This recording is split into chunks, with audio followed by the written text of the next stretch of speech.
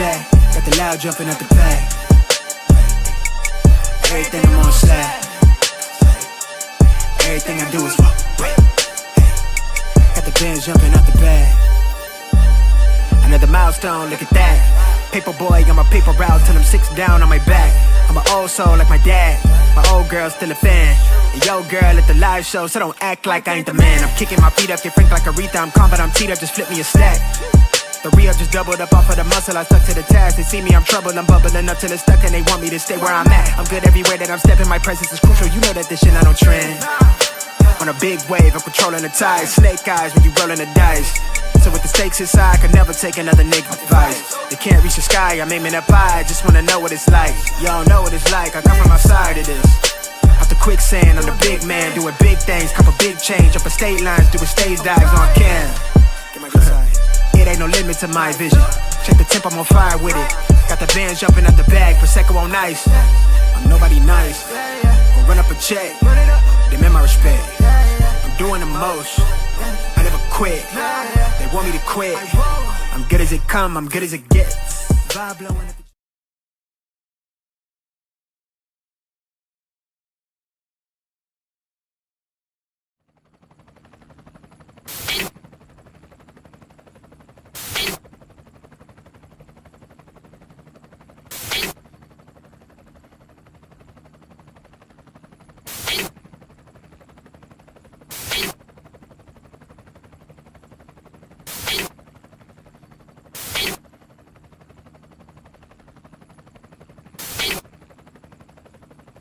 and you're in the Desert Storm bunker with Hollywood CGA.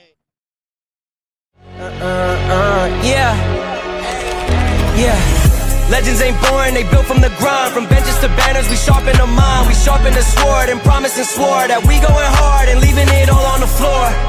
Hey, yeah, we going hard and leaving it all on the floor.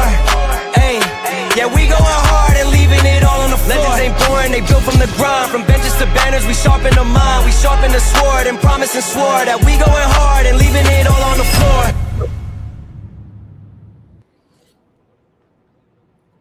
Oh yeah, it ain't over, motherfucker.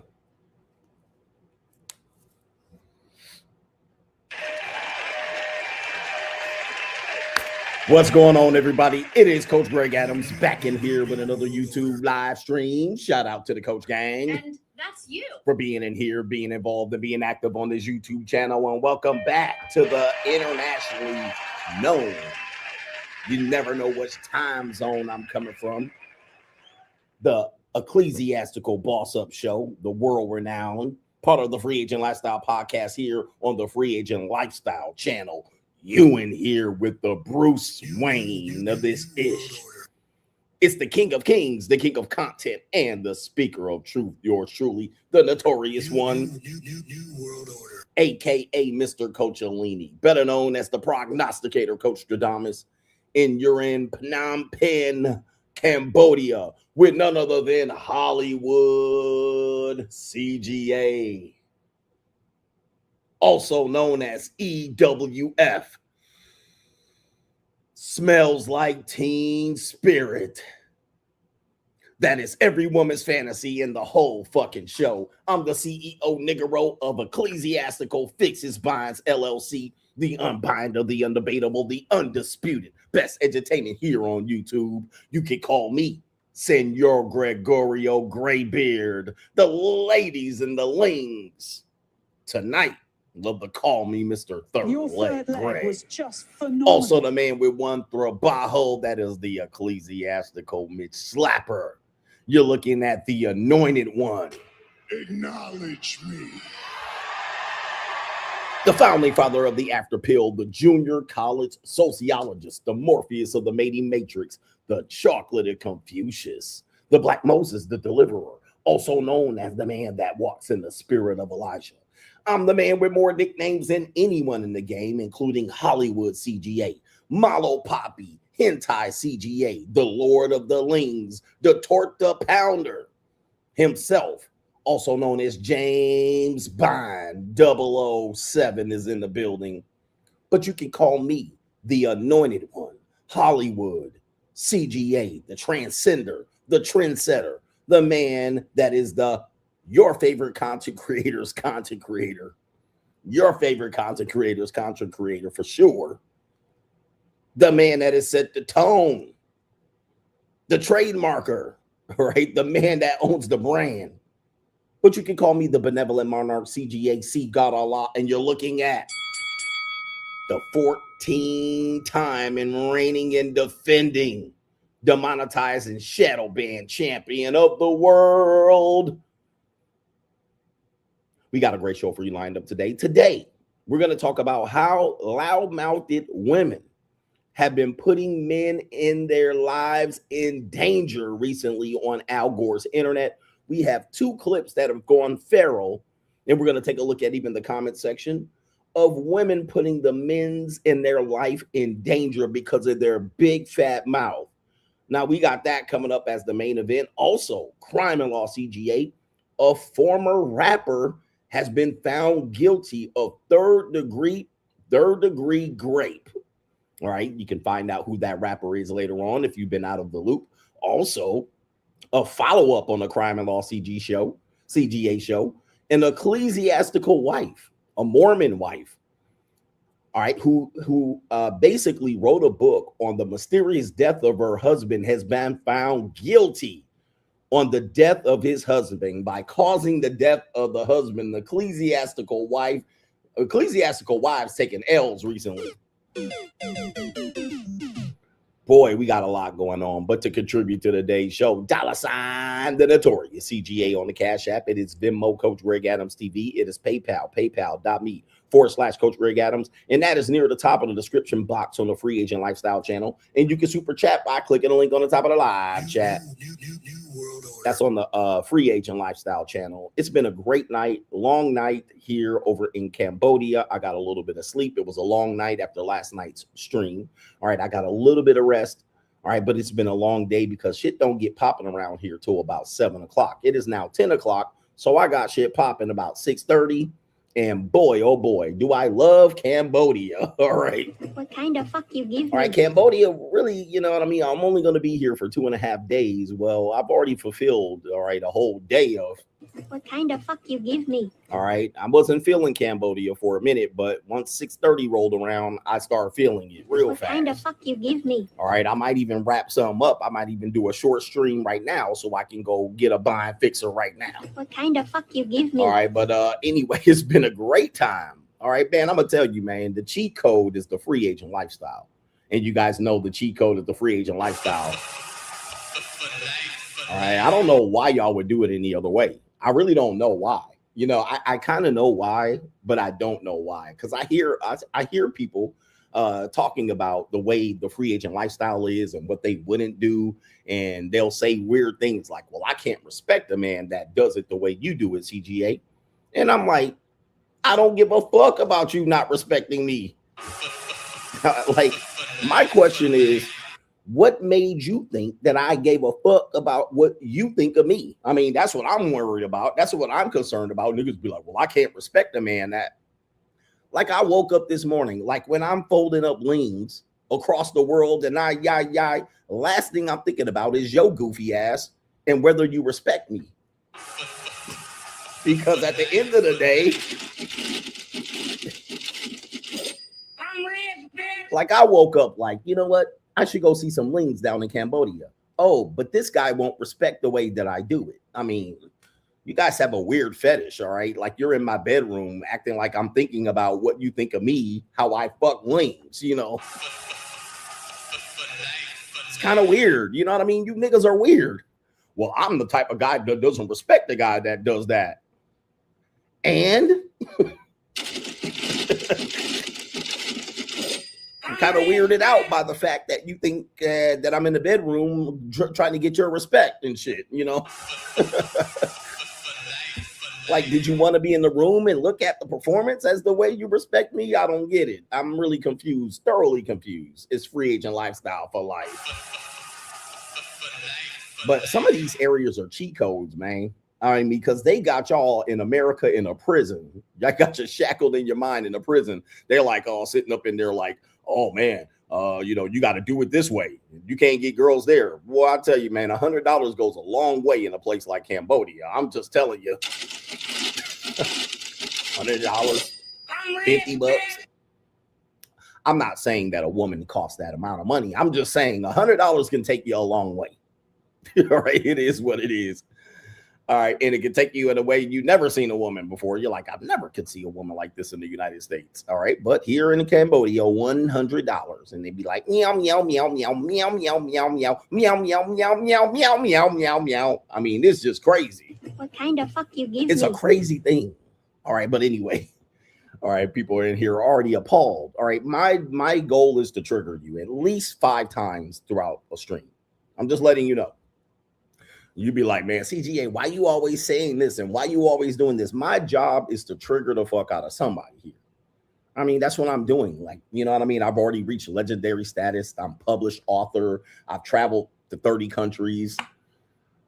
You know what I mean? Like, what's next? All right, just to fuck with your head. You know what I mean? But not only that, you're going to learn a lot about what's going on here. We're going to trigger the incels and the 16-year-old ecclesiastical virgins that are in the what's left of the Manosphere. I told you about 2 years ago, the Manosphere is dead. All right, I rung the bell on the Manosphere, and you guys did not believe me. But apparently, there's a TV show that came on Netflix. Let's ring the bell on the Manosphere. I done told you about the Manosphere, you know, and they kicked me out the Manosphere, whoever were the gatekeepers. I told you the Manosphere is dead. And apparently they had a thing inside the gayosphere. All right. The maggot sphere. All right. What's left of the Manosphere? I mean, I guess they featured 5 or 6 Manosphere content creators. All right. Or so-called Manosphere content creators. I mean, some of them I never heard of. All right. I was like, who these niggas? But of course, they probably say the same thing about me.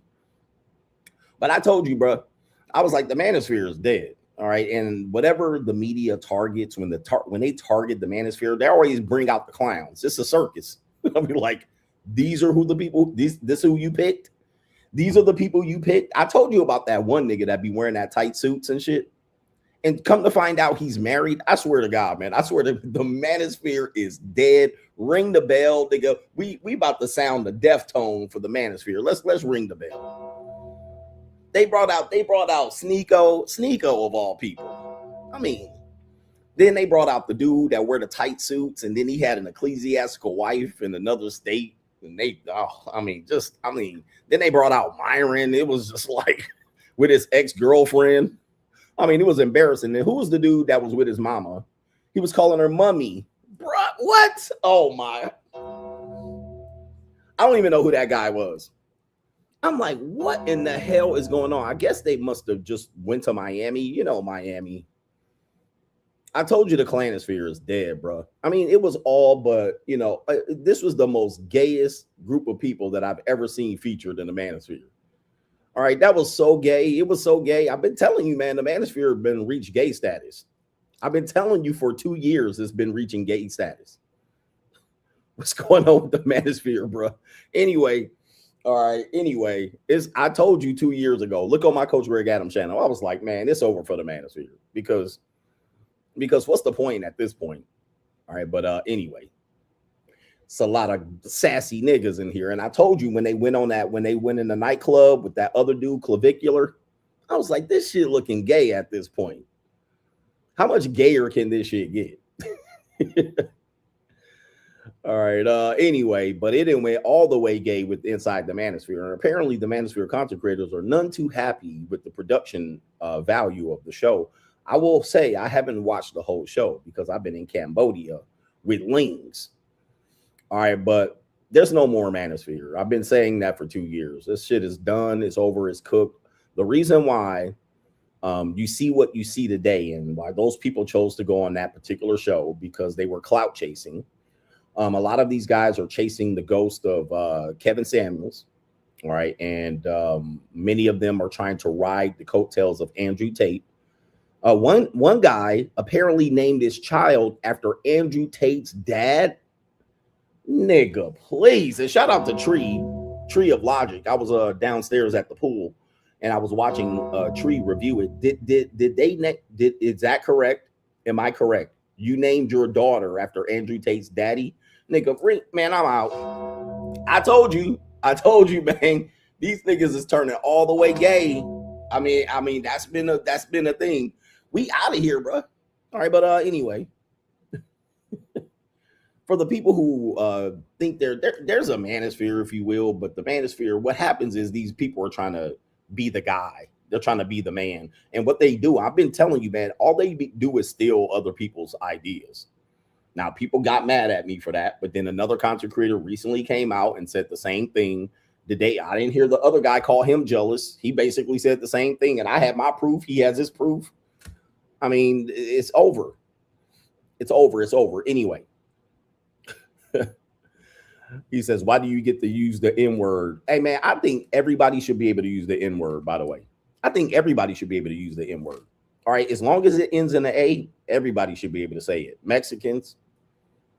I don't know why black people get so triggered as to why when another person says nigga. Like, why do y'all get triggered? I mean, they won't say it around me. I'm like, why not? Because listen, it's all in the rap lyrics. Everywhere you go, if I'm hanging out with a group of guys and they saying the N-word, well, I'm more likely to say the N-word too. Like, even if I don't use the N-word and I'm hanging out with a bunch of dudes using the N-word, more than likely I'm going to start saying nigga too, because them niggas are saying it. All right, but why do people get mad? Why do black people get mad when somebody else uses the word nigga? Like, it's just a word. It ain't like they dropped the hard R at the end of it. All they're trying to do is be cool. Hey, white people, don't take my word for it. Everybody should say nigga. Especially when they rapping, like they supposed to be. Like, if you're not black, you got to bleep the nigga, please. Nah, man. Everybody can say nigga. Or my solution was everybody can't say it. We need to stop the idea that it's a term of endearment. It's actually a term of disrespect. And for people who say it's a term of endearment, well, why, when other people use it, you get disrespected? You feel disrespected. So it is a disrespectful word to begin with. So I'm all for burying the N-word today. All right. I'm all for burying it. Bury it. Or let everybody say it at this point. Nigga, we've been out here 25 years since Jay-Z and everybody went mainstream. Jay-Z went mainstream. Yo, man, let everybody say the fucking word. Let everybody say it. Everybody should be able to say it. Even if they say it in jest, even if they say it like, oh, nigga, like, let the nigga say nigga. All right, fuck it. It's just a word. I don't give a fuck. Somebody said nigga to me, I'll be like, nah, they drop a hard R. I would be like, hey, man, that's disrespectful. So, man, that better not say it around a real one. A real one will make you stop saying it. Who cares? Y'all worry about the wrong shit. He says, I'm about to get some white boys knocked out. Okay, nigga, go to jail. Hey, man, wasn't there a Boondocks episode where niggas will throw their life away over some stupid shit? Let me pull it up for you niggas. Go ahead, knock them out. Go to jail, nigga. I don't care. All right, be another nigga in jail. Hey, black niggas, knock white people out when they say nigga. Go for it. Land your ass in jail, stupid niggas. Like, that's why you a nigga. Right? Like, go ahead. Go to fucking jail for 5 years for knocking a white boy out. That's smart. All right, stupid niggas. Niggas are stupid. All right, I mean, you guys are the stupidest bunch of people in the humanity, nigga. That's why niggas don't get no respect. Go ahead and go to jail for a nigga saying nigga or a white dude. The real problem is niggas. Stupid niggas. So fucking dumb. You gonna go to jail? You're gonna get attempted murder charge because somebody said nigga? Like, you niggas are stupid. Ninjas. As if we didn't have enough problems. Like, that's why I'm saying it's dumb. Let them say nigga. What you gonna do about it? Go to jail? All right, anyway. So dumb. A nigga moment. All right. Nigga gonna have a nigga moment because somebody said nigga. All right. So fucking stupid. That's why I say just let them say it, nigga. Unbelievable. You literally proved my point, all right, by saying some white dude's gonna get knocked out. Now, nigga, the white boy's gonna be like, you know how we put niggas in jail? Just go up and say nigga, and all these niggas gonna be in jail. Sounds like the plans got accomplished here. All right, anyway. All right, anyway, look, speaking of that, we got a great show for you lined up today. But I sometimes have to make y'all see the mirror, look at the reflection in the mirror of you niggas. Because y'all be dumb like a motherfucker. Y'all do dumb shit. And then y'all will knock out a homeless white guy with no front teeth and go to jail over him saying nigga in the Circle K. I've seen this too. I've seen a white dude. He was a homeless dude, pants, tank top, Florida, weather beaten. He had long, scraggly hair, no teeth. He walking down the street and he said the N-word and some nigga knocked him out and got arrested. I'm like, bruh, he's just fucking idiot. Dumb. Like, why would you knock him out? Let him say nigga. Like, he's a homeless guy.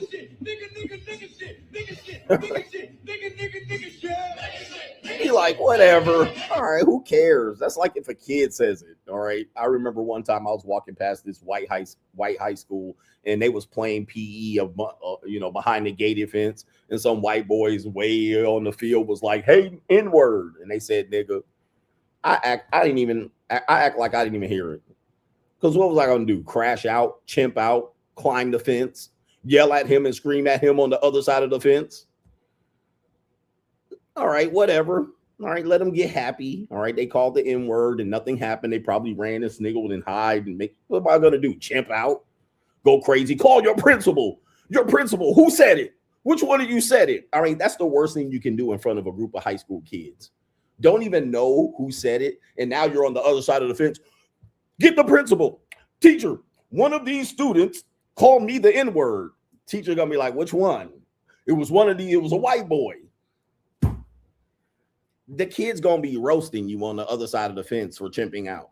They're gonna be like, like they're gonna start recording you on the phone, posting you on the internet. You niggas are so emotional. All right. Who cares? Just let it brush off your shoulder and keep it moving. It's not a big deal. They're gonna be like, look, he acting like a nigga. They're gonna post it all on Snapchat. You're gonna be all on TikTok. You're gonna be all on Instagram because some white boy way across the field called you an N-word and you chimped out. Now you on Snapchat. Now they sniggling at you. The whole school sniggling at you. You see what I'm saying? Y'all fall for the okie doke.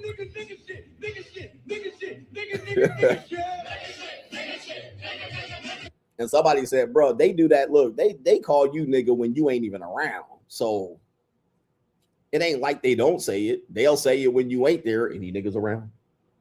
All right, let me wrap the words now. Now we can say nigga, ain't no niggas here. I'm trying to help you men out. The N-word is one of the dumbest things. And why are you fighting to preserve the N-word? Like, that is the weirdest part about it. That's the weirdest part. It came from a disrespectful term that you turned into a term of endearment. Now you're fighting for nobody else to say it. The nigga is what y'all fighting for. Of all things white people or people of color can say, you're literally fighting to keep the N-word to yourself. That gotta be now, if anything that I didn't say didn't make you think something's dumb, that right there is dumb. That makes it dumber. You're fighting to be like, it belongs to us. Like, what? What? That's what you're fighting about? We took the word back. We took the word back and we gave it power. Now they can't say it anymore. We're going to make sure they can't say it. You guys are strange. You people are strange. You're literally fighting over the N-word. I tell you, low IQ motherfuckers out here, Brand. I tell you, all right, let it go, bro. But hey, you don't gotta follow what I say. Go ahead and lose your fucking life and stress yourself out for the N-word. Now, if somebody at a hotel while I was checking in said the N-word, I'm suing. I'm suing somebody. If I'm in a job interview and somebody says the N-word, I'm suing their pants off. But that's just smart business. That's just smart business. It's not emotional. I'm just going to lawsuit somebody. I mean, why do they get to say it? All right. So, hey, you can play that game. Fuck it. 2 tears in a bucket, motherfuck it. You either Flavor Flav or you chuck it. Shout out to our brother here. It is Corey in the building. He says, when you started that segment about how your name matters to Black women, I immediately thought about myself and related. Then I ended up catching a stray bullet towards the end of the segment. Classic. Shout out to the Coach Gang. And yes, Corey dries a woman's pussy up since really 2012. Not a lot of women obsess over men named Corey, but shout out to you. I have a cousin named Corey, by the way, and you did catch a stray, but you also co-sponsored today's show, and I appreciate it, my sir. Here we go. Shout out to Bravo says, shout out to the Coach Gang in the Shield, Coach. Just hit a bitch with the, here is a deposit slip. Move your checks to this account. And the bitch said, yes, I think I might have found the one, Coach. Well, sometimes you got to have a plan B, right? Because, yeah, you might have a woman say, go ahead, take over my finances. Uh-oh. All right, you better have another plan. You better have another shit test. Okay, and then you be like, you ain't never moving in. All right, give me the keys to your apartment. All right, sometimes there are some women out here that will let you take control. All right, don't get it twisted. There are some women that will let you get in control. Now, you do have to be a certain type of guy.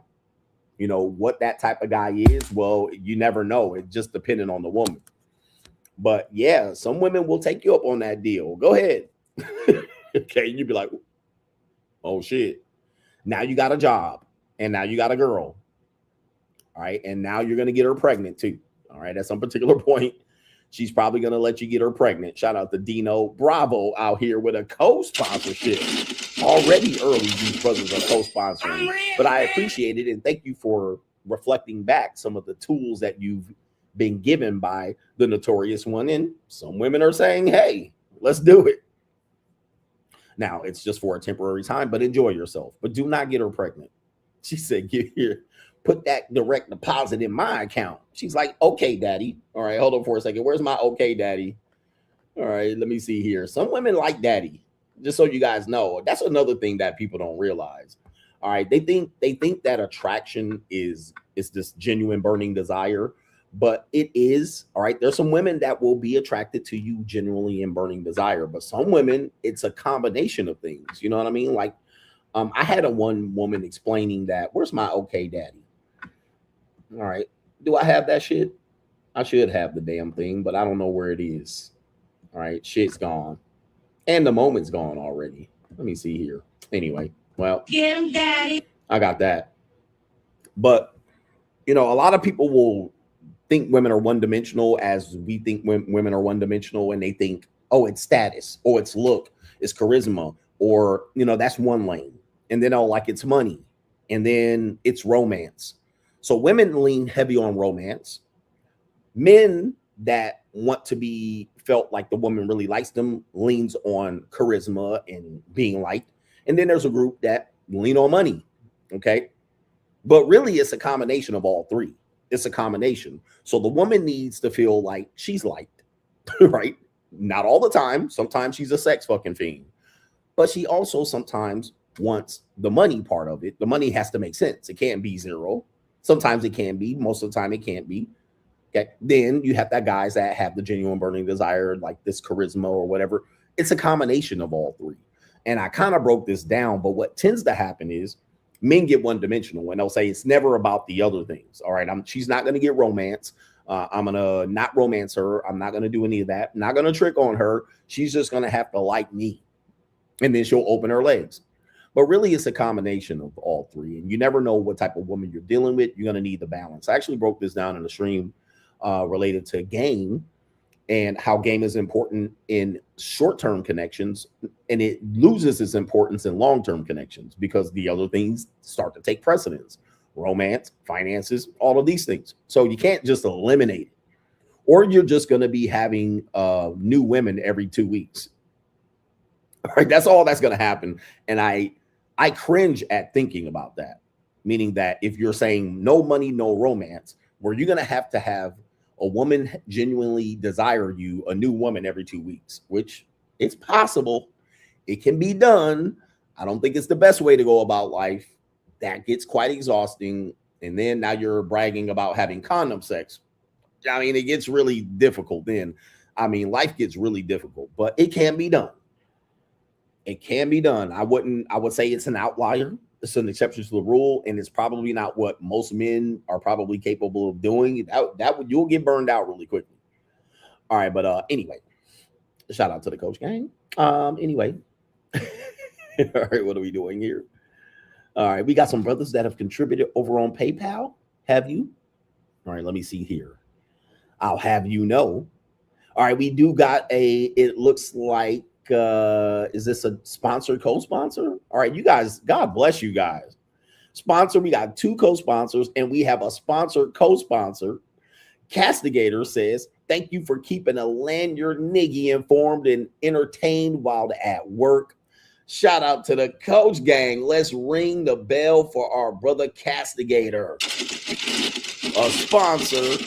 Let's ring the bell 3 times for him, man. 3 times already. We're not even into the show yet, and we already have rung the bell 5 times. Thank you, brothers and sisters. All right, appreciate that already. Yes, indeed. All right.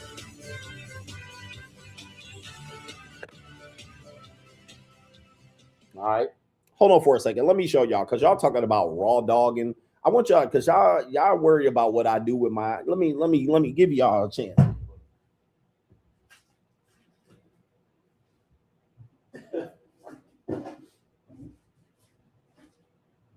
Okay. I'm gonna show y'all what's up, and I'm not promoting anything, but if y'all want to know, I always have them on deck. I mean, everywhere I go, I keep them in my bag, everywhere I go, and I keep the women who are allergic to latex. Unfortunately, they don't make them in my size, but sometimes a woman's allergic to latex, and I gotta hit them with the skin.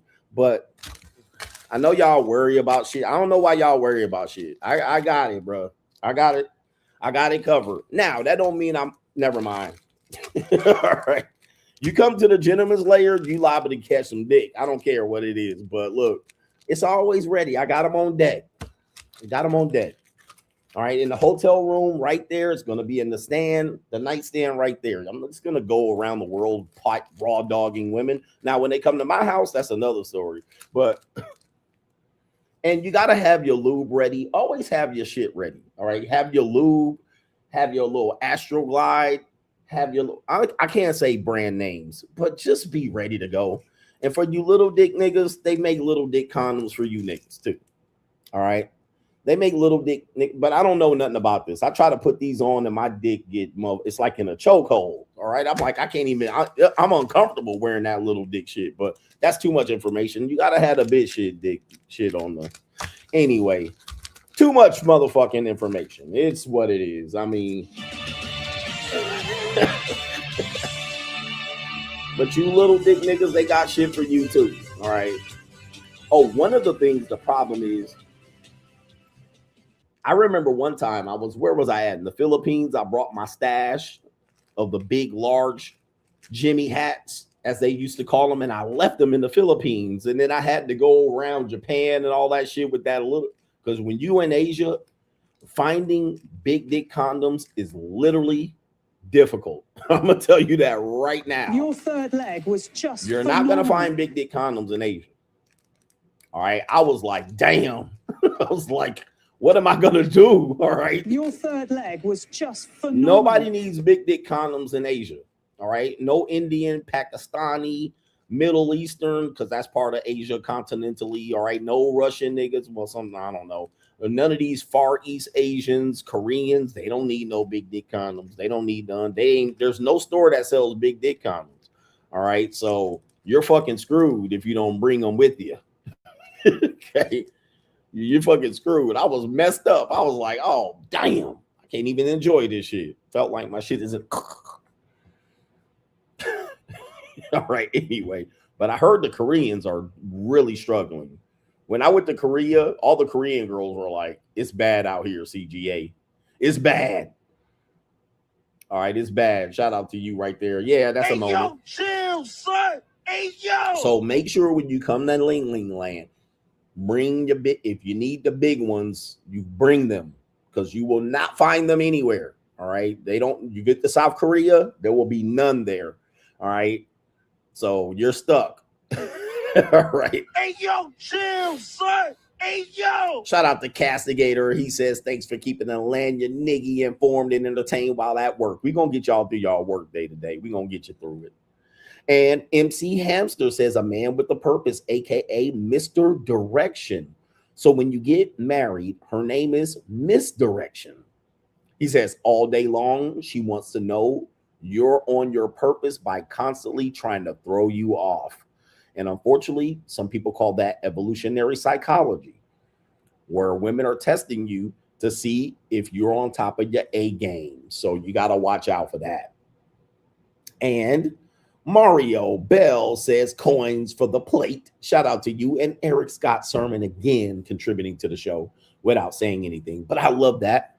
And thank you for the daily contributions. I'm glad I showed up today.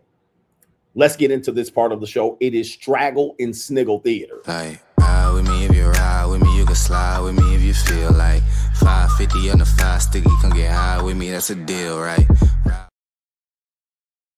Straggle in Sniggle Theater. Let's get it going. Straggle in Sniggle Theater. We have the first one here. Apparently, we have little Duval from Duval, Jacksonville. Apparently, there's a video of some young men, some future doctors and future scholars. Let's go ahead and take you through this video. Let's look at these future young black generational men right here. Nigga, we at them though. Hold on, bro. I like bows. I like humanity. You know what it is? You know what it is? A bell, no shit. Oh, the humanity. No shit. Let him hit. Let him hit. This quick no shit. He outside with his shit. He outside with your bull house. Yeah, we outside. Bro, don't drop my weed. Oh, no. He said, you dropped my weed. You dropped my weed. Hey, bro, come on now, dog. Come on, man. All right, and this is going to be the result of men pookies. You pookies run around here talking about you get it for free, but your community is in danger constantly with you free pussy. Hey, bro, come on now, dog. And the women that open their legs for niggas that ski dip in them and like that. I mean, look at that. I mean, goodness gracious. I mean, that's crazy. I don't know what city. Name that city. Is that Jacksonville? Definitely Jacksonville. And he said, and they had a fake weed and he dropped it and he said, hey, you dropped my weed. Oh my goodness. Hey, bro, come on now, dog. Come on. These young men don't have a chance in hell. All right. They don't have a chance in hell. And no, I will not go to your nigga community. All right. To go help these poor ass ghetto kids. I know the Negro community is going to frown upon my shenanigans. So yet once again, but I'm going to also say they got me staring Martin Lutherly at these niggas. And Martin Luther King is rolling over in his graves. All right. As well. Straggle and Sniggle Theater presses on and on and on. We have Straggle and Sniggle Theater. Apparently the feminists are going crazy. You know, there's something called negotiating desire in the red pill or the manosphere. It's been a talking point for a long time, is that you can't negotiate desire. What a woman desires, you can't negotiate it. You can't tell her what she should like. And I agree. If a woman likes bums and thugs and niggas and whatever they like, dirty white boys, let them like them. I can't convince her to like something else.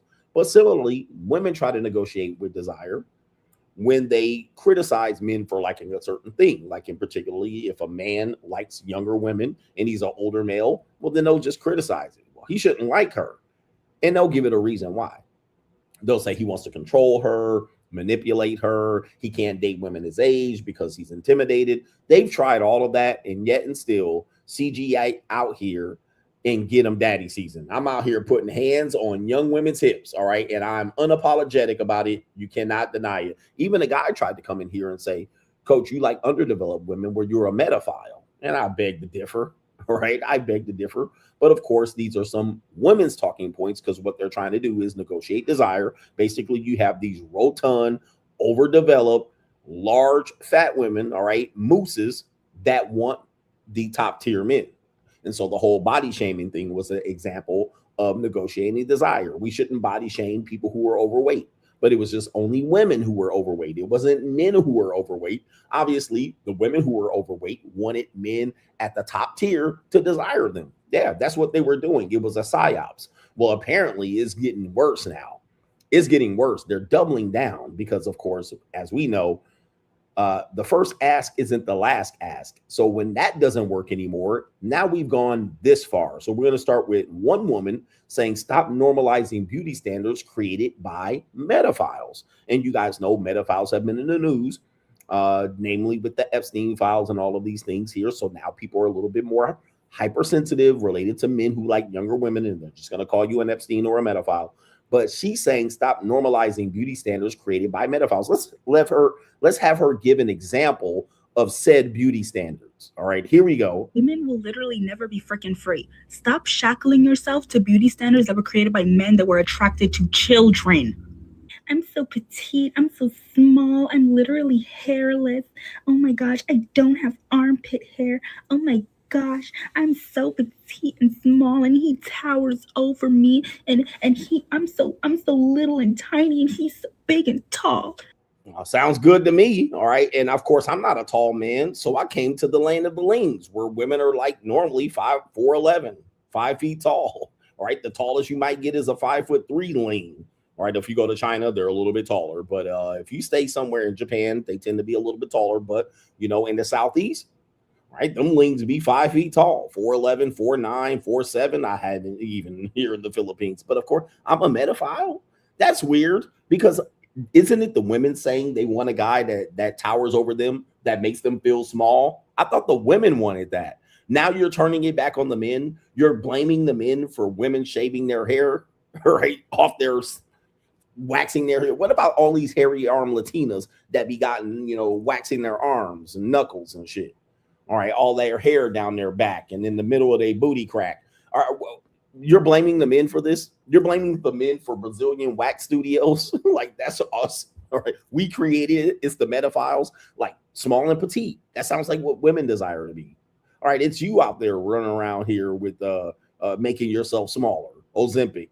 All right, but of course, take a look at the woman calling this out. Well, I mean, oddly enough, she's none of those things. Armpit hair? I mean, that's metaphilic? That's weird. All right, let's hear what else she has to say here. This is weird commentary to me. It's disgusting. Stop it. It's nasty. This is literally the reason why some women believe there's genuinely something wrong with them, because they don't look the way that they looked when they were like 12. Oh. And they're 35. 12. Okay. It like 12. All right. Nobody likes 12. I mean, there are some people that like 12-year-olds. Nobody's dating a woman because she looks 12. I mean, that's kind of weird. All right. Especially a grown woman. I mean, like 12. All right. Way to be a little bit outrageous here. All right. You see how the length they're going to criticize you. This is called, they're negotiating desire. They're trying to tell you it's weird, it's strange, it's dangerous, something's wrong with you, you need to be in jail. All right. Even increasing the age up to 21 and 25, their brains still ain't developed. Just absolutely crazy. Well, what's happening is she can't compete. So she's trying to make it weird that you have a preference. All right. But of course, when they have a preference, it's quite okay. Like literally all of these beauty standards are literally made to make normal women with normal bodies, women with normal features, feel like there's something wrong with them for not looking like a freaking 11-year-old. Now it's 11. I mean, it's, you know, it keeps getting lower and lower. Now we're at 11. Interesting. All right. I mean, we're not even in middle school yet. It went from middle school to 6th grade, just like that. And, you know, black women have a problem, you know, with their issues of fitting in because, well, they're large people. All right. So you have that problem. They're kind of built sturdy and large, and they have a lazy, lethargic lifestyle that causes them to have fat that men have a preference to fuck on, but not marry. And they have a procreation fetish with these women. But they don't tend to marry these women. They're good and soft and gushy in the bed, but they can't hold on to a man, and then they get bigger and fatter because, well, these niggas like these girls for sexual pleasure and perversion and fetish. And then guess what happens? All right, they can't hold on to a guy. They negotiate desire. They'll never be small, slim, and petite. They're just going to be overgrown orangutans. And then guess what? They're going to get mad at you for not liking them. Well, I'm pretty sure a lot of dudes have put semen in her vagina. A lot of dudes have cream pied her for sure. All right, but she can't keep a guy because they keep wanting or desiring someone probably not as overweight. I'm just describing this, YouTube. I mean, that's what she's doing here. She'll never be small or petite, as you can see here. I mean, she's really overdeveloped here. You should not look the same way you did at 15. Now it's 15. I mean, where's the number going to be at next? 12, 11, 15. Okay. You should not weigh the same way you did when you were 16. Okay, well, there we go. I mean, I keep asking. All right. Where's it going to be next? I mean, we got them all out here. I mean, why don't we throw out 13? We haven't thrown out 13 yet. Okay, where else? Let me see what we got here. You shouldn't. You're normal. You grow. Your body is growing. Your body is developing. And they used to call them old maids, but that's continue. As you get older, your body changes, and that is okay. Is. You should not look like a child. You should not aim to look childlike, especially if your motivation is to get a man. Cuckoo for Cocoa Puffs. Ma'am, now here's the problem with that. What if you have a small woman? Like there's in Cambodia, the women are like 4'11", 5 feet tall, 5'1". I mean, we're talking about small women. These are some very small women. Philippines, small women. Are they not supposed to? What are they supposed to do? Get fat? What are they supposed to do? Grow? What about Mexican women? They're like 5'2" tops, 5'3" tops. What are they supposed to do? Well, Mexican women know how to get fat, so they'll learn how to do that. All right, that's not a problem at all. Gotcha. Wrong sound effect. All right, but where's my sound effect for the Latinas? All right, but they're gonna get fat as they are wide. But what are they supposed to do? Grow? I mean, this is weird. This is a weird commentary, but you see what feminism does to the brain of these women that can't compete. Like, really sit and think about that. This is disgusting, guys. Women will literally never be freaking free. Stop shackling yourself to beauty standards that were created by men that were attracted to children. I'm so petite. I'm so small. I'm literally hairless. Oh my gosh, I don't have armpit hair. So she wants armpit hair in a boyfriend. I mean, that's what she wants. She wants a boyfriend that wants her to have armpit hair. I'm pretty sure you can find some nigga in Philadelphia that will go for that. That's weird. All right, it even gets weirder. We have another group of young ladies here that are going to say something similar here on Straggle and Sniggle Theater. It's going to get a little bit weirder here. It says right here, why are we listening to them? When they say them, this is just them saying men. All right, this is the hate of men. Misandry on full display. Why are we listening to them? Here we go. Gross. Now that we know that the beauty standard is set by pedophiles, are you growing out your body hair yet, ladies?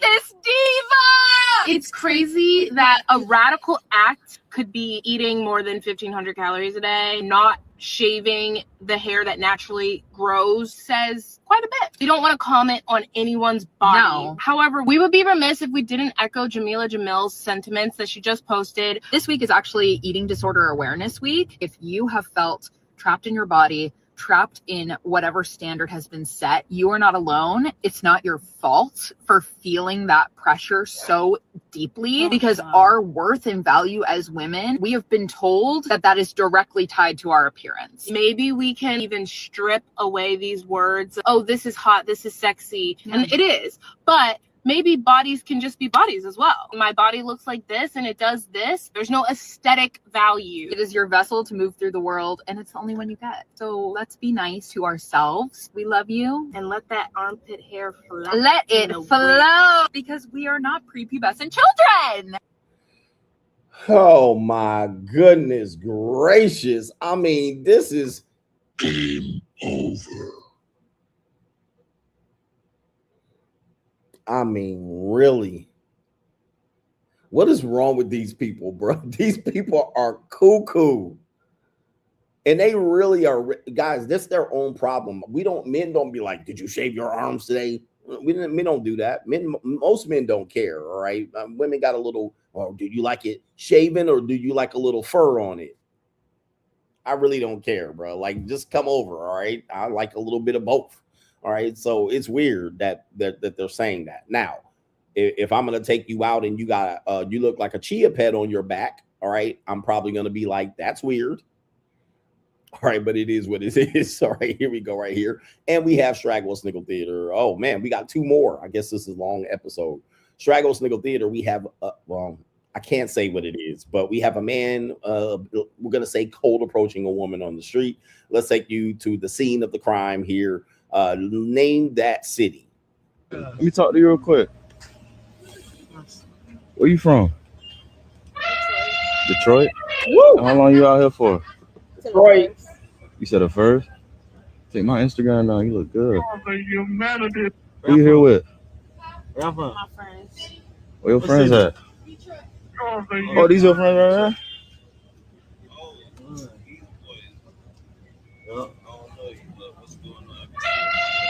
here? You don't know.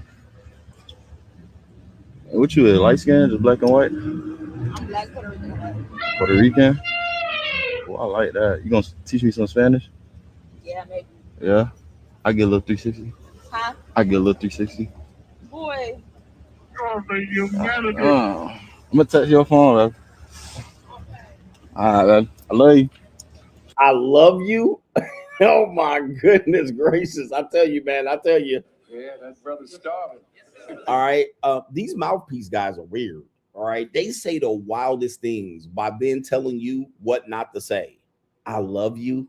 I'm going to text your phone. All right. What are we? I love you. Yeah, that brother's starving. Are you that? My goodness. I mean, that was a big, sexy woman, by the way. I'm going to tell you, man, she was big and sexy. I'm going to tell you that. She had her, but she was standing on the corner, which giving prostitute. All right, legitimate prostitute. I'm telling you, man, this is why I'm shadow banned and censored over here, because the AI is like, bruh. All right, but literally standing on the corner, she says she's with her friends, man, and the way she's dressed, this woman is selling poon. And she said she's with her friend, and I heard some black guys talking. You mean her pimp? And by the way, take a look at her shoes.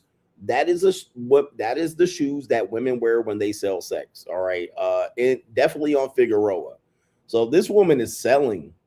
By all means, I don't think this woman is definitely cold approaching material, girlfriend material. All right, here we go. Yeah, she's selling. This girl is selling the furry slippers. All right, that woman is selling punani. All right, let me see. She's selling. All right, that is a selling pussy woman. Don't ask me how I know. Right, so she can stand out there all day and be comfortable. And look at him leaning out the side of the passenger side of his best friend's ride, trying to holler at me. All right, talking about my friend. You mean her pimp? All right, that's go pimping back there, not with the Cadillac in the back. All right, sun rooftop, digging the scene with the gangster lean. All right, that woman. Where you from? Detroit. Detroit. All right, I told you about Detroit. All right, but apparently they're in Miami, but she's from Detroit. Houston and Detroit, your women not that attractive. All right, you guys keep telling me how it is right there, but she big and sexy though. I see why she's selling too, because dudes will be out there buying. All right, do I have the sound effect? The punani for the money? All right, maybe it's not over here. All right, anyway. You got the pussy for the money. If I got the money for the pussy. Okay. All right. Straggle Sniggle Theater. We got last one. We have a guy out here who is bailing out baddies. All right. Bailing out baddies. This is an interesting one. I actually don't mind this particular dating strategy. You guys do almost everything else. This guy right here is bailing out baddies from Houston jail.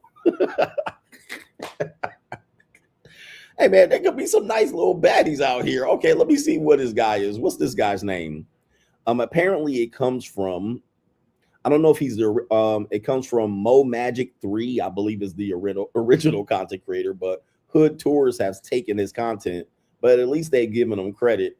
bonding out baddies from Houston jail. All right, let's take it. Hey, excuse me. Hey, wait, look. Is your name Soraya? Oh, okay. Soraya? Soria? Yeah. All right, look, my name Mo. How you doing today? All right, so look, he got a little Cambodian. He got him a little ling, all right, outside here. And you know she sells vagina too. I mean, she's got the uniform on. I mean, that she definitely got the baddie look with the eyelashes. All right, shout out to this little ling. And there she is, 4'11". I guess he's a metaphile. All right, look at her. She can, anyway. All right, look, I bonded you out today. You're the one that bonded me out? Yeah, so look. Yeah, so look, this is my boy, right? We be doing YouTube videos when we bond like cute girls up. My sister was the one bonding me out. I literally was just talking to her on the phone like since I've been in there. Yeah, so I found you on the website type shit, and you look good type shit. And I be bonding girls out. Oh my god! Yeah, anybody can bond you as like public information type shit. Oh my lord! So yeah, I bonded you out, and this is my boy. He recording because I got a ling that I was with for quite a long time that looked exactly like this, very similar. All right, little Filipina chick. Hey, actually, this is an interesting idea. I'm gonna give them a little bit of credit here, but this is actually not smart. All right, because any woman that constantly in and out, these women are in or out of jail. All right, and their lives are terribly managed. They don't manage their pussy or their life very well. All they do is smoke weed and vape and fuck, and that's all they do all day. And hang out with niggas from 11 o'clock p.m. to 4 a.m. and 5 a.m. I mean, this is a bad idea long term. It's interesting. Amongst the other ideas I've ever seen of men picking up women, bailing out baddies is got to be one of the most innovative ideas. But this is bad. These women will slash your tires and set your car on fire. We're a YouTube channel, so like we bond girls out and then like try to spend a day with them and shit. Oh, wow. Would you be cool with that? Yeah, you really bonded me out. Yeah, I bonded you out. No cap. Because I was talking to my sister and everything. She's about to pull up. I thought. Nah. She bonded you out. She didn't bond you out. I did. I'm on the phone with my friend right now. Oh yeah. So look, I was wondering, are you hungry? Yeah. Look, if you're the one that bonded me out, I'm gonna show you when if you're the one that bonded me out, we should go. Well, what do you want to do? Go eat? Yeah, let's get some food or something. Like, I just want to show them like your first day out type shit. Like you gonna see my other videos I do with different girls. Oh wow. You'll be down with it? Yeah. Bet. All right, bet. Let's go. Hey, y'all like him? All right, yeah, she not with it. All right, that's she definitely a Blasian or a Pina or a Thai. I can't tell, Cambodian. She not completely down with it, but I'm gonna just say, of all the approach ideas, I would not 10 out of 10. I would not recommend. All right. Yeah, that brother's starving. If you're a content creator, go for it. All right, this is great for content creator strategy there, but this is a bad idea for finding romantic partners in sex. I would 10 out of 10 not recommend you do this. This is bad idea here. She's definitely leaning away. She don't like him. There's no burning desire there, but she's been bonded out of jail. So yeah, I mean, he might get the hit. Girl, tell me what she looked like though. Rate 1 to 10. Wait, what did you do though? It's something so stupid. I was driving last night. I got pulled over. Pulled over? Yeah, and I had some things. You had a lot of tickets? I had 12. Okay, see, that's the stuff I'm talking about. And this is, again, why I try to tell you guys about baddies and how you pursue them. Dude, man, these baddies live a reckless life. All right, and I know people are going to say she's not a baddie. I mean, for Houston, that's a little baddie. All right, you don't have to be. Baddies aren't attractive.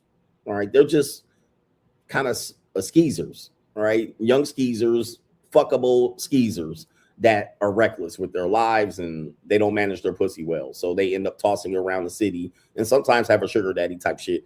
But yeah, she driving on a suspended license. She has 12 tickets. She got picked up, thrown in jail. All right, it probably was early in the morning, 2, 3, 4, 5 in the morning, while she was out there rolling with some nigga or picking up some weed from the plug or selling pussy. We don't know what it is. All right, but baddies typically aren't going to be 9s and 10s. They're not those aren't baddies, but this is girl right there in that neighborhood. But of course, when you look at their lives, it's a wreck. That's why I'm going to tell you, man, just lease and rent baddies. Never try to take over their lives because they will ruin you. All right. And they will not care when they ruin you. Trust me. That's Straggle and Sniggle theater. Like, ride with me if you ride with me, you can slide with me if you feel like 550 on the 5 sticky, come get high with me, that's a deal, right? Has the modern dating landscape confused you? Have many of the standards that you heard you're kind of tired of hearing about and you're wondering, what does it all mean? Well, look no further. Join us talking about the monetized dating marketplace right now on Locals, and it is CoachGregAdams.locals.com. You can create a free account to join the conversation between the Coach Gang members, but also on Sunday, we do a live stream demonstrating all aspects of the monetized dating marketplace. And coming soon in 2025, you're going to have access to a sample of the monetized dating marketplace course where you can get information related to how to participate in the monetized dating marketplace and or how to understand it, so you're not out here spinning your wheels trying to figure out how you're going to best deal with the monetized dating marketplace. Listen, everything and every aspect of dating is monetized. We just want to relieve the frustration that you might have about it. So the best way to do it is make a free account right there on Locals, CoachGregAdams.locals.com. You can get access to those live streams, but create a free account. Just join the conversation. I am the only one covering this conversation from this point of view. And yes, I am ahead of my time. Get ahead of the information before you're priced out. By the way, priced out, that's interesting. Apparently, in my research, coming to Phnom Penh, how do you pronounce that, Coach? Phnom Penh, all right? I've actually been practicing pronouncing it. Some people say Phnom Penh. The PH is silent. Hey, man, I don't know, man. All right, I was reading how to pronounce it, but it's Phnom Penh. You can say Phnom Penh. You can say Phnom Penh, all right? But it's Phnom Penh. It is the capital of Cambodia. Most people don't even know what the city, you can't name a city in Cambodia, but that is the capital city. I believe it's probably one of the largest cities in Cambodia. And you don't hear a lot of people talking about Cambodia, and particularly passport bros, because really there's not much to do in Cambodia other than go to the red light district, all right, in Cambodia, and you can have a lot of ecclesiastical fun. It's similar to Thailand, but a little bit more mellow. The women are not that aggressive, and yes, it can be cheaper. But apparently in my research, the dudes were complaining that the rates were a little bit high, or they were priced out. Dudes were coming in, mostly it was older guys. You know, older men, you know, once you get about 60, you start getting a fixed income. Your income doesn't rise much after that. It's probably going to peak out right at 60 or 62, 63, 65. If you've done well in your life, that's where the peak's going to be. If you're a millionaire, if you haven't done well in life, well, it's kind of too late to actually improve your financial situation. Many people are like retired military or whatever it is. So they have a fixed income. And what happens is they'll come to these areas and retire, and they'll expect to have fun in the way that people used to do back in the day. But as we say, yesterday's prices aren't today's prices. Okay, everything's gone up, even the participation lifestyle. So I did hear a lot of people complaining about what what it would cost here to have a little bit of entertainment and fun with some young, fresh women when you're in your 40s, 50s, and 60s, as most men should do at least one in their life. Once in your life, you need to get on out here. But they were really mad that it was like that. Now, I haven't experienced any of that, so I don't know what they were talking about. But also people in the comment sections were saying, well, if they're saying that that's what it is, well, they don't want to deal with you. And yes, all right, they do not want to deal with you. You will know when they don't want to deal with you. They're not interested. Typically, though, in this area, Indian men get a bad reputation in Asia. They have a horrible reputation. And yes, we have sand niggies out here. They rolling deep, deeper than Atlantis. So there are 4 or 5 Indian niggies just preeting them, sand deep, running around here in packs. And they have the worst reputation around Asia, namely because they stink and they're cheap and they like to go 5 for 1, 5 on 1s, 5 for the price of 1. So they're very sketchy in their negotiations. So that's that. But I did find that, a lot of Asian women, they're typically, what they tell me is they're scared of black men. All right. Now, that doesn't mean they don't like black men, or you won't find Asian women that don't like them, but you will find that they're quite intimidated by you because most of the time you look menacing, or you look like you're strong, overgrown orangutan, monkey, ape, baboon, or you're going to go chimp out on them or go Donkey Kong, or you might be too big. They might be a little too small or tight. So they will discriminate you based on one of those reasons. Now, if they ready to get throttled, they'll pick you. All right. They'll pick you. So a lot of it has to do with, they'll be like, oh, they're just scared. You have to realize Asian women are scared. They're like cats. All right, they're scaredy cats. All right, even the ones in America, they're scaredy cats. They're scared of their shadow. They're scared of everything. They walk outside. Asian women will walk outside like this. All right, have you ever seen just Asian women just hanging around outside? Like, yeah, we're just hanging out. All right, anytime that they do something, they're running and skittish. You know what I mean? You can scare them, and they're really just always like, Asian women very skittish. So then when you're not the norm and you know, big wide nigga nose and big ass wide nigga eyes and big nigga lips on your face, you looking like all scowling, they really scared. They's like, man, that you don't realize to an Asian woman, that's quite intimidating. You know, they already intimidated by people already, but then you all looking like that, they really just like, I don't know, man. I don't know. So anyway, oh man.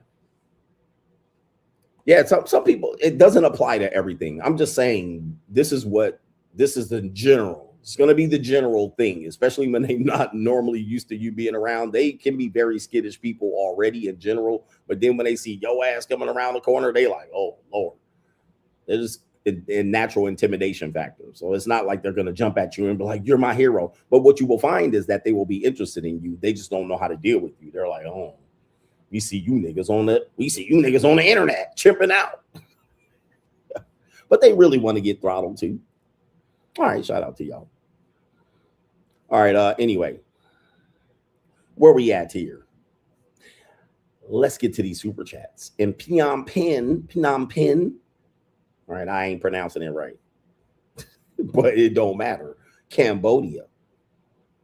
What's the average income in Cambodia? Well, I looked it up, and boy, all right, peak income, if you're doing very well, it could be around $700 a month to $1,500 a month.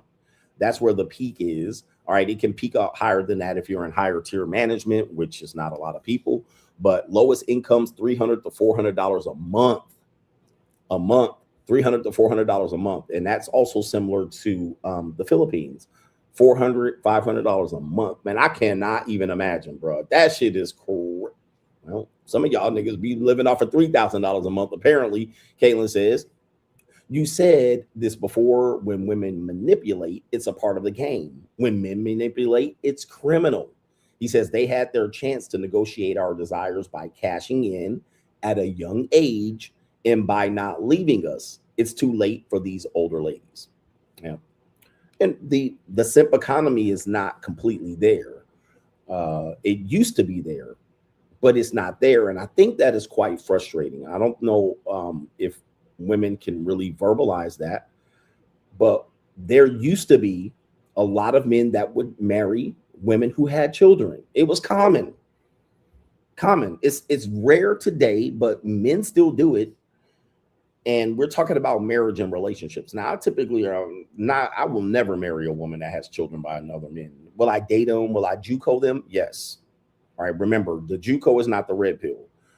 Okay. So things that we say, red pill, manosphere, related to who you marry are tattoos and all of this stuff, and hair weaves, extension, and raptor claws, and all these things that you talk about on the streams. Well, that's for dating and marriage. That's for marriage.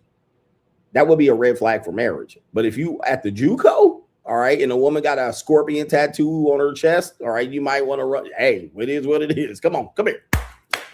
All right. Hey, what happens at the Snooty Fox happens at the Snooty Fox. Who cares?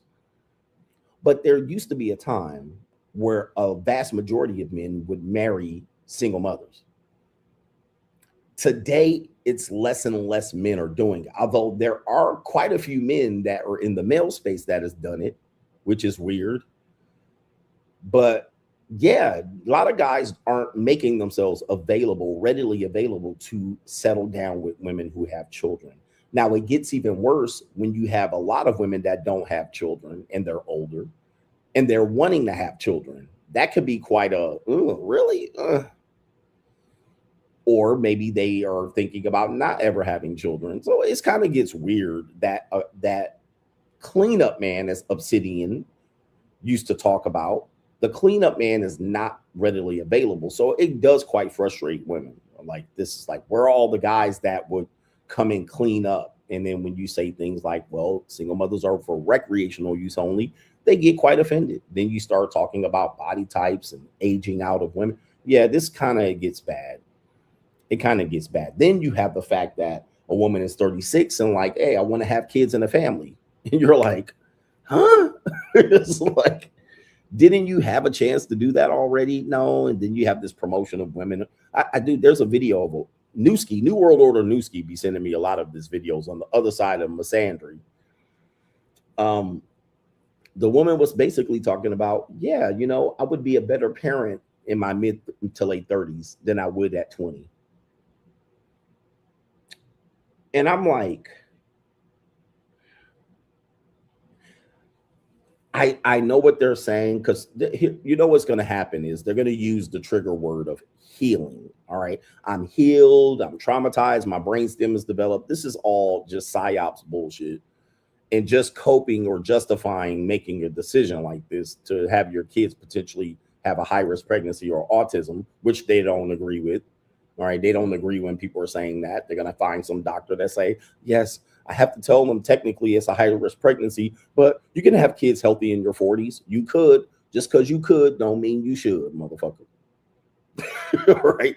Again, just because you could doesn't mean you should. Fuck around and find out. Just because you could don't mean you should. So, yeah, you could do it. That's when dudes be like, you could meet a woman that hasn't sold pussy in the Philippines and marry her. You could, nigga. I never said you couldn't. But what's more likely to happen? What's more likely to happen in general, nigga? All right. Hey, it's not that hard to figure out, bro. We're not playing motherfucking statistics over here. We're not trying to prove the exception to the rule. We're not playing the exception to the rule game, nigga. Hey, just because you could don't mean you should. So what they'll say is they'll have this thing. Well, hey, you could have a healthy pregnancy, and then you'll have people in the comment section. I was 41, just had my first kid. All right, let me see this fucking kid. Let me see it. Let me see it, damn thing, bro. Like, what are you talking about? Show me receipts. But yeah, you're hearing more women say that they would make better parents older. I just don't see what they're. Listen, man, I know feminism is quite confusing and perplexing, and you know, much of it is just penis envy. All right, feminism and penis envy go hand in hand. It's just women wanting to live the life that men live. That's all.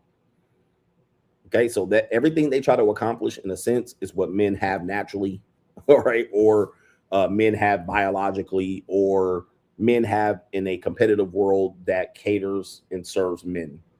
So they want that too and more. That's all it is. So anytime they try to argue something, we can have babies later too. All right, they're trying to beat the old fashioned, but I wouldn't even call it old fashioned, the logical sense of having kids when you're younger, so that you can probably have generations of your fucking relatives around to support the kid instead of fucking daycare. But that's neither here nor there. You can actually have a grandmother. I knew my great-grandmother. My great-grandmother died when I was 30. Now, I had to, on my mother's side, I have a very young family. On my father's side, it's an older family. All right, they were older, which means in effect, like, my dad had a brother like damn 15, 20 years older than him. All right, now on my mother's side, my mother is the oldest. You see what happens? And then she had me young, her mother had her young. And so my great grandmother was alive almost at age 30 for me on my mother's side, my maternal side. Now, there were stories of her raising me, which I don't remember, but I knew of my great grandmother for my fucking whole life. I knew about her since I was young. With that being said, if you have a generation of penis envy feminists that are trying to just do something to do opposite of what men have built here, you'll never have grandmothers. Like, rest in peace to grandmothers. Like, there will be no such thing as grandmothers. Okay, no such thing as grandmothers. And I know people are going to be like, yeah, it can be, but you would never have a grandmother help raise your kids. Like, just think about it. In 2 generations, we're going to wipe out grandmothers. If women today have their first kid mid-30s to late 30s to 40s. Then their child has their kids mid to late 30s and 40s. There's no grandma. Y'all gonna be dead. Granny's gonna be dead in 50 years. Grandmas will be a thing of the past. Now, people think that that's not, is it important? Yes, because when you're talking about the idea, who's going to raise kids? I mean, grandmothers typically raise kids, right? But, you know, then you have passing on of wealth, your kids knowing their granny, family, legacy, family picnics and shit. We'll never have grannies. Okay, you'll be 80 when your fucking kid has a baby. All right, your grandkid has a baby. Oh, shit, I'm about to die, pissing in the pants. All right, but people don't think about these things. Things that I think about that people don't. But anyway, aren't grandmothers important? My grandmother just died last year. All right, literally in October. No. When did I go to Costa Rica? I'm going to say it was July, October. Yeah, something like that. Sorry, Granny. I don't remember when you died. But I'm not too one for funerals. My grandmother just died, and I'm 50. All right, that's my maternal grandmother. I'm 50 years old. She just died this past year in 2025. So, like, I got to be around and know my grandmother, like, all my life. So it's one of those things that I look at as we're progressing and matriculating down the field of de-evolution. I'm like, do you guys understand? Like, what are you doing? What kind of shit you're thinking about? Like, it's weird. It's weird. Rest in peace to Betty. All right, anyway, weird shit, but that's the stuff I think about, and I go, man, y'all really just kicking this down, and all of it is because they're trying to stick it to men. Pause. They're trying to stick it to men. We could do what you could do. We could have babies. Okay, whatever. Shout out to George. Says, what's your take on the fallout between the Saint and the Sinner in Fresh and Fit? The Saint basically proved you right about Myron. Well, listen, man, I said it first, and I was just jealous to the 16-year-old incels. Now, I'm wondering how Myron's going to react to this, because I did catch some of the stream, and I'm like, wow. All right, that was definitely a lethal breakdown. He provided proof. I provided proof, but they edited that part out and made me look like an ignoramus. But now are they going to call Satan a sinner jealous? That's what that's what he would have to do. Now, if Myron doesn't call Satan a sinner jealous, because that's what Myron's fireback was, because the 16-year-old incels don't know who I am. All right, so they're liable to side with Myron, and now that I had to deal with 18-year-old no pussy getting ass niggas in my comment section for a week. I'm pretty sure the Saint and the Sinner is going to have to deal with that. So is Myron going to call Saint jealous? And I really doesn't surprise me that he's had some that he was able to, that he was going to, you know, the Saint and the Sinner. Shout out to him. He has beefs with a lot of guys. All right. He had a beef with Kevin Samuels even before Kevin Samuels was famous. He was actually been on record for going in on him. And Myron typically doesn't tend to have beefs. He focuses on producing content that's going to trigger people. And he tries to hold on to relationships very well. So it was interesting to see him do that dissection of it. But I think what Myron has to be comfortable with, this is what he has to be comfortable with. When you put yourself as the face of any space, you better be ready, because everybody's going to be gunning for you in some form or fashion, or they're going to feel some sort of way about it. And we do have to be honest. I don't think that, you know, I don't have any beef with Myron, but in my opinion, he's just borrowed way too many people's stuff, to the point where now he's saying it on Netflix and he's saying it over here, and then now everybody's got a problem with it. And Kevin Samuels dealt with the same thing as well, just so you guys know. And because there's a race for people to be the voice of the space, what typically happens is, you know, people start borrowing from other people and not giving credit. Yeah, people give credit here and there, but what happens is they get on bigger platforms and all of a sudden forget about who you are. And then people take exception to that. You know, Kevin Samuels had to deal with that, because everything Kevin Samuels said, he gets credit for creating, And that rubbed people the wrong way before he died, because it was like, nah, he didn't come up with that, but he gets credit for it. I mean, listen, it's a cold world. Myron is the same thing. And people will say that, but if you think about this, and this is no shade at any content creators, if you think about the people who claim to be the best, and I'm just answering the question about what he asked. If you think about things that they have come up with, sayings and stuff like that, most people cannot attribute 10 or 12 things to certain content creators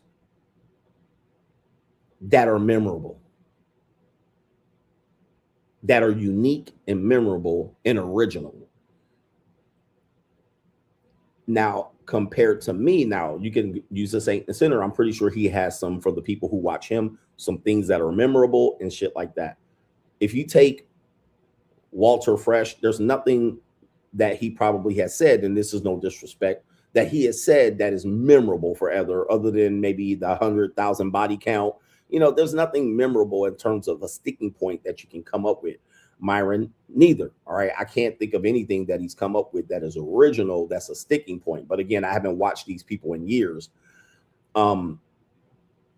Stay over there. Yeah, that's Myron. That's fresh. Stay over there. But when it comes to like me, in terms of what has CGA said and offered that is memorable, that people have borrowed, that people have ran with and remixed, you can't stop me. You cannot stop me coming up with favorable, memorable quotes, theories, philosophies, concepts, or what do they call them? Money, energy, attention, and time. Things that, like, I've come up with a whole bunch. Marriage will, men are in love, women are in business. All right. I mean, umpteenth. And what happens is people will call that a red pill talking point, but it's not. It's an original thought. A red pill talking point would be me saying the 80-20 rule, right? A red pill talking point would be women alpha fucks beta bucks. That's a red pill talking point. Okay. A red pill talking point would be women wait at the finish line for winners. That's a red pill talking point. Now, if I say money, energy, attention, that's not a red pill talking point. If I say men are in love, women are in business, that's not a red pill talking point. That is an original philosophical thought that is attributed directly to me. So then when somebody borrows it or remixes it, then you go, hey, they should give credit to that person because that was an original thought. It was not a red pill talking point. So when then people say he didn't copy you, red pill talking points can be used by anybody. That's false. No, that's false. All right, nah. So then when you go to where the Saint and the Sinner is trying to say Myron copied, or Myron copied Saint or Sinner, or vice versa, well, if you look at anything that they've come up with, what is the thing that sticks memorably about any of them that created it? What comes now? His audience has some idea, but I don't. Myron's audience has some idea, but I don't either. All right, maybe cheap tacos, women deserve less. These are all things that that people over time have tried to, I guess, make bigger than it is. But it is what it is. Anyway, I just look at it and go, these are free agent lifestyle, peace, quiet, and freedom. I mean, just think about some of these ideas did you hear that before? No. You didn't hear people just using it before, just frivolously, just using it as, hey, but then when I come up with it, it comes up a little bit originally. So anyway, now, people will then try to say, well, you didn't come up with something. My question is, did you hear it in the space before I said it? I don't care what the fuck you say, who did what. Did you hear it? What people don't understand is you didn't hear nobody saying it. Even if you could think of somebody saying, oh, this person came up with it. Nobody was saying none of that shit before I said it. So this is where people don't realize, like, you guys are trying to split hairs with the shit. Original thought, most of the time off the top of my dome. These are all just and it's sad that the men's space, who's supposed to be supportive of the men, are literally the ones trying to take credit away for, like, why are you taking credit away from me? This is weird. It's weird. It's actually weird, but then you will pin it on. Then when KS says it, he came up with it. Right? And then when I say, well, KS doesn't come up with it, now I'm a hater. I'm a hater when Myron, if I say Myron didn't come up with that, he got that from me. Oh, what, where, when, why? All right. All right, I just showed you a clip of him saying it right after I said it. No, that don't count. It's weird. That's why I don't fuck with the Manosphere anymore. That's why I don't fuck with the Manosphere. The Manosphere is dead. It's a dead concept in my head. It's nothing but gay incels at this point. The Manosphere is dead. It's gay incels and jealous men and hater ass niggas and fucking mascots. I can't fuck with the Manosphere. Because when you want to be like, hey, I'm the fucking guy, then they act stupid. Who, what, CGA, where? Who are you, nigga? All right. So anyway, I can't fuck with the Manosphere. They're fucking gay incels at this point. Andrew Tate running around here telling you that a transgender 10 is better than a female 1. I can't fuck with these gay incels anymore. All right. I'm separating myself from this shit. All right. I don't want to fuck with these fucking incels anymore. And these fucking guys that can't get pussy. All right. And they worried about the pussy you getting. Fuck the Manosphere and fuck all the content creators in the male space in the Manosphere. I'm on my own, nigga. I'm on my own. And if you're a Manosphere fan, fuck you too, nigga. I don't got nothing to say for you niggas. And I hope you guys unsubscribe from me. I don't want to fuck with you guys anymore. Pause. I don't give a fuck about none of you Manosphere people. Manosphere fans, fuck all y'all niggas. All right. Because y'all niggas are dirty, bitch ass niggas at the end of the day. Y'all do me dirty. Y'all do me dirty, bro. Trying to take my ideas and give it credit to somebody else, nigga. You didn't even know who it was, nigga. You had to look it up. But I made it famous. I can't fuck with these bitch ass niggas in the Manosphere. Yeah, I pay for box, nigga. And yeah, bruh, I sure do. Wait. Yep. Hold up. Yep. Now what? What do you want? I pay for box. I sure do. Is that okay, nigga? Are you worried about it? Why are you worried about what I'm doing with my dick? Like, this is what the gay Manosphere does. These niggas worry about so much what I do with my dick. Like, I don't know what these fugazi maggots worry about. I sure do. Yep. Where is it at? Where's that money here? I'm in Cambodia right now. Fucking women you'll never fuck. I'm fucking women you'll never fuck for cheap money that you'll never have. All right. And I don't know why about, and you're still watching me pay for box. You're donating to me with money. You ain't even donating, but I'm going to fuck today for money for pussy. Yes, I will. I sure do. Now what? You going to stop me? Or what you going to do? You going to stop me from doing it? Because I'm sure going to do it. Like, Jesus Christ. Like, I'm telling you, these gay ass Manosphere dudes worry about what I'm doing with my dick, and they ain't doing nothing with their dick.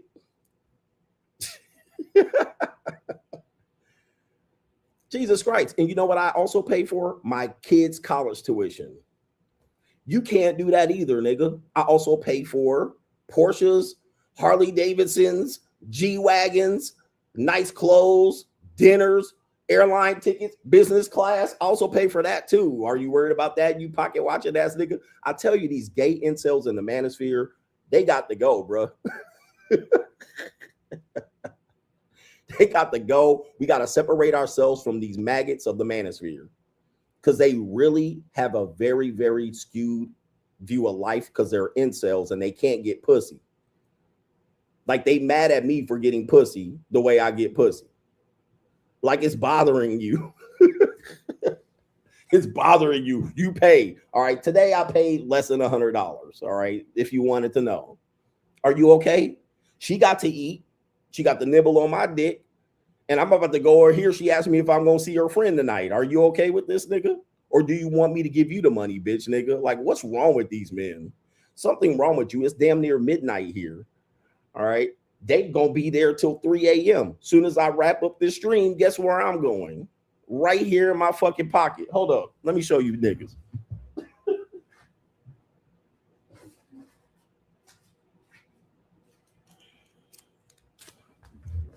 You pay for box. Mm-hmm. How many reals is this? 50,000? Another 50,000. Here's 20,000, 20,000, 20,000, 20,000, 20,000, 20,000, 20,000, 20,000. That will get me a fresh 21-year-old woman right here in Cambodia. All right. Right there. That's $74. A badder bitch than you ever fucked. Yep. She can be a better looking bitch you ever fucked. I guarantee you that. Fresh right there. Come here, girl. 21 years old or younger. All right. What is going on with these incels? These no pussy getting ass Manosphere maggots.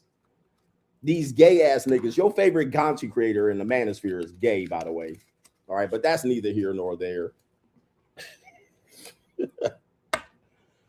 These maggots got something wrong with them, bruh. Something wrong with these gay maggots. Where we at? Shout out to our brother George in the building. Shout out to the Saint in the Center. Shout out to Myron Gaines. What goes up must come down. The Warrior says, Coach, keep coaching so we can save a few Glocktaviuses out here. Shout out to the Glocktaviuses. Saving these goofy ass ghetto niggas in the building. All right. Weirdos. The weirdos of the Manosphere will never leave me alone. Sorry I built my audience trying to educate these maggots. All right, but I got to let these maggots go. Yeah, they cucks. Like, y'all worry too much about what another nigga fucking. For real. I bet you she getting smashed by somebody. Bro, y'all got to literally give that. Y'all got to give that up. Because no matter what, if you thinking about what a woman's doing with her pussy and how another nigga got it, yeah, it's really like jumping the shark, getting into really gay cuck scenarios where y'all worried about where she going with the dick. Like, I bet you somebody else is fucking her good and hitting her bottom. You're really worried about somebody else fucking a girl. As long as I fucked her, I don't care what she did after. I fucked her first. I fucked her second. He got it for free and you had to pay. Who cares? Or he married her and he had to wait. But this guy fucked. Bro, does it matter? And I'm going to give you a thing to think about. This is a thing to think about. And I want you to think about this. I want you to write this down. Men have to stop looking. And I told you the red pill is a bunch of Captain Save a hoes. Okay, that's their philosophy is we want to save these hoes. Sharia law, cancel OnlyFans. Their whole strategy is to save these hoes. When I say I'm not trying to save these hoes, I'm trying to use these hoes. I'm the problem. I'm the problem. But then you have guys that have game, run game, and use hoes, and they're heroes to you. Weird. All right, but here's the thing. Men have to stop looking at sex for women as a loss. I've never heard anybody say this. I've been saying this for years. I'm not going to take credit for it, but you have to stop looking at sex. When women gives up sex, she lost. There's some nuance in the argument. Women will play victims after the fact, but I'm telling you, women are horny. They want sex. They get sex and you don't even know they're getting sex. When they want to get fucked and throttled, they pick who they want and you will never know the difference.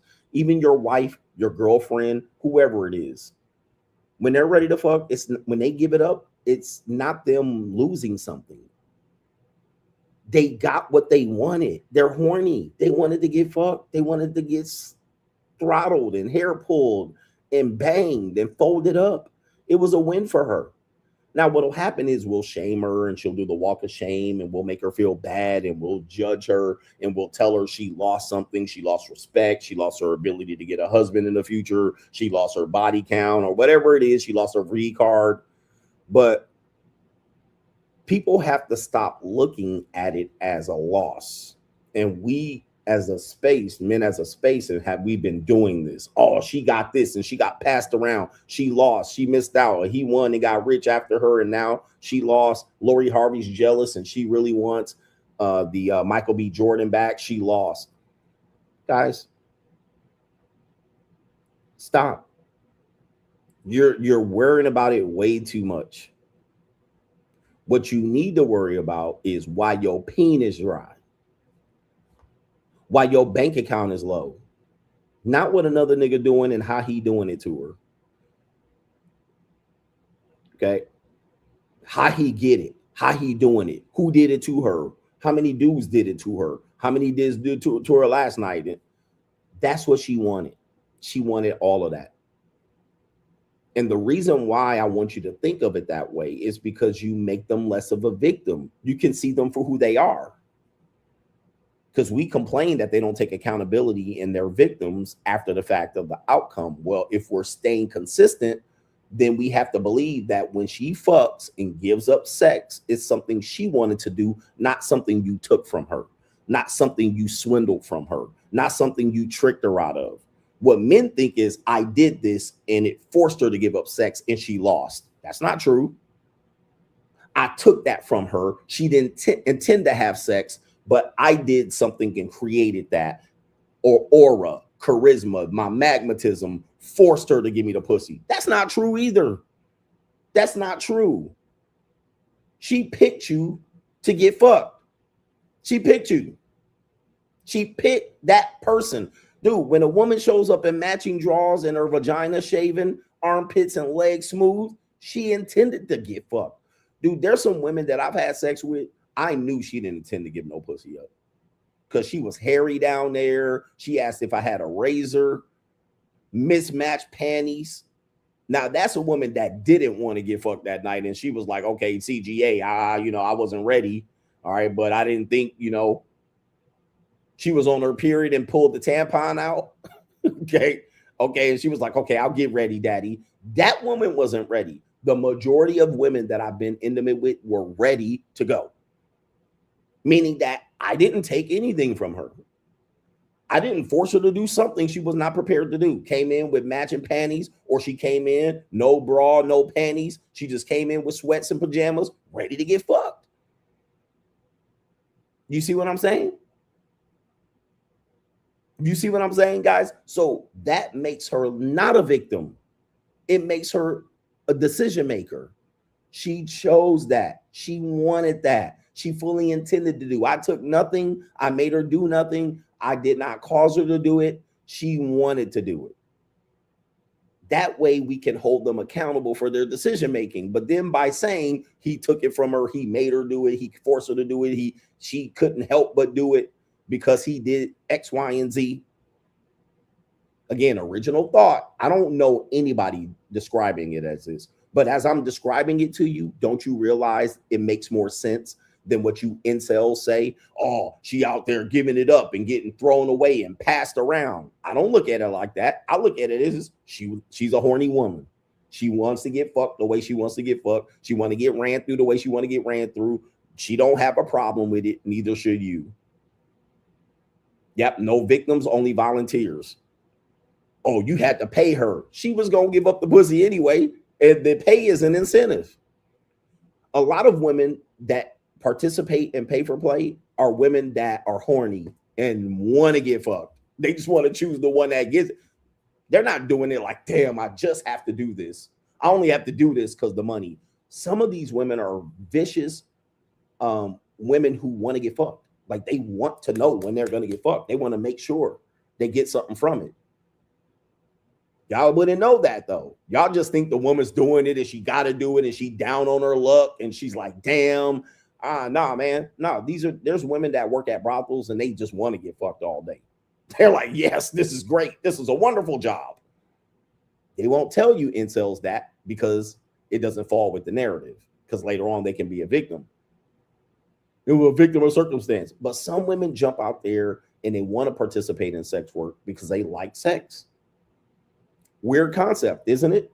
It goes against the manosphere and the red pill. Some women like sex. They do. Hard thing to imagine. But they do. Meaning that you took nothing, you made them do nothing. They picked you. They picked you. You didn't do anything. Okay.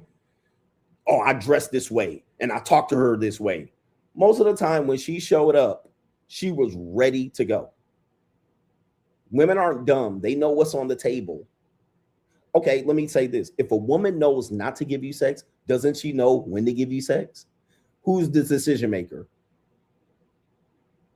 Oh, women give access to sex. Men get access to relationships. You see how the red pill conundrum comes up when these hypocrites in the red pill and the manosphere come up with the idea that she passed around and getting used, but also she gives access to sex. She controls access to sex exists. See, the manosphere has confused you people by having you overdose on bullshit that doesn't match. She controls access to sex, but she's getting, this guy's convincing her to have sex at the same time. How's that? How does that exist? Those two cannot exist. Those are both contradictory. It means that the woman is the one choosing who she wants to have sex with every single time, whether she gets passed around or orgy, a train, and so forth and so on. You didn't choose, you didn't cause her to do shit. She wanted to do it, aka no victims, only volunteers. She wanted to do it, whether she got paid, whether she liked the guy, just loved him, she wanted a relationship from her, whatever it was, she caused that. You caused nothing. Okay? Come on. Do you have the stomach? When she got ran through, had a train ran on her, she caused that. She wanted that. It's weird, huh? Yes, women have a weird obsession of multiple men orgasming on her. I can't relate. It's a woman thing. But it's real. Some women want to get pissed on. It's not like the nigga said, "Can I piss on you?" Most of the time, the woman said, "I like to be pissed on." And it's happened to me, bro. It's happened to me because I'm not the type of woman that be like, "Let me piss on you today." But I've had women say, "I want this, I want that, I want a threesome, I want to invite my friend over, call a friend." Most dudes don't be like, "Let's have a threesome." And she goes, "I don't know, convince me." Most of the time there's a threesome or a sex party or orgy. It's the woman that initiated that. The woman initiated that.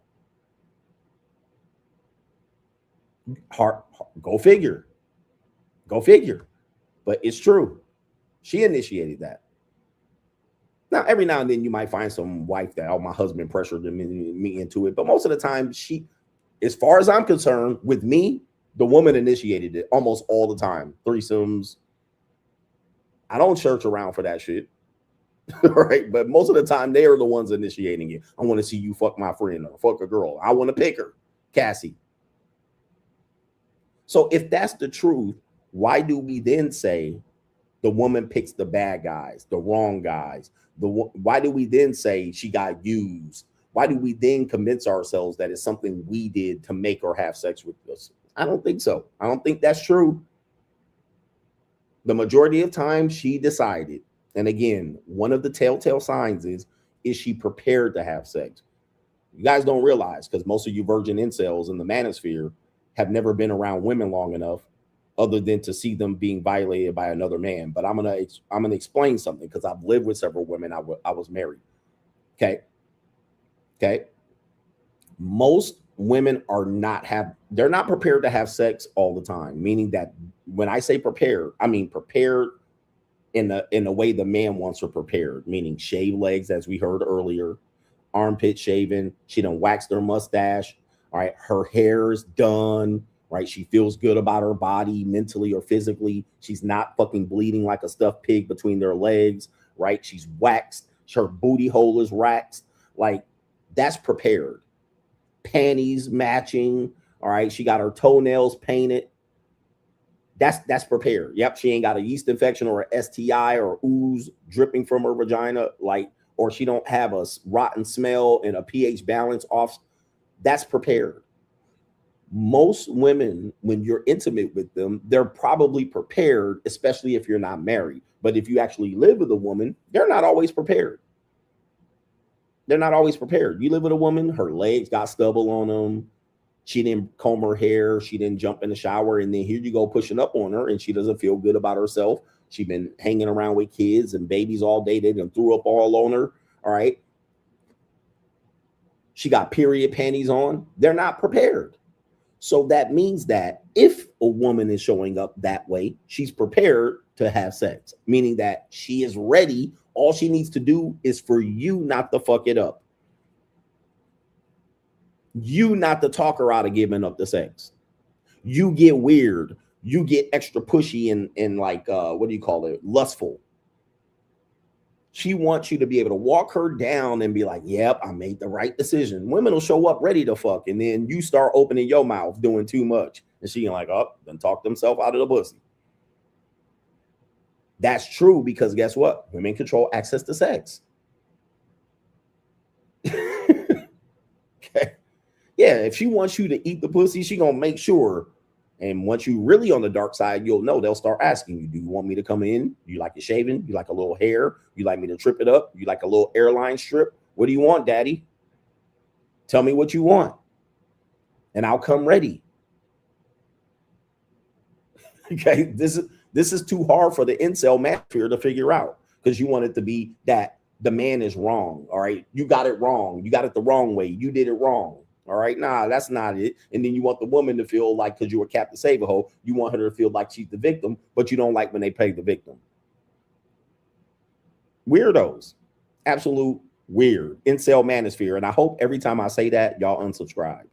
But the manosphere has turned into a bunch of Captain Save-A-Ho, incels, gays, and 16-year-old comment sections.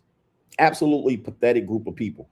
An absolute pathetic group of people the manosphere has become. And if you don't believe me, look at the Inside the Manosphere documentary. I mean, if that's the manosphere, I cancel the whole fucking manosphere. Right? None of them niggas should be your heroes. None, as far as I'm concerned. And I ain't trying to hate, but Jesus Christ. Them niggas are either gay, weird, or downright, I don't know what it is, hidden gay. Like they gay, but they can't be all the way gay. Absolute group of weirdos it's become. Con artists, yeah, con artists, niggas. I mean, it's a pathetic group of people. It used to be a good group of people, but now it's absolutely pathetic. All right, and I ain't saying out of the jealousy, nigga. If you don't see it, well, you part of the problem.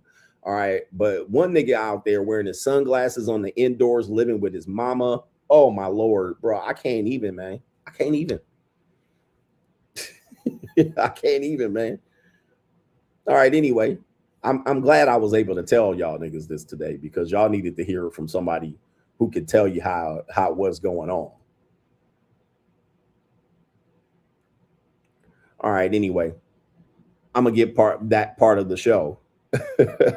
Part of the show. By the way, when your wife cheats on you, what did the other man force her to have sex, or did she cheat on you? You see, the manosphere with y'all talking points get weird. Okay, your wife cheats on you. Who do you blame? The guy that ran game on her? Because if y'all believe in game, this guy came into your wife's life and ran game on her and then caused her to get fucked. Or did she cheat on you? Was it her fault? See, in the manosphere, in the real world, we would call it her fault. We wouldn't say the guy ran game on my wife. We would say it was her fault. Because it's true. She cheated on you. She made the decision. So if she made the decision to cheat on you, that means women make the decision to give up the booty hole. The guy did nothing. All right. He didn't make her fuck. She decided to fuck him. Am I correct? Or you're gonna put the game on him. Or he came and rizzed her up. Okay, so she wouldn't have fucked nobody and cheated on you, but for him. Which one is it? It can't be. Which one is it, niggas? That's why you men gotta start listening to me, because you're confusing yourself. She was ready to cheat on you with him. She decided. She planned for it. She executed it. She did it over and over again, multiple times. He didn't have to do very much, but to show up and be in the right place at the right time. Okay. Anyway. Oh boy. It's too much for these lethargic, lazy thinkers here. Let's see what we got here. We got crime and law CGA. All right, crime and law CGA. Oh, speaking of fuck you, boss up. Let's get in here. What we gonna do here? Because I'm gonna go to about 2 o'clock. That means I can go buy a nice piece of pussy after the show in Cambodia. Does that trigger you? Are you mad that I do that? Are you mad that I'm gonna be fucking in this bed again tonight? All right, for more than you made today in your fucking Jiffy Lube job. All right. That woman, there's going to be 2 women that are going to make more tonight than you made working at Jiffy Lube. Does that make you mad? Does that make you lose respect for me? What's wrong? I don't know. I lost respect for you. So what? I'm going to be fucking and your dick's going to be dry and you're going to be thinking about me fucking for $200. All right. That's what you're going to be doing. 2 women. Right there in that bed right there. That king size bed, nigga. You see that? You see the right there? You see it's already disheveled. That was because right before I came on this show, I was sending a girl in a grab, that's Uber here, back to where she came from. Does that make you pissed? Are you mad that I'm tricking? Well, I don't know. I don't know, you weirdos. Oh man, I lost respect for you. But guess what I'm gonna be doing? My ass is gonna be up and down like this. And you're gonna be there mad. And a bitch fucking a woman that you can't get because you're not in Cambodia. You'll never fuck her. I will, you won't. You can't get her. All right, anyway. Oh Lord. These fucking incels going crazy right now, and these fake perpetrating pimps. I lost respect for you, CGA. And guess what I'm going to be doing tonight? I didn't think I needed your respect. I actually wasn't looking for your respect, but since we're talking about it, that's what I'm going to be doing. I don't know what you're going to be doing. But you the one asked for this. Remember, you asked for this. All right, anyway. Yeah, these incels piss right now, and these fake perpetrating pimps, man, I can't respect that, CGA. Who gives a fuck? Like I woke up to get your respect this morning. All right, just send me some. What kind of fuck you give me? Oh Lord. Anyway, we got fuck you and boss up. All right, we'll give you more show. Fuck you, boss up. Speaking of these goofy ass niggas in the Manosphere, apparently Ruth's Chris Steakhouse is mad at you fucking Arrested Development incels coming into their establishment dressed like teenagers. All right, I told you men, boss up season is here, and I warned you black men, you guys are going to be so behind based on what you think is right. Anytime a black person opens their mouth speaking nigga shit, they're going to be wrong 9 out of 10 times because what they think should be right is wrong. All right, now I'm the only logical nigga you're going to meet, but most of these niggas, this is okay, man. Billionaires dressing down. All right. Nope. People don't have to dress up no more. Oh, yes, they do. They didn't switch it up on you. By the way, they've done this with the airlines. They're going to do this across the board. Hotels, they're going to start making you niggas not come in here. All right. Nah. And y'all going to say it's Ruth's Chris. Nope. This is going to be across the board. This is how they are going to be able to discriminate against you goofy ass niggas. Okay. But somebody said who wears hats indoors at restaurants. Man, when I'm in Las Vegas, I see a lot of men, and it's mostly black men wearing baseball caps. And these are high-end restaurants in Las Vegas. I'm like, what the fuck is wrong with and some of them are wearing them backwards baseball cap. We're talking about high-end restaurants, mid-tier restaurants, Michelin star restaurants. Well, Vegas doesn't have technically Michelin star, if I'm not mistaken. All right, but high end. And I'm like, what the fuck is wrong with these niggas? Like, this is not a place for a baseball cap, jeans, sneakers. I'm like, dude, and I mentioned this about a few weeks ago, and look at what's happening. Look at what's happening. So we got Ruth Chris firing the first shot, MAGA. I think Ruth Chris is MAGA, if I'm not mistaken. But Ruth Chris Steakhouse owners say they're cracking down on their dress code, putting it into wearing baseball caps. Yeah, bro, I see it all the time, and it's almost always black men violating this. And the black men that are violating this mostly are between 30 and 50. 30 and 55. It's never really young men violating this because, well, they don't eat at high-end establishments when you're young, right? But it'll be dude 55, 50, baseball cap. Like, wow. I'm like, man, this is crazy. So they're going to start cracking down and discriminating against you, all right? And you're then going to be pissed. But, yep, they're going to weed out the brokies. They're raise the menu prices. They probably see behavior of people that come in dressed like this. And this is a boss up thing that I've been telling you is going to happen. All right. And I've been talking about this. So they're trying to get people to boss up. And what you're going to say, well, I just won't go. Okay. Well, they accomplished exactly what they wanted. They got rid of your type in their restaurant. So they won anyway. All right. They won anyway. So I don't know how you're going to hurt them. And what are you going to do? All right. Not go in there and get the fucking cheapest thing on the menu and one drink and nurse that shit. I mean, what do you got? They won anyway. I love when people say, we're going to hurt them in the pockets. Okay, go ahead. Don't show up. That's exactly what they wanted anyway. Now, when the rest of the restaurants follow suit and you don't pick up what they're putting down, guess what? You're not going there either. All right, but I warned you about this. Fuck you, boss up. Boss up season is here, man. They're really set. And by the way, same thing they did in Las Vegas. They made the drink prices so high that y'all people can't afford to go. Then y'all jump on the internet, man, Vegas is dead. We can't go. And they ain't doing this and doing that. Well, Vegas said, good, don't come. They're pricing you out. I warned you. Either boss up or get priced out. I'm ahead of the game. Hold on for a second. Boss up or get priced out. That's what we're doing. That is the theme of the last year and a half and 2 years of my show. And it's the same thing on my website. Boss up or get priced out. They're pricing you out across the board. Women are pricing men out of dating and relationships and marriages.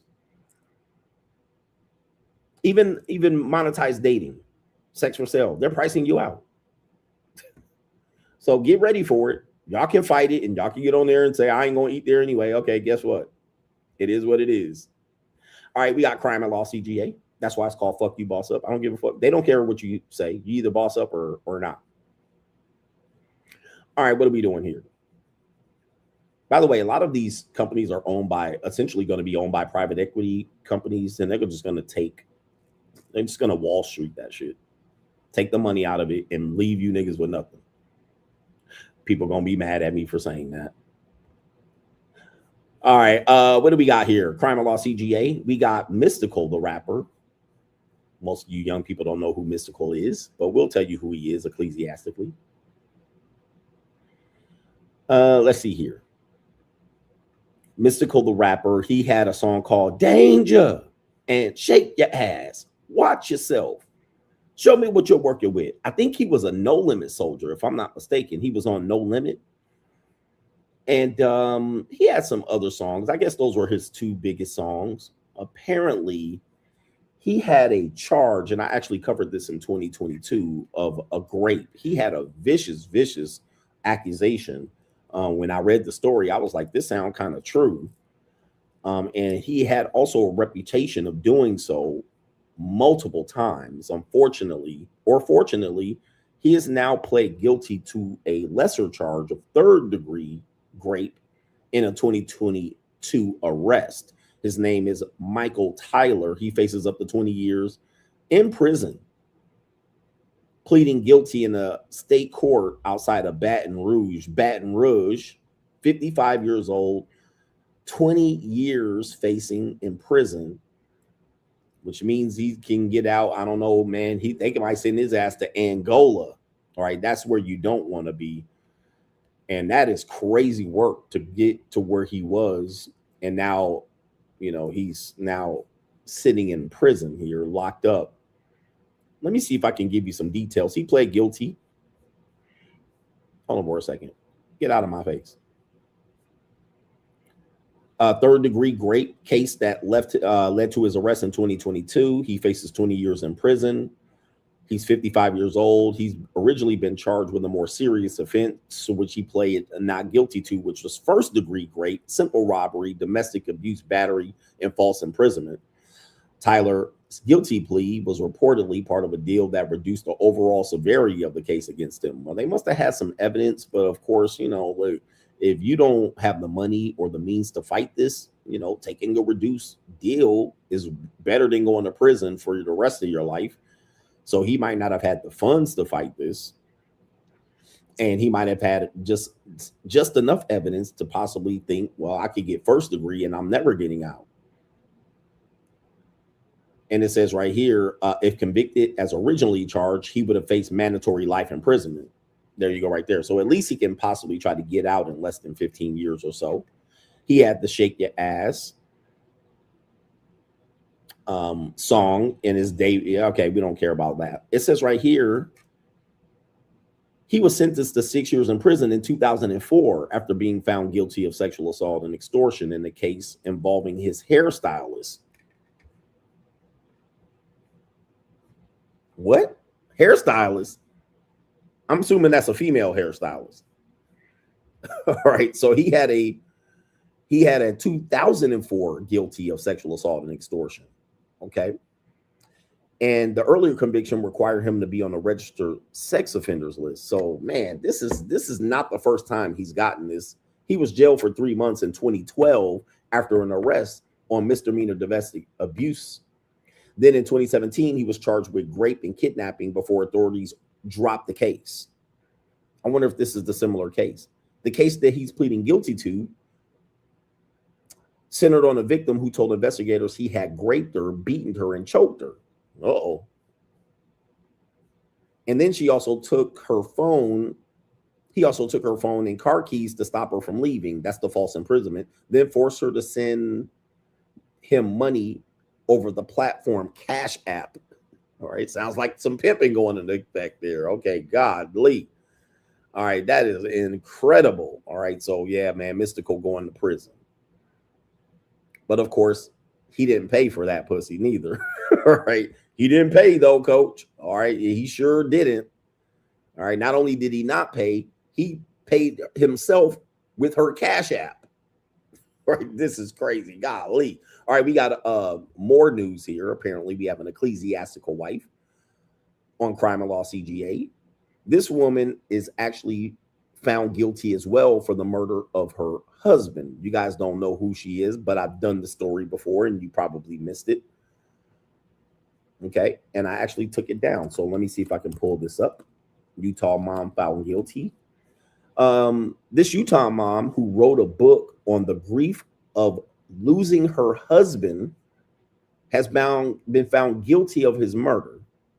Okay. So this is a crazy story. This woman appeared even on, I think, Good Morning America, writing a book about, for a children's book about how losing a parent causes grief. She literally went on Good Morning America, promoting this book, and it was a children's book.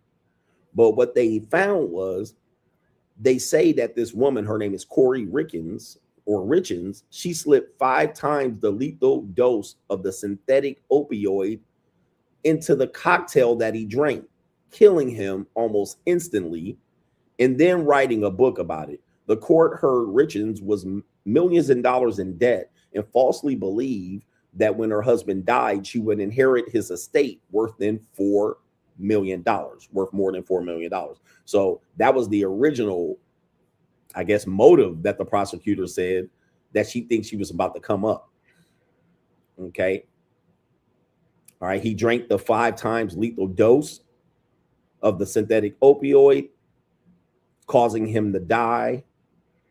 And let me see if we can. Oh, there should be an ecclesiastical picture related to this. By the way, here, let me see if we can find the ecclesiastical picture. of the family. I think they had 2 kids too, or he might have been a stepdad. I can't remember off the top of my head. All right, here's an example of right here. We got the ecclesiastical wife. I'm never letting y'all get away with that, Clanosphere. Ecclesiastical wife right here. There she is, white wife, basic plain Jane wife. All right, and apparently she wasn't listening to social pressure in the church anymore. She's a Mormon. They were going to social pressure her to fuck the husband, and she said, fuck all that. All right, he got to die. All right, get this nigga in the dirt nap, Undertaker, this nigga. All right, and give me his money. All right, all men pay. All men pay. How much did he pay, coach? You pay for box. He paying for a dirt nap in a box. For ecclesiastically marrying this wife. How much did he pay? He paid with his life. That piece of pussy cost him his life. Right? And she thought she was getting $4 million. Oh boy. All right. Man, y'all gonna pay for box. You're gonna pay one way or another, nigga. All right. So apparently she's been found guilty. Let's take you to the news report related to this. All right, tragic details here about this. She's been found guilty. Has the jury reached a unanimous verdict? Tonight, a guilty verdict on all counts in the murder trial of Utah mother Corey Richens, charged with killing her husband Eric by poisoning him with fentanyl. Count 1, aggravated murder. We, the jury, unanimously find that the defendant Corey Richens is guilty of aggravated murder. The case making national headlines when Richens was arrested for her husband's murder after writing a children's book about grief. Prosecutors said that Richens slipped 5 times the lethal dose of fentanyl into a cocktail that she made for her husband. They said Richens killed her husband for money while planning to start a new life with a new man. Oh, man, I'm telling you, bro. Hey, like I said, man, women will do you dirty. I mean, men technically kill more women than women kill men. So there's that. I will say that. They cannot be understated. Men do commit more homicides against women. But, all right, it's not that women love you. They're in business. Okay, men are in love, women are in business. They will straight off your ass for another man. All right, it is cold. Man, they will do you dirty out here, man. Never expect that they're going to treat you right. Okay, they can treat you wrong like a motherfucker real quick over some marital punani. At the time of the murder, Richens' home flipping business was millions of dollars in debt. The jury watched body camera video of the moments after Eric Richens was murdered, his wife Corey sobbing. But prosecutors say she had plotted to murder her husband and had already made plans for a vacation with her boyfriend. Wow. After just 3 hours, the jury finding Richens guilty on all 5 counts, including murder, insurance fraud, and forgery. Corey Richens is scheduled to be sentenced in 2 months. She faces at least 25 years to life. Melissa Adon, ABC News, Los Angeles. Okay, this is what I call sleeping with the enemy. All right. Women, you are sleeping with the enemy. Yeah, like they're praying and praying on your downfall. You're going to sleep next to this person. You're vulnerable. You're having sex with this person. She's sucking you off and she's entertaining you. She's smiling in your face. She's cooking you food. She literally poisoned him with the drink. She's making him drinks. He trusts her enough to feel vulnerable and relaxed around her. And she offed his ass and was planning to off his ass the whole time and then going on vacation. Oh my goodness, ma'am, just leave me. And what happens is when women want to leave us, sometimes we don't want us to leave. We don't want them to leave us. We feel like we messed up. We lost. All right. And she's like, I'm going to leave. I'm not happy. Tell that bitch to go. Bye. This is why I tell you, never go back to an ex. Let her get a second chance to finish the job. All right, man, my gosh. All right, that's a cold world. All right, but I do want to show you that perhaps there's an interview just so you can see how far she was willing to take it. Not only did she plan to kill the dude, she literally wrote a book about the dude's death and then tried to capitalize on it and went on Good Morning America. Let's see if Good Morning America has the video here just so you can see how far she went into doing this. Here we go. Guilty of aggravated murder. Let me see. The verdict was read. Eric's family in tears behind her. During the trial, prosecutors playing this video clip showing Richens, along with several friends and children, laughing during a celebration of life for her husband Eric on March 5th, 2022. The images in stark contrast to the day before, as first responders tried to resuscitate Eric inside their family. Oh my God. All right, she laughing. All right, so where's the clip of her on Good Morning America? Is this it? Nah, that's not it. All right. Anyway, I was gonna try to see if they have the clip. They done scrubbed it off the internet just so you can see, man. Was it Good Morning America? Or it was one of those shows. They didn't scrub the shit off the internet. All right. Or was it the Today Show? Let me see if it was Today. Corey Richens. Yeah, they didn't scrub it off the internet. They don't want her out there getting her praises sing. Okay, here we go right here. Is this it? Yeah, okay, I found it. TikTok got it. All right, thank God for TikTok. All right, so here we go right here. TikTok has it right here. Children's book to help her 3 children process their father's sudden death. That widow's in jail this morning. She's been charged with his murder. NBC's Aaron McLaughlin joins us now with details. Hey, Aaron, good morning. Good morning, guys. Well, 3 is now charged with He had 3 boys that he loved more than anything. her children's book about grief, publicly claiming to be mourning her husband's system.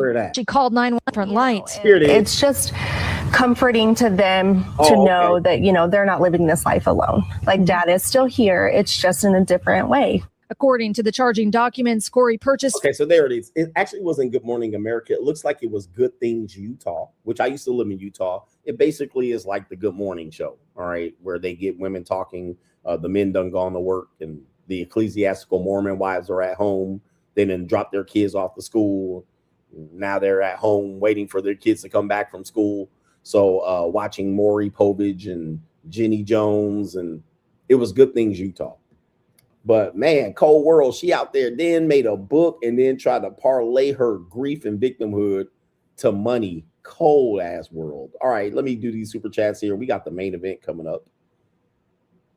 All right, I might save this video for the rest of the show tomorrow. But Callie West says there are a bunch of brothers who would date that sister who's shaming men for preferring petite women.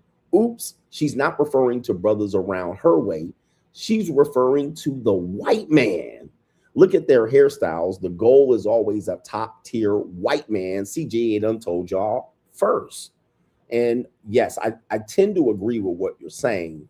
When women say essentially, she's saying that she can't get access to a certain type of guy. She's trying to negotiate the desire. She's aiming for the top tier male. And Callie West says she's looking for white men. All right. And white men are typically almost always going to be the goal. If I know there's some nuance in there, but typically they're going to be the goal in terms of who's going to be the top. Like if a white dude came and he was like, I'm a plastic surgeon, I make $500K a year, I live in a gated community, any racial woman is going. A black woman, she going. Okay, we got a nice gated community, kids going to private school, they're going to be dressed up in Oshkosh Bagosh and Vineyard Vines, Ralph Lauren polo for kids. All women going. They going. Now, if you take a black guy that has that profile, some women going to think about it. Right. All right. I didn't think my kids would be mixed going to private school, but fuck it. All right. Or does he play football or basketball? There's going to be some questions. They're going to think about that shit. Maybe I can do it. I don't know. But yeah, they all going. They all going. Shout out to Callie West saying, yeah, them sisters, everybody want them a nice, rich husband. We have Tonio Ocasio over here. He says, you guys are so dumb debating with these women in their 30s and 40s. These women are done with. When you guys turn 30, 40, 50, and 60, you can get another girl who just turned 20. High school graduation doesn't end, brother. It's every year. Every year I get older, The women stay the same age. So, you know, men want women to be penalized, and somehow trying to negotiate with a woman that's older, that means you have no leverage. Again, one piece of leverage I got is I got money. All right. I got enough money, and I'm not hung up on trying to gain the respect of men on how I get women. Like, I don't have that. I don't know why you have it, but it's weird. I'm not like, guys won't respect me or women won't respect me if I do. Who cares? All right. And then the next thing is I can leave the country. Some of you can't leave the country. And I don't care if people see me pursuing women with age gaps. Like, I don't, that bothers you. For me, it don't bother me. So I can come to another country where age gap thing don't exist, where people don't have this problem of me being with women in their 20s. In the United States, there could be some people that have a problem with it, especially women that are single. But when you leave the United States, as long as you're not a United Kingdom, you could date women in their early fucking 20s. You could have sex with them, sleep with them, parade their ass around, take them out. Like, it literally is like that. So, you know, for me, that's a preference for me. I like that. I don't mind that at all. All right. But that doesn't mean I wouldn't be with a woman in her 40s and 50s. But to me, it's like, why? What's the point? But if you can't do that, then you're stuck trying to debate them and try to negotiate this, which I don't understand what men are doing. You have the leverage. You don't have to negotiate. I think the problem today is men generally think that they can get women with a hog. I got you. I got you. And let me tell you, man, I know women. You're never going to get them cornered with anything in terms of philosophical thought, logic, or principles, or morality. You're never going to get them. They're going to find a way to spin it and flip it. Just when you think you got them, here they come with something else, and they're going to spin it and flip it. Flip it and reverse it. They're going to do all of that shit. You're never going to get them to be like, damn, y'all realists got us with this logic thing. You know what? You're never going to get them, because they're always just going to look at it from their perspective. They're going to be like, oh, okay, well, if that's the case, I actually was listening to I was listening to a woman talk about, because men will say, well, women will give up, like women won't submit to men, but they'll submit to their work boss. Of course, give it some time. Women gonna flip it and reverse it. So then this woman start going in on why it's more beneficial to submit to their work boss than it is to submit to a man. And she gave a whole fucking thesis. And I was sitting there like, Nick, I was like, you can't get them, bro. You ain't gonna get them. Which means, in effect, you incels, you men that like to watch men debate and crucify feminists and all of this shit, which I've never done. I just wrote my book and let that shit stand for the test of time, and I've been right. All right, no need to debate a feminist. I just wrote the book and just left it at that. But what you incels don't understand, and you fucking maggots and you fake manosphere gurus, you're never gonna get them. You have more control by just walking away and being like, okay, whatever, bitch, all right, and doing what you do. So I could just hop on a plane and hit Asia, hit South America, hit other places, and just date 20-year-olds, as opposed to trying to prove why it's okay for me to date 20-year-old women or get the approval of those women. All right, well, they're just never going to accept it. So why force myself to do it? I could just boss up and go do what I do. Okay, and don't have to prove anything and let them be fucking mad. I could just do what I do. Fuck it. I got time to try to make them figure out and get their approval and see if they understand it and see it from my fucking way. They're never going to do it. So just keep it moving. By the way, where we at here? Let me see if I can pause this real quick. This is me in Vietnam. The power to walk away, the power of leverage. Okay, y'all yelling and screaming at these bits, but what is this right here? Oh no. This is recently here. It looks like what kind of fuck you give me? 20-year-old, and she was ready to go. She actually said, how old do you think, if you're on Locals, you saw this? She's 20. I was talking to her. I cold approached her. I did not use a hidden camera to record her. I used my vlog camera, and she was fine with it. Okay, so I'll show you the video, but you guys can subscribe to my Instagram so you can see the video for yourself. All right, but let's see here what we got.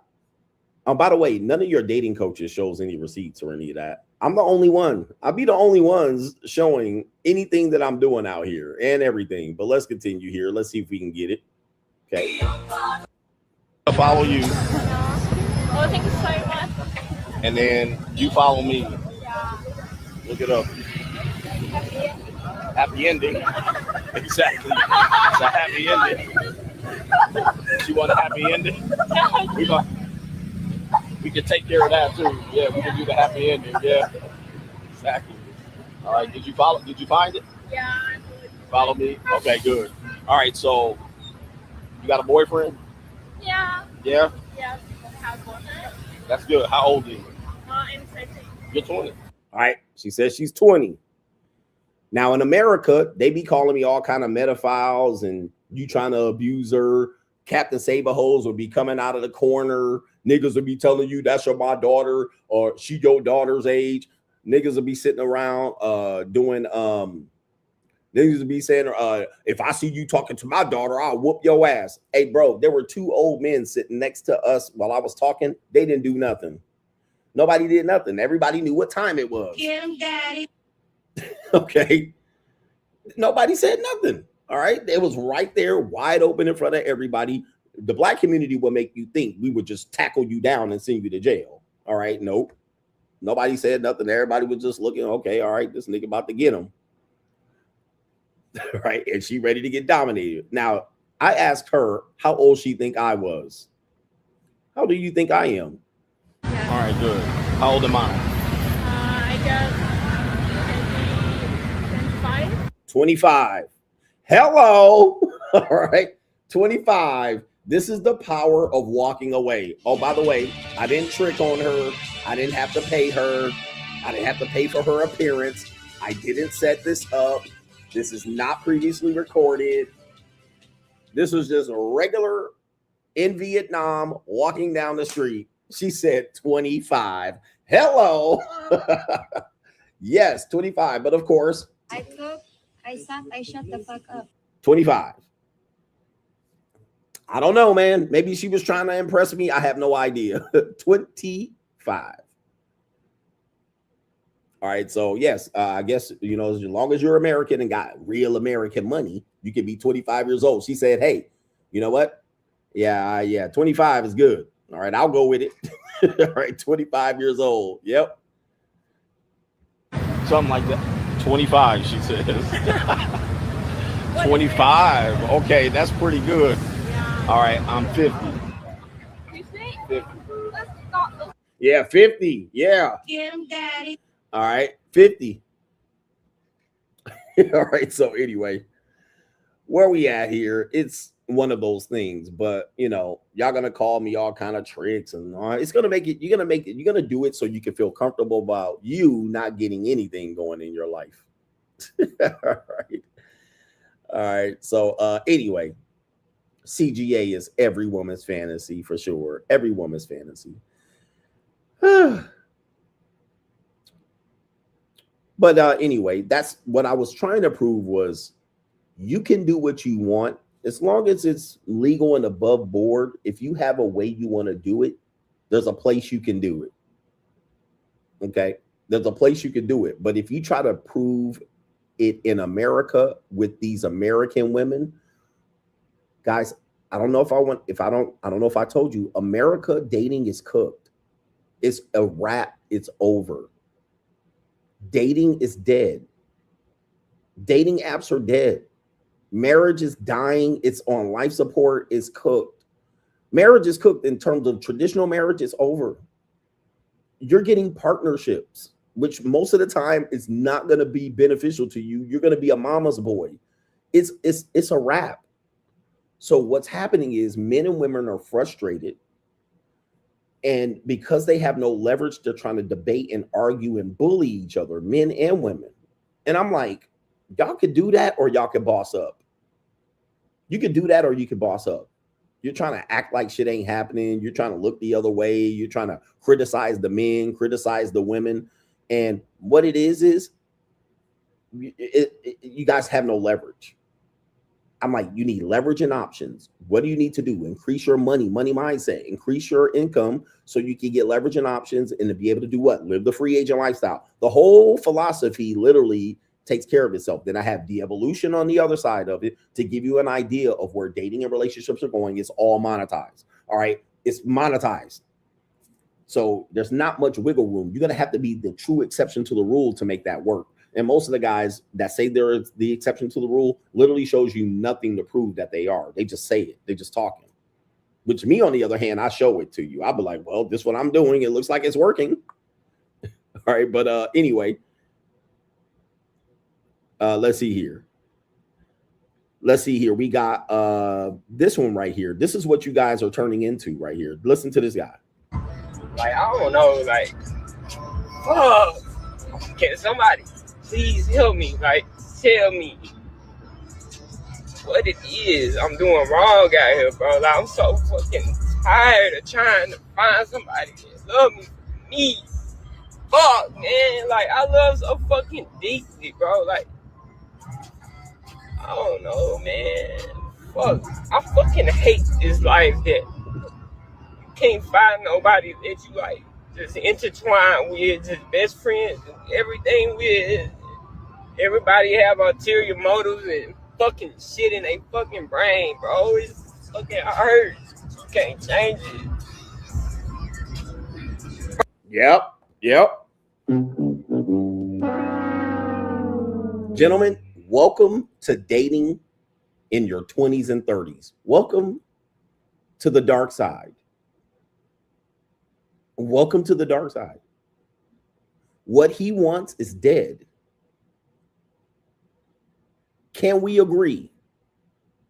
And a lot of you men are pissed and you're debating women because what you want is dead. You can't get it. Then you get mad for me for tricking. You see what I'm saying? Like, you're getting mad at the Sims. You're getting mad at the tricks, the trick ass millionaires. You're getting mad at CGA. You're mad at everybody. You're sad because you can't find someone to love you. You won't. I'm sorry. The likelihood of you doing that is slim to none, and Slim just died. And if you do, it's going to be for a short amount of time. You'll experience it for a short amount of time. Most of y'all ain't getting it, bro. And people don't realize it. So now you're trying to debate and negotiate. And debating, all it is one side feels good about shitting on the other side. That's all that's happening. That's not a debate. No one leaves the debate and said, I changed my mind and you gave me something to think about. But in the United States, that's dead. All right. What he wants is a woman to struggle with him. Struggle love. He loves deeply. I'm sorry, nigga. I'm telling you, whatever your name is, you're fucking cooked out here, nigga. You better go take some money and come to Cambodia. Right? Go to Colombia. Women aren't doing that anymore in the United States of America. Can we agree? The majority of single available women are not going to give him that. Okay? It's not happening. And it ain't going to happen long enough for you to even say the experience is worth it. I'm not trying to be a nihilist. I'm not trying to give you, I ain't giving you false hope.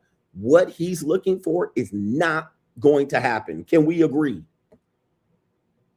You better fucking figure it out, boss up, leveraging options, get your money right. And then people are like, oh, well, the money ain't going to bring women to love you. Well, nigga, at least I got money. When I go back to California, when I go back to Nevada, I'm going back to Porsches and Harley Davidsons and all kind of shit. It's better than not having the money and trying to depend on bitches to struggle with me. See, the purpose of my money is not to get women. My purpose is to get access to women and enjoy my motherfucking life. Because not having money makes you have to depend on this from women to make you happy. Nigga, go get you a Porsche, nigga, or a Porsche. Go get you a motorcycle, nigga. Go get you something. So that you don't have to depend on this struggle love. This is over for you guys. It's over. If you experience this, it's going to be a short amount of time. Slim the Nun, Slim just died. I hope you do experience it for as long as you possibly can, but it's a wrap. Bro, I'm fucking sick of trying to find love, bro. Yep. Fuck. It ain't there, bro. Men are in love. Women are in business. It ain't there. How much more can I tell you guys? It's not happening. And if it does, fine. But these are the incels calling me tricks on the other side of the damn show and making them feel good about it with a dry dick. Okay. But I can't live without it. What am I supposed to do, God? Help me. Fuck. God. Like, I don't know. Like, yeah, it's a wrap. I mean, look, that what he's asking for in America is dead. It's dead. You're not getting that. You're not. Sorry. That's my message to you men. You better figure some shit up. And don't let a content creator tell you, well, it can happen to you, nigga. That's literally you're setting men up for failure ecclesiastically. Sorry. Let's get this. Sorry, not sorry, nigga. Shout out to Tony Ocasio. These dumbass niggas trying to debate women into like you guys gonna debate them and then they gonna see it your way. Not in America. In any other country, yes. Not in America. Rob Marine says, where's the outrage from the Cesar Chavez community? They discovered that he was grooming young tortas when he was organizing the beaners in California. He says, LOL, isn't that a practice in Mexico? LOL, revisionist history, free agent lifestyle for life. All right. Shout out to Cesar Chavez. Was he doing that? He was grooming young tortas when he was organized. Oh, no. Oh, boy. See, I don't know enough about that. I know about Martin Luther King and what he was doing, orgies. But I don't know what Cesar Chavez was doing. But I know when men get into power, first thing they do is go get some young vagina. Now, I don't know how young they need to get it, but wowzers. All right. Also, the New York Times exposed Cesar Chavez today. All right. So, again, I'm out of the loop on American news. Oh, man. See, one thing about. Okay. Yes. Oh, no. Ooh. He was accused of abusing girls for years. Oh, no. Where's my Mexican horns at? Jesus. Hey, man, listen. Do I have the Mexican horns? I don't even know what it's under here. Is it under Gordita? Okay, I don't know where it is. Damn. That's crazy. 4 hours ago. So this is brand new news. Oh, man. Hey, listen, man. None of y'all, hey, everybody can get got out here, Bree. Everybody can get got. I do have an account. There's Cesar Chavez or Cesar Chavez. Damn, he going down? Holy mackerel. City boy. He going down today in real time. Shout out to our brother here giving us this news, Rob Marine. Oh, Lord. They giving him the business.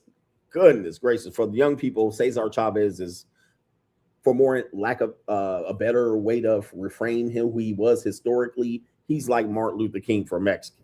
Right? That's what he was. I mean, if you wanted to figure out who he was, he's Martin Luther King for Mexicans. Where's my Mexican horns at? All right, this deserves some Mexican horns. Now, you know, I'm pretty sure there's nuance in that argument, but if you just wanted to have a quick way to figure it out, he's Martin Luther King for Mexicans.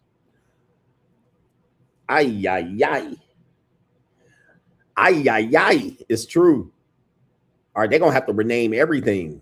All right, they're gonna have to rename everything because like golly, man, I'm telling you. And one thing about it is, I think with history, the sad thing, I don't know what he did, so I don't even know the article what he was doing, so I can only say. But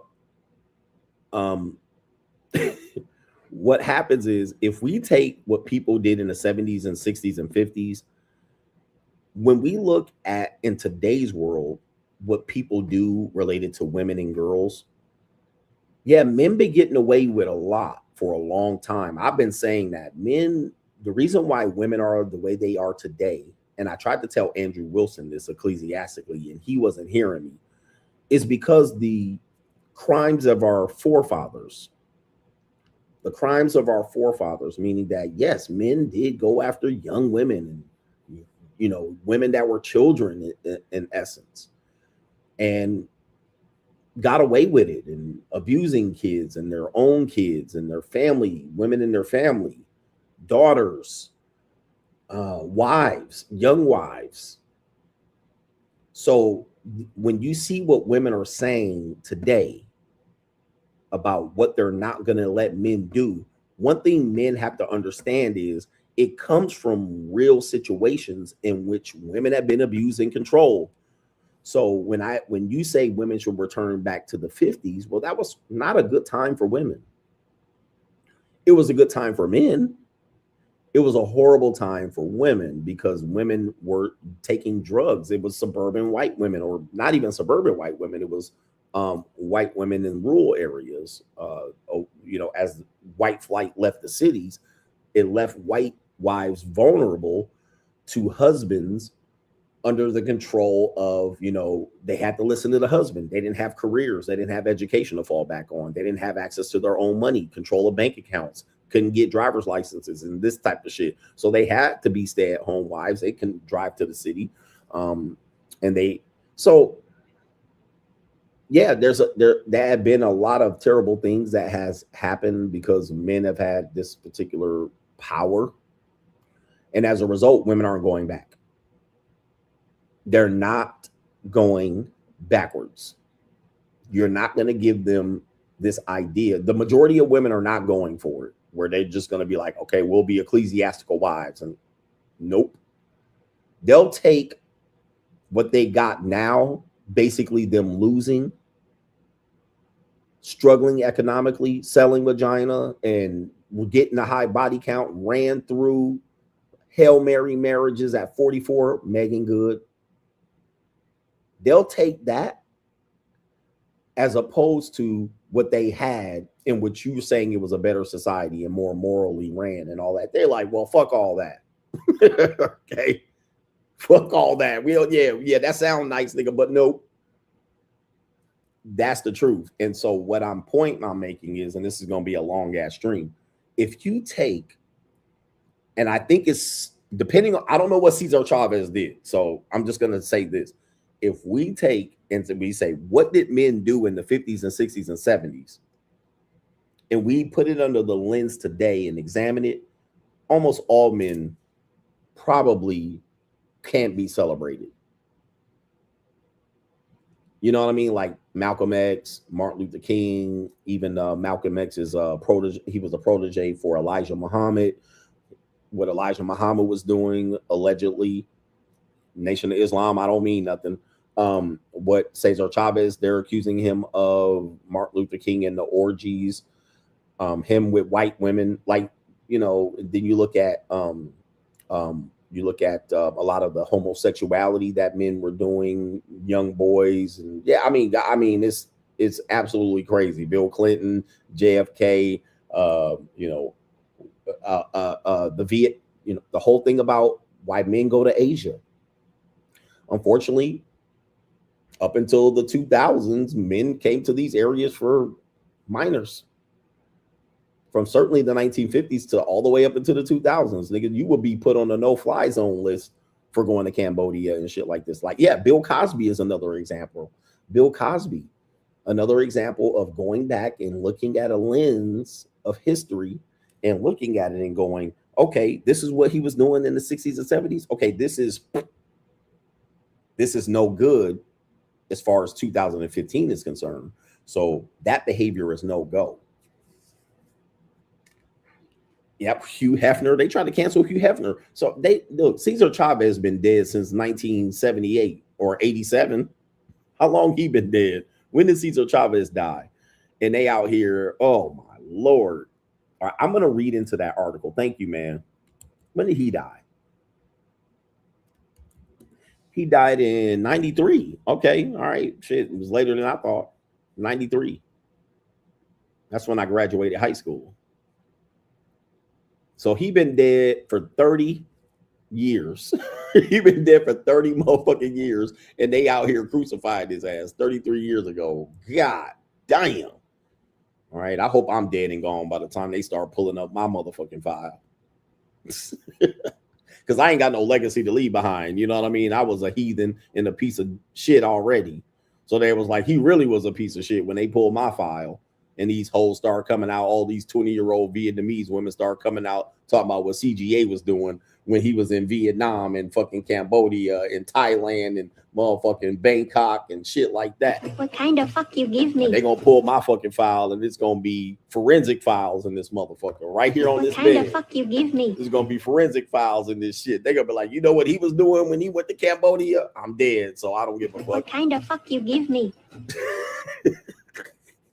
And he had that 20-year-old girl that he had on the video. She coming out, she 47. I'll be good as that goddamn dead. All right, by that time, and they throwing me under the bus. What kind of fuck you give me? He was whipping me, choking me, and spanking me and all kind of shit. And yeah, I was, but I didn't know.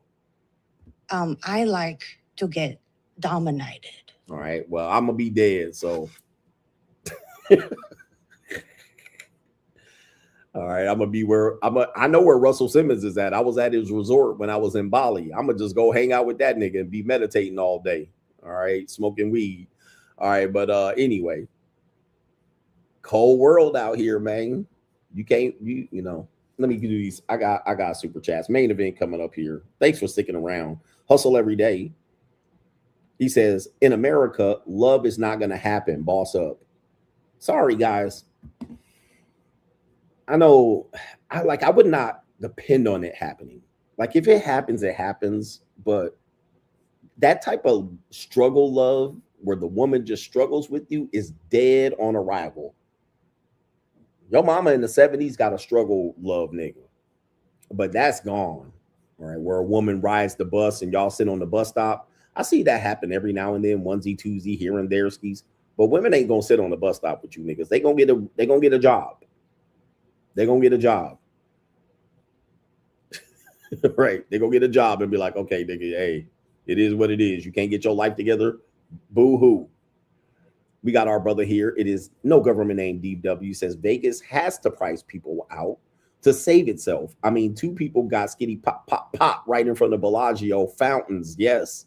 Vegas no longer wants your lip pocket ass niggas. They're dirtying up the strip. All right, lip pocket ass niggies. Yep, for sure. Dude, the YouTubers killed each other right in front of the Bellagio. They're like, okay, we making this shit too affordable. Shout out to EE, the OG. Just got done bossing up in Cabo. I'm 22, black and bald, but in great shape. The resort was snow bunny heaven during spring break with no ninjas popping off. Knocked down 3 JUCOs, 1 being right out of the box, and 2 for the price of 2 dates in the United States. Shout out to you in Cabo. And it was spring break, so it probably was litty down there. And you had the JUCO, and yes, girls that at college they'll do the JUCO shit on spring break. All right, they ain't trying to just get ran through, you know, and used and abused, and y'all laughing at these hoes. All right, they like, yo, let's make this beneficial, mutually beneficial. And so what happens is guys are still trying to take girls out on cheap dates. It's like, bro, and then complaining that you getting a hug. I spent $300 on you and all I got was a hug. If you're still going on dates with women in 2026, spending money and then you're hoping you're going to get sex from them, you're a dinosaur. I want you to listen to me, man. I don't feel bad for you. You're an idiot. You're an idiot. You do not have to do that anymore. That is a dumb move. To be like, I'm going to go out and then I think she should invite me in, at least give me a kiss, a hug. You know, I spent $350 or I spent $200. By the way, you're going to spend a lot of money on dates. Dates expensive. Going out to eat is expensive. Entertaining people is expensive. You can't get off cheap going outside. But if you think, okay, if you think you're just going to go out and take a woman out and then she's going to sleep with you and you mad that she didn't sleep with you because you went on a date with her, you are an idiot in 2026. I would tell you, don't even do it. I'm just telling you, dinner dates are a bad idea to begin with. But to spend money thinking a woman in 2026, especially dating age women, think that that date is going to make her sleep with you. Oh my God. No way. Just go hire a hooker. I mean, y'all know, look, just go hire a hooker. That's what you wanted. Y'all don't want to hear that though. Y'all gonna be pissed at me. But why don't you just go hire a hooker? You could have hired a good hooker for $350. You could have hired somebody good. All right, like not no piece of shit street meat. You could have got a nice JUCO for $300. You could have went over to, well, you could have went to the JUCO stream. Just hire a hooker, nigga. That's what you, and listen, and the dude's gonna say, well, I don't want to pay for it. Nigga, you pay to not get no pussy. I don't understand the argument. You literally pay to not get sex, expecting sex. So that's better for you? Or you're gonna gamble that maybe this. So now you're in Cabo doing it for the price of 2 dates in the United States. You're like, that's no brainer. No brainer. I don't get it. All because you want some goofy ass nigga on the internet to respect you. All right, we have a woman chiming in on this one, by the way. We have a woman chiming in on this one. Or let's say I don't want to hire a hooker. Okay, don't take a woman out on a date. I'm just saying, like, you don't have to hire a hooker. Okay, just don't take a woman out on a date and expect her to have sex with you in 2026. That's dumb. That's all I'm saying. Like, don't do it. All right, just save yourself the fucking pain and grief. Save your money. Put it in a savings account. Every time you want to take a woman out for a date, if you're still a goofy ass nigga out here, just don't take her out on a date. Just save the money. Just save your time. Don't do it. You're wasting your time. That's all I'm saying, bro. Like, don't go then. But it's absolutely pathetic. This woman saying the same thing. Dear men, if you expect to be serviced after a date, please just hire a sex worker. Stop trying to turn to a regular woman into a sex worker. He says, y'all are getting sadder by the day. Y'all want the benefits of a relationship without being in one, but won't hire a sex worker because she's about her business and her money, and you don't like that either. Yeah, well, like, take your pick your struggle. What is it? And then if the regular woman sleeps with you after the date, are you going to give her a relationship? No.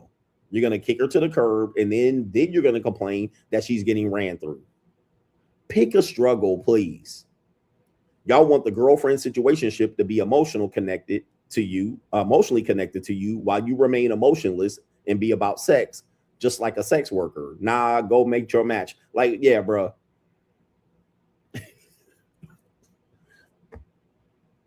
What is it? Pick your struggle, man. Pick your struggle. Somebody said even the jerk off thing, the jerk off method. The jerk off method. Just be like, all right, okay, all right. I was going to go out on a date with this woman. I jerked off. I feel better. I'm not promoting that you do it, but what I don't like to see is this idea that you're going to put this effort out and possibly some finances and expect women to give it back to you, and they're not going to do it. 7 to 8 times out of 10. They're not going to do it. And then you're going to be frustrated, mad, and then you're going to chase the dragon, or you're going to do the sunken cost fallacy. You're going to chase the bet. You're going to double down and take her out on the second date. She's going to say, well, if we go out on the second date, I'll feel more comfortable, and look at your dumb ass. Then you're going to plan a cheaper date because you went above board the first date. Everybody knows what we're doing now. And then you're going to plan a cheaper date. You're going to try to get her quick, or you're going to do the whole come to my house and cook salmon and quinoa. We already know what's happening.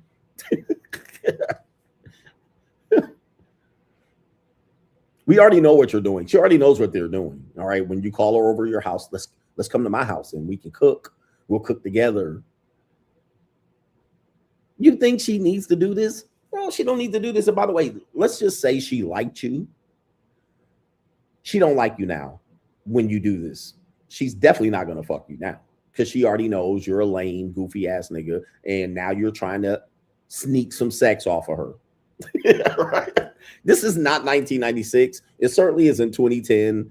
These are all old, goofy. I don't believe men are doing that. I literally don't know any man dating like this. But apparently there are people doing it. And I'm like, what are you doing? Shout out to No Government Name says, that's how my girlfriend wants to be. I'm sorry, that's how my girlfriend wants me to be, crying, emotional ass niggy. But I already know the game, unfortunately. It's hard to get anybody emotional about relationships right now. Okay, it's hard to get men and even women. Women are stone cold out here. It's hard to get men and women emotional about sex. Like everybody's guarded. Relationships about everybody's guarded. Everybody has their walls up. Everybody has their trauma, their bad experiences. Everybody's mistrusting of the other. People know the game. You can't get people emotional. Like women used to get sprung. You put some dick on a woman, she used to get sprung. Bitch would be in there cooking rabbits in your kitchen and stalking you. Those days are gone. All right. And that's gone because women are having more casual sex. So she can have casual sex and she can compartmentalize it a lot better than they used to be able to.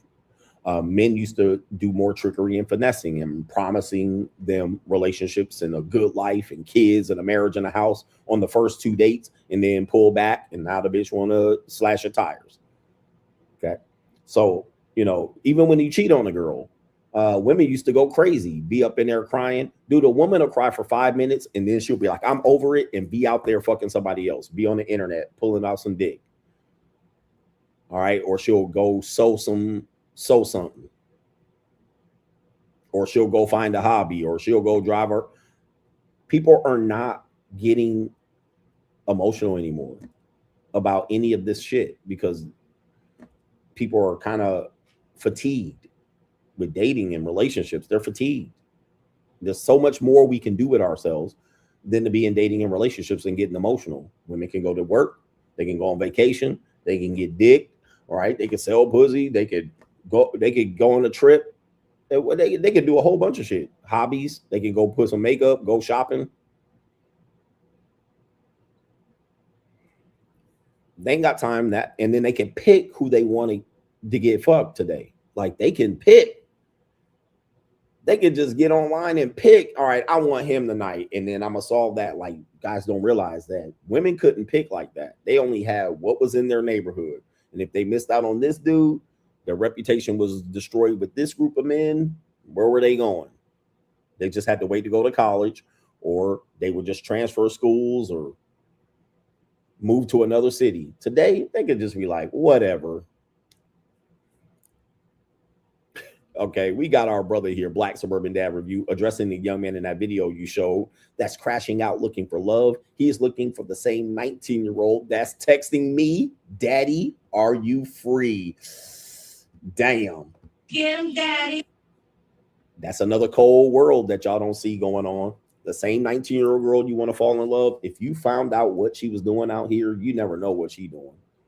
She could be doing nothing, or she could be seeing CGA. Who's liking this show right now? We got the main event coming up, but it is true, man. These women are moving foul today. I say it's foul, but shout out to the Warrior says, that is why women love Sex in the City. Women choosing to have sex anytime, anywhere with anyone. Sex in the City. I quoted that book in my book, The Evolution. That changed everything. Shout out to Dinero Tranquillo says the marriage will is worth its weight in gold and it's undefeated. And he says, Dinero Tranquillo says, got a chick that spins the block between every relationship. He says, I'm average. Pause. He says, but she says I'm the best to ever do it. He says, I beat it up for a good week and she moves on. He says, I don't pay her, but she just wants to get stretched out. Like you said, they F who they want, accept it. Yep. I got several women that do that. They get into a relationship. When it doesn't work out, they be like, hey, Daddy, get him, Daddy. Let me come through.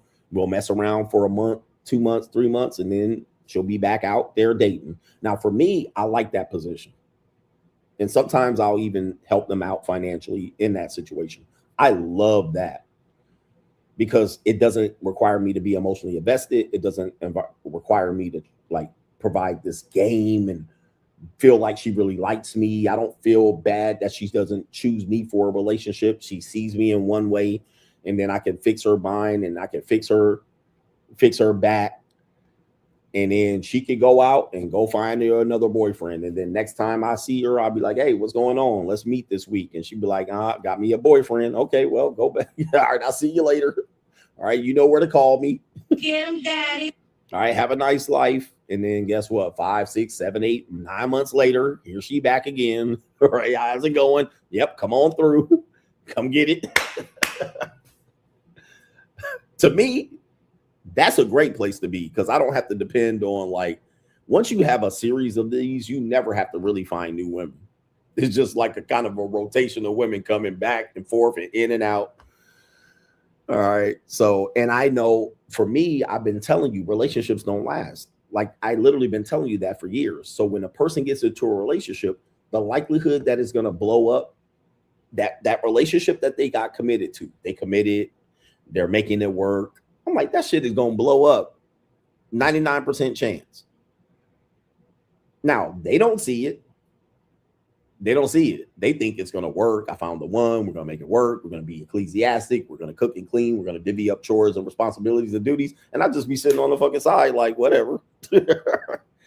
And I'm like, this shit is going to blow up. And then guess what? 4, 5, 6 months. Hey, all right. Yep. How's it going? How's your relationship going? All right. All that raw sex y'all were having, all that ecclesiastical lovemaking that you were having, all that burning desire, all that spending the night, all that cuddling in the bed, all of that shit is gone. It's wasted. Nothing happened. Nothing came out of it. All right. Maybe an abortion and it's gone. Okay. Get him, daddy. Now you're back with daddy. All right. Come on over here and get your guts throttled.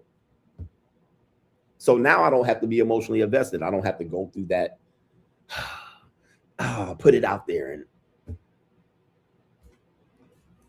And all right, just come back around. Like, I don't want to ruin those relationships, but I say, hey, go focus on that man. Hope it works out.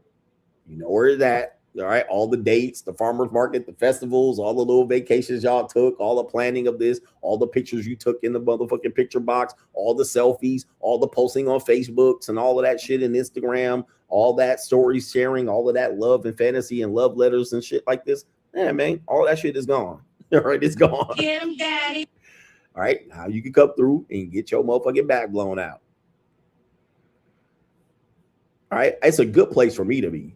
All right, because I don't have to worry about the bullshit. Shout out to our brother here. We got 2 more MS81. It's sad that men don't even listen to you when you show how women move and you show us what they rather do and who they rather do it with. Men don't listen. Like, dude, women don't even deny what I'm telling you. It's men. And I know we have women in here. They're not even denying it. I'm showing you what you can't see. I'm telling you what you haven't experienced. And when I hear y'all arguing with me, and this is why I don't debate people. You should debate Lucario. You should debate Satan in the Center, which I did. We had a great conversation. Yeah, I'm not going to change his mind. He's not going to change my mind. I'm not going to change his mind. I'm going to do what I do regardless of what they think or not, regardless of what you think. And you can't control it. You can't stop it. If a man wants to simp, I can't stop it. If a man wants to get married, I can't stop it. I could just warn him. If a man wants to trick, I can't stop it. If a man wants to run game, I can't tell him to stop running game. That's what he wants to do. But what men do is try to come over here and prove me wrong or kind of have some sort of judgment about what I'm trying to teach or tell you what the reality is. What you will have to understand is I have not been wrong with the direction of dating and relationships since I've been on this YouTube. I have not been wrong. You know what everybody else has been? Wrong than a motherfucker. Everybody on the internet, male space, has been dead wrong. I said OnlyFans ain't going nowhere. They're going to cancel OnlyFans. No, they're not. No, they're not. They ain't going nowhere. Why would they ever do it? It's going to AI going to replace them. And guess what? They're going to have something else. All right, the damage is done. It's here. It's here to stay. I'm like, none of that shit, Sharia law, all of this shit that y'all thought was going to happen. Trump was going to come in here and make everything conservative. What he doing? Blowing shit up. He colonizing the world. He bringing back colonizing. He making colonizing great again. This nigga taking over everything. He taking over everybody, resources and oils. This nigga he making the British look like they are pirates at this fucking okay. All right. So, all right, driving up the price of shit. That's what Trump is doing, blowing up shit and driving up the price of shit. And he taking over every goddamn thing. Venezuela, Mexico cartels, Iran, Cuba. He fucking up shit and taking names. You know what I mean? He said, I sound scared. How? Like, what are y'all incels talking about? You incel, I sound scared. How? I don't understand what y'all talking about here. You incels are weird. I sound scared. No, I don't. I can't control it. Let them blow shit up. He could, Greenland. He could blow up. He could blow up motherfucking California. As far as I'm concerned, what am I supposed to do about it? All right, and guess what? When he blow it up, I'm gonna be right here in Asia. All right, so he making colonizing great again. He colonizing the world. So the weirdos, man, sounds like what's gonna happen is gonna happen. That's what you have to understand as men. What y'all gonna happen is gonna happen, man. You cannot stop it. With women, you can't stop it. Okay, these women are gone. They're gone. They're gone in terms of what they used to be. Can you meet one here and there? Yes. All right, but it's not going to be very long. All right, they're going to end up switching up. Shout out to MS81. Tonio Ocasio, shout out to you, man. And then I think that's it. I got to do this main event. But it's a sad time because I think men are trying to prove something, and they'll try to come and prove it to me. I'm like, you don't got to prove nothing to me. Okay. The only thing I want a man to prove is what you say you do. I want you to prove it. That's the only thing. I don't want you to prove that you can change women and change the world and bring in Sharia law or ecclesiastical marriages or fool women in the marriages that are off paper. Like, y'all not gonna do that. That's not gonna happen. All right. So I know y'all, that's a pipe dream. And what the red pill has become is men just selling other men hope. All right. And I never sell you hope, nigga. I just tell you, man, you better get your shit together and get leverage and options. But the red pill has become a bunch of men selling men hope and cashing in on it. But if you say you got something, you got to prove it. That's all I ask. That's all I ask. If you say you are doing it a certain way, you got to prove it. Show me. There's a nigga telling the whole world that he's doing all this with women, and I ain't seen him do it with one goddamn woman. I mean, I ain't seen it on the screen. I don't mean I'd want them to have sex. All I've seen is pictures, maybe. Pictures. I ain't seen it out in the open. I haven't seen it consistently. I haven't seen people do it long term. I haven't seen nothing. I haven't seen no hella fine women. It is very sad where men are going. They'll jump up on the internet. I'm doing this and I get this. Okay, show me. Crickets.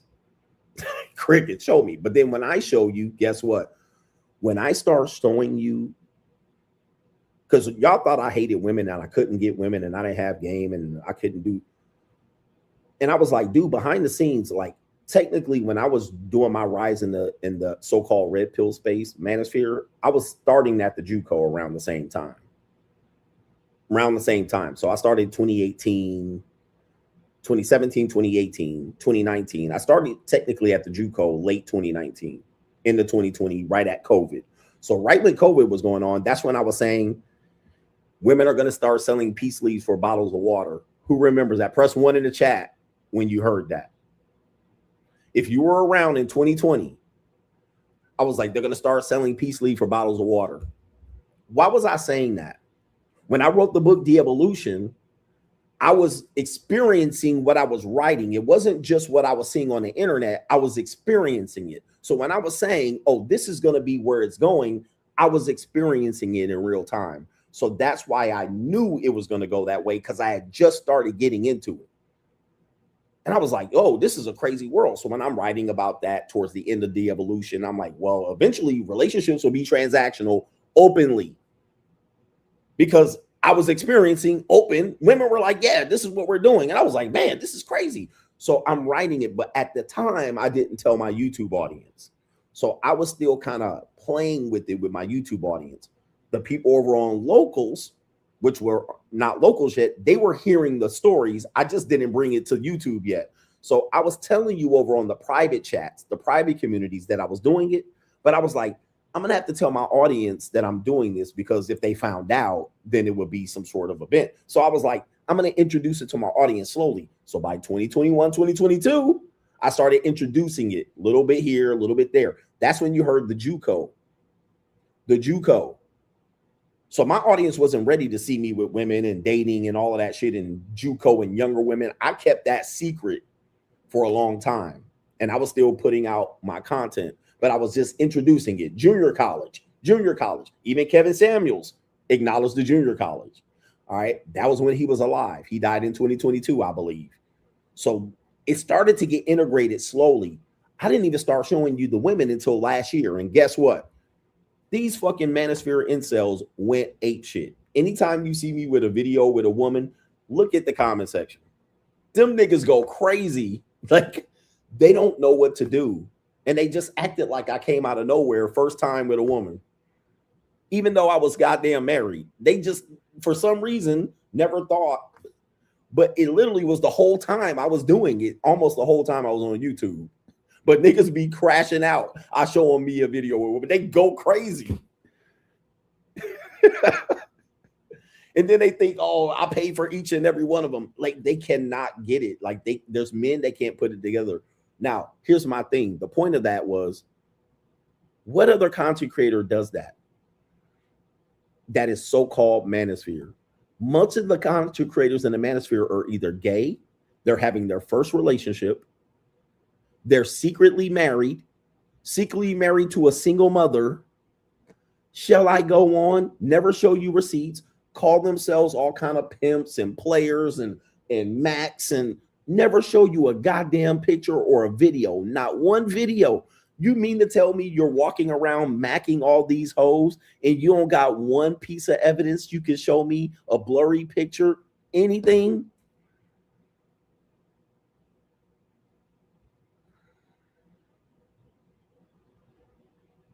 In 2026, all I got is stories. All I got is you in the chat telling me what you doing. Not one piece of fucking evidence. Not a DM. Coach, don't show this picture, but this is a picture of me with my girl. Not one. This is what I'm talking about. This is what I'm talking about. I'm the only one living the life that I say I live on the internet. The only one. Okay, the only one that is from beginning to end lived it as I said I was doing. Everybody else, dude, I didn't know Justin Waller was married until I saw the fucking documentary and he got an ecclesiastical wife. I'm like, this is insane, bro. Insane. What the Manosphere and men and male content in the space, men marrying single mother, like, what are we doing? Then dudes falling in love. Oh my Lord, they getting they hoe taken by niggas on rollerblades. I can't, man. I can't with the space. Somebody said, wait, Waller is married. Apparently that was exposed in the Manosphere, inside the Manosphere. I had no clue, but I really never followed him, so I don't know. Like, what has the men's space become? When you were looking at the only one that can live it, show it, prove it, and willing to live it, show it, prove it, and how I say. Everybody else just talking about theory and concepts of shit that they don't understand. Marry dudes teaching you the game, dude, how you marry for 30 plus years, telling dudes to date and spin plates. Like, this is what I'm talking about. And I'm not dissing the content creator in general, but how does that even make sense? How does that make sense? And look at the incels getting mad. He got pictures with him and prostitutes. I'm going to tell you, man, prostitutes never take pictures with their clients. So That's another guy. Incel, red pill rage. There he goes. A prostitute never takes pictures of their clients. They're never going to do that. So are they prostitutes? By definition, no. But again, I swear the male space, these dry deep incels, these incels keep this space from growing. It keeps men. Oh, Andrew Wilson's ecclesiastic marriage. Oh, Andrew Wilson, is your marriage ecclesiastic? No. So what are you talking about? You see what I'm talking about? And you will celebrate these. You will celebrate these clown ass men. Oh, a men should get married ecclesiastically. Do you have an ecclesiastic? No. And then you're the third stepdaddy. I mean, you're the third baby daddy.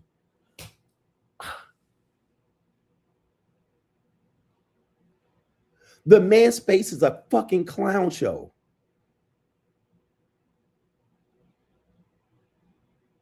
The male space is a clown show.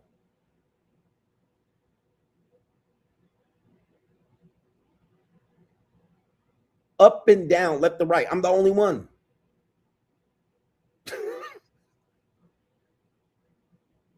There's no way you're a third stepdaddy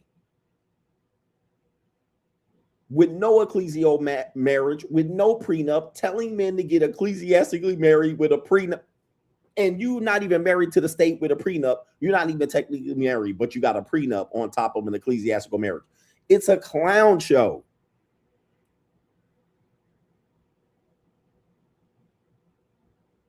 You don't hear me. And then you incels see a dude living it and telling you how I'm living it and still trying to judge me on how I'm living it. I'm literally telling you how I'm living it. Why are you mad? It's not like I hid it. I told you what I was doing. And then you get mad and then tell me, oh, well, you're doing it like this. I told you I was doing it like that. I'm the only one telling you I'm doing it that way and doing it. Everybody else is telling you a lie. Yeah, the dude Cooley ended up being married to a single mother, a white single mother. Like, it's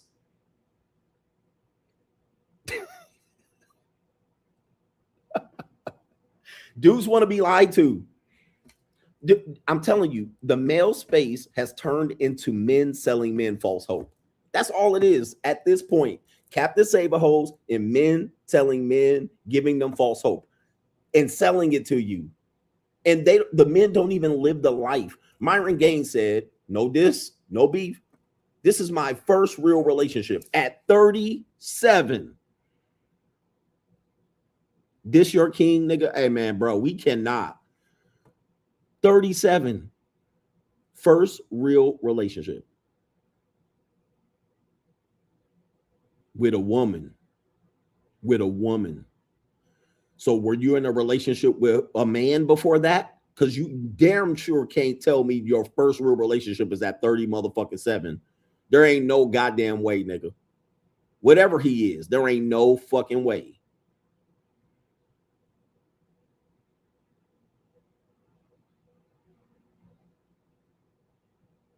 But this is who y'all put hope into. I don't know what y'all gonna do. Have a gay convention after y'all all stay single? What do y'all want to do? The male space is nothing but incel and losers at this point. There's no way.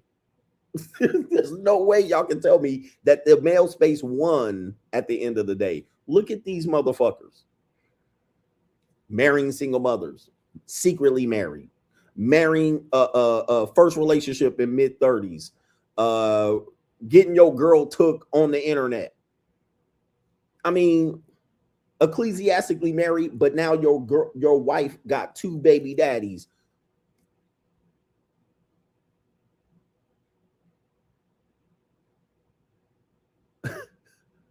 What does the male space become? Think about this shit.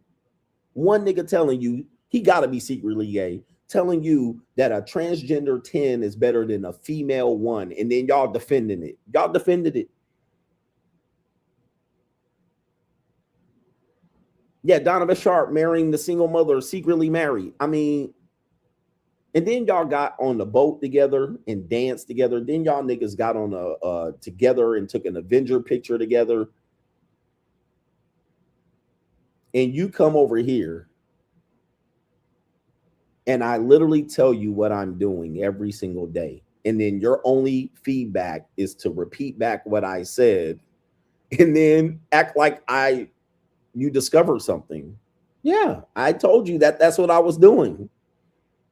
Like, what's the criticism? And I told you that everybody's going to be doing this because, yes, I've actually have years of history seeing people doing it and they're doing fine. All right. The guys that are participating in the JUCO, they're having a great fucking time. You know who's not having a great time? The incels, the Manosphere niggas, the Manosphere content creators. They're having a horrible time right now. They're getting exposed for the frauds that they are. It's weird. It's absolutely insanity. But everybody that does the JUCO, when I see these men out here, the losers overseas, they out here picking everybody apart in Cambodia, in Thailand. They having a good motherfucking time.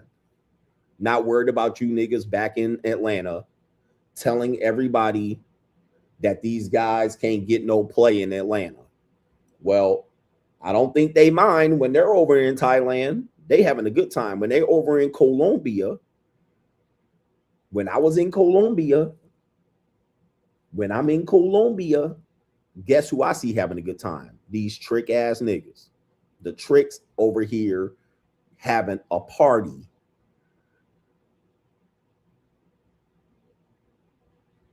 With those young Latinas paying for $40 to $80 and $120 panocha.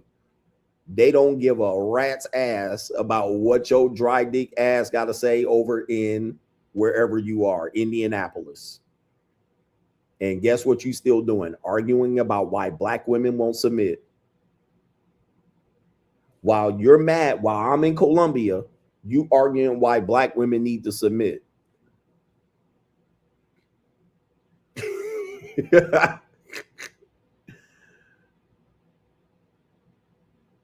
Yeah, that's how real it is. That's how, yeah, okay, go ahead. And I can see why you mad, why black women ain't never gonna submit to your goofy ass. Because meanwhile, I'm flying from state to state, ocean to ocean, putting hands on motherfucking hips relentlessly. And when I get back to America, I got women waiting for me. All right, they texting me, when you getting back, daddy? I gotta see you again, daddy. I've been waiting for you, daddy. All right, shit, when I get back to America, shit, line the fuck up.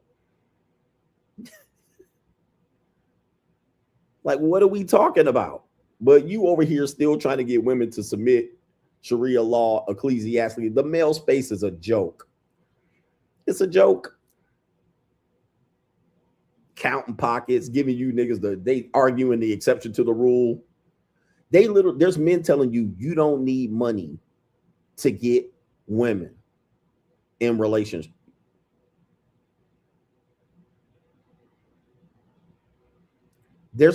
Guys, there are men telling you don't get money. It's not the answer. Now, when you tell a man that, you know what they're going to do? They're not going to get money. That's what they're not going to do. They're going to, okay, all right. And they're going to enter into a competitive marketplace for women and lose. It's going to be bad. It's going to be a bloodbath because men are going to take the easy route. I know this about men. I wrote books for men, and these niggas will watch me and still ain't read the book and be thoroughly confused about my message when the message is literally laid out in the book, and then call me a grifter for selling a $12 book. But you're going to tell men that money doesn't matter when it comes to relationships. That is the dumbest advice you can ever give to a man. Now, if you niggas want to be players and pimps, go for it. But players and pimps, niggas still need some money. Like, it's still going to be a factor. Nigga, you're going to need a car. But this is incredible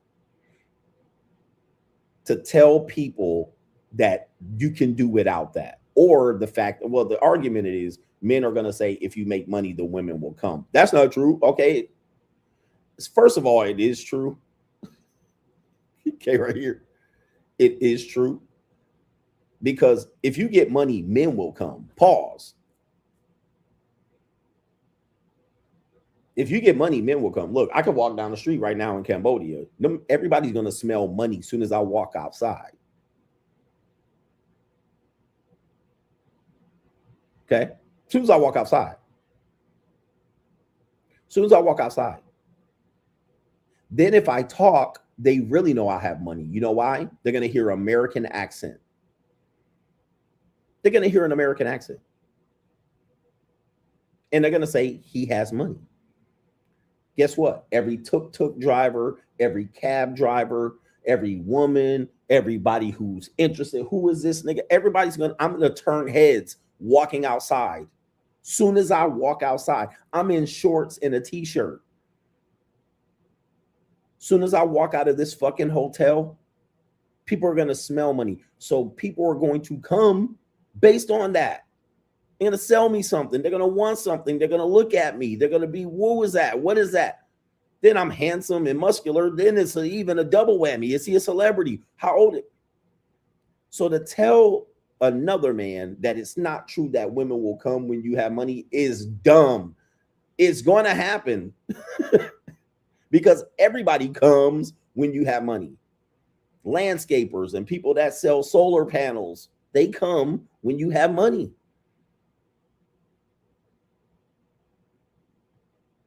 It's what it is. So you better be prepared for it. Now, does that mean that you're going to get it for free?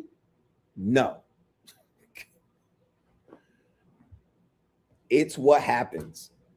So I don't know what to tell you. They're selling you false hope. Now, are people going to like you? No. People don't like rich people anyway. They just need something from them. So if I could sell something to a rich person, I don't need to like them. I just need to sell to this person. Same thing with women. I don't know why you think women are different. They're not robots. They're not inanimate objects. If they feel like they can associate with somebody that has something and they can get something from them, all right, they're going to associate with them. Now, just because they're over here associating with this broke nigga doesn't mean that's going to work for you. It's not going to work for you. It works for him. That works for him. And a lot of people don't realize that when a woman is dating a guy who doesn't have anything, he has something that she likes. Not him, though. It's not that she likes him. Or let's just say he has money and he never has to use it on her, which is rare. It's an exception to the rule. That woman, that guy is giving her something that is bringing. Now, what that is, you got to determine. You never know what it is. But it could be sexual performance. It could be the fact that he is charismatic and handsome. It could be the fact that he has status and position. She sees that he's important. It could be the fact that he's an American. It could be a fact that he's white. It could be the fact that he's tall. It also could be the fact that that she has control over him. He gives her attention, pays attention. He responds to her. He tells her how beautiful she is. He romances her. Now, these niggas are romancing women behind the scenes, but they don't tell you they're doing that. They're holding hands and romancing and whispering sweet nothings into their ear and telling them how beautiful they are and gorgeous. But they'll get up on the internet and be like, nah, man, I be telling these bitches these hoes ain't shit and they ain't nothing. But behind the scenes, they be cuddling in these bitches' chests. They be holding hands with these bitches when they outside.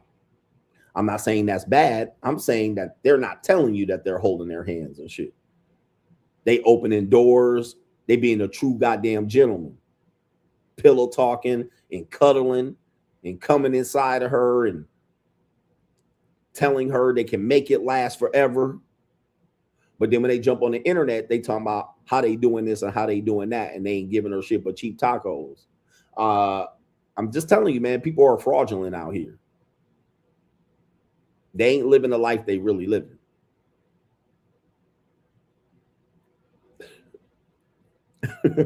Fucking with 3s and 4s and 5s and 6s and telling you they with 9s and 10s. Not one picture with a 9 or a 10. Now, I ain't never lied. I ain't telling you I'm out here with a 9 or a 10 all the time. I tell you what time it is. See, one thing I don't do is I'm a superhero already, but I don't make myself undefeated. I don't lie out here. I never got to lie. But a lot of these dudes be lying to y'all and y'all believe it. Not one receipt shown. Not a video, a vlog, a compilation of videos, nothing. Just a picture sitting next to a bitch.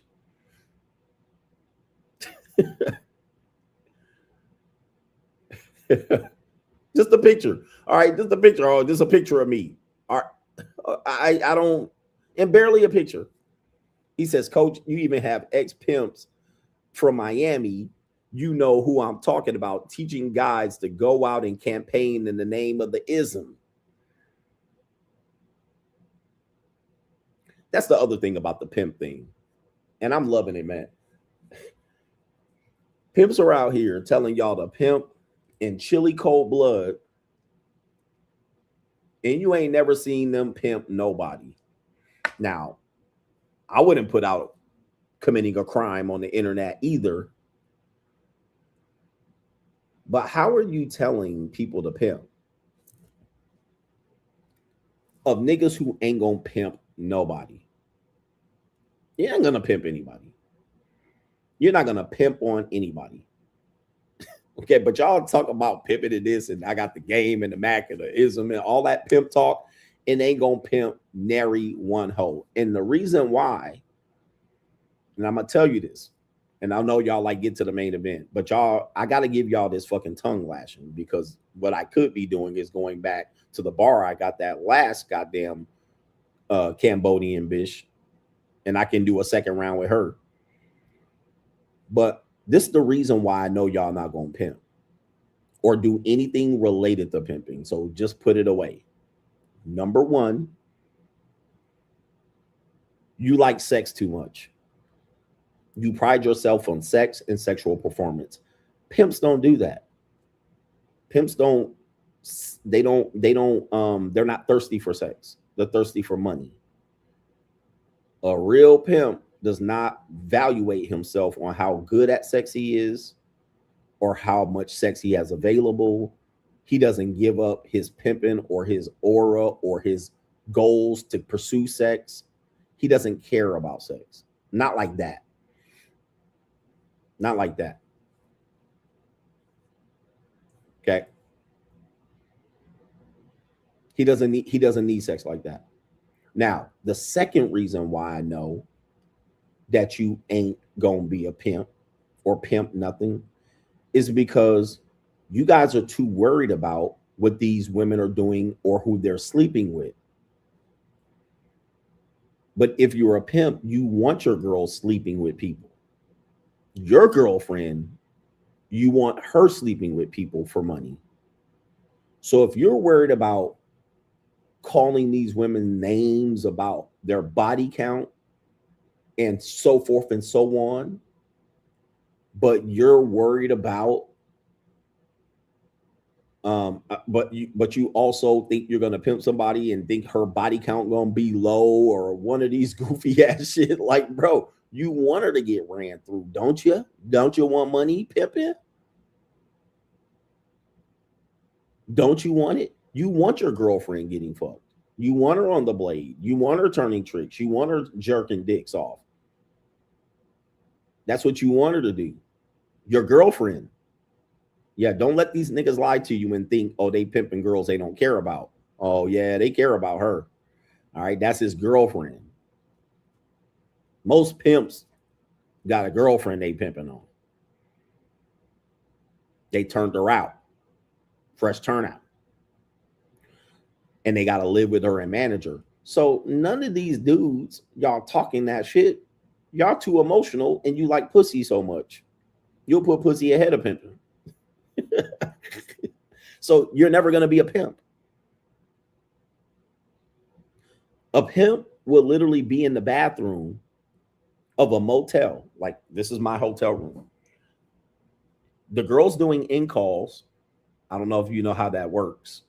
Basically, if you pick a girl off the street, she's going to be like, we can go to this car. You can do it in the car. Or we can go to a motel room that I have. The pimp pays for it. And basically what I do is I walk into the hotel and hope it's not a police thing. And then when I walk in, I'm so dumb. We going to get right to the sex. I don't check the room or go to the bathroom. She'll tell me to go in the bathroom. And her pimp boyfriend is going to be in the bathroom holding a pistol, probably trying to rob him, or if it goes left, he can shoot up the goddamn motel room. Or he sits in the car outside the motel room until she's done turning tricks. Do you have the stomach pimping? Like, y'all make pimping sound so good, and then y'all don't realize what these niggas do, standing in there with his gators in the bathtub while his girlfriend finished sucking dick. Like, is that what y'all want to do? Is that what you glorify? Is that what makes you feel like a man? Because that, to me, is worse than tricking. I don't know, but that's worse than tricking, bro. Nothing will let me ever believe that pimping is better than tricking. All I did was drop 50 on the girl and bent her over. You, on the other hand,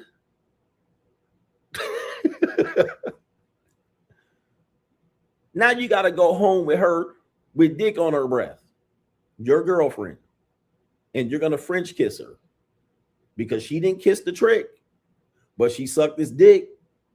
And you're going to kiss her later because you're the only one that kisses her, pimping. They didn't tell you that part too, but I'll tell you it.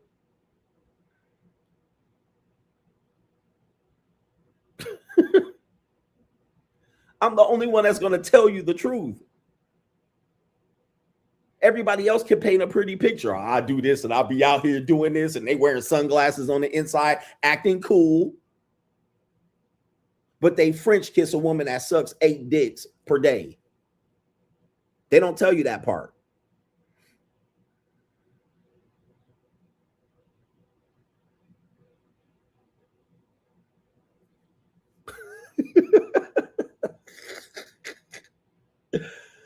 Ooh, it gets real on my side of the damn stream. It gets real on my side of the stream, bro. I'm gonna tell you the real. I don't paint a fantasy for you bitch ass niggas ever.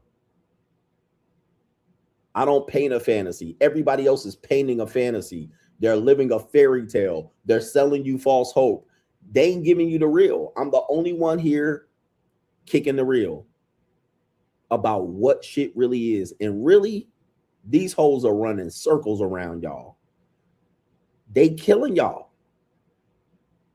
Because the only thing y'all got is love and some fucking mouthpiece game. Y'all ain't got nothing. That's all y'all got. Love and some mouthpiece. And half of y'all ain't got no good dick to slang out here. Y'all ain't even got good dick to slang out here. Like, y'all ain't even got good dick to slang. Talking about you want to slang dick.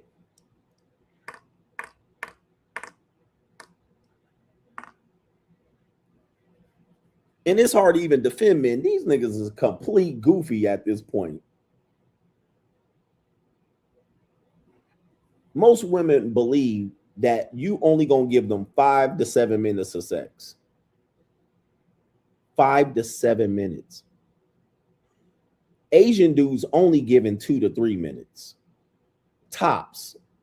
How do I know? Because I'm in Asia since November to now. That's what these women are telling me. These niggas, these Asian men only giving fucking 2 minutes. And I'm over here busting their ass for fucking 25, 30 minutes, 40 minutes. They going, what is this shit? They not ready for it. Okay. All right. Any woman in here that have been with me can tell you. They like, what? Most dudes ain't working with a goddamn thing, nothing. No length, no girth, pause. They not working with no game, no distance, no nothing. 2-stroke, 5-stroke, special, bust, all this shit. So most dudes ain't slanging nothing. Most dudes, y'all stomach stick out farther than anything y'all can have lengthwise connected to your midsection. So your stomach protrudes out farther than that. So I can see that y'all can't blow nothing out.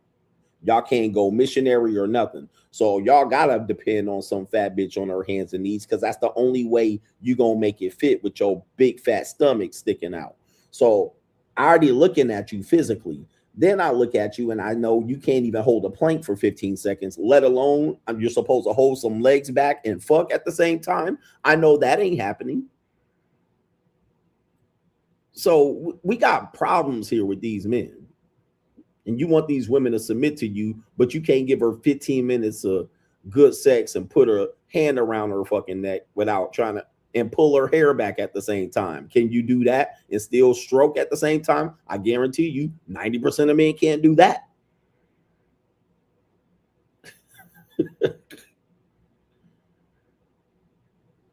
So what you gonna have her do? Look forward to the same predictable 2-3 minutes of sex?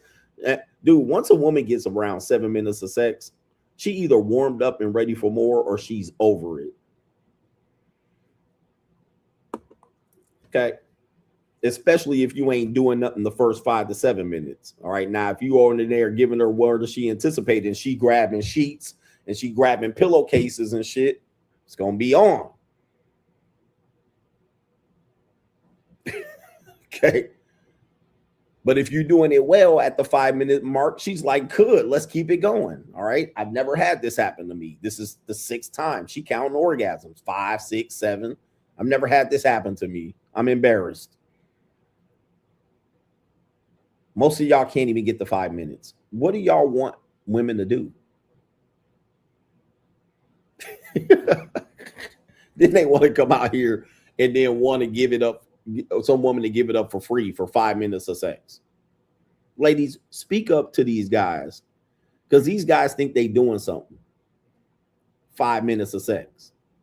2 minutes, 3 minutes of sex. You want them to go out on a date so you can lay on them 2 or 3 minutes. Ugh.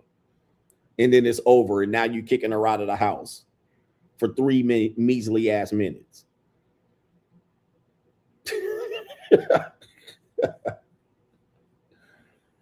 Oh my goodness. Give them something to look forward to. Now you wonder why they want to get paid so they can just go through the humiliation. The humiliation of having 3 minutes of sex and you came 3 minutes. Unbelievable, bro. All right, look, let me do the main event. Let me do the main event here. This is incredible. Ladies, speak up for these goofy ass niggas, please.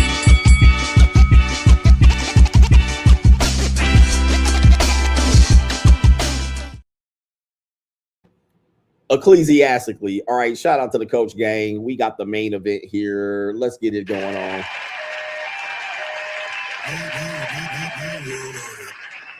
This is why men don't like me, and I love it.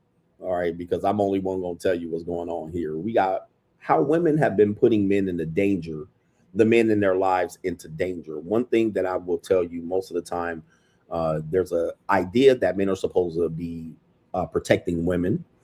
But I've been debunking that idea for a long time, because what tends to happen is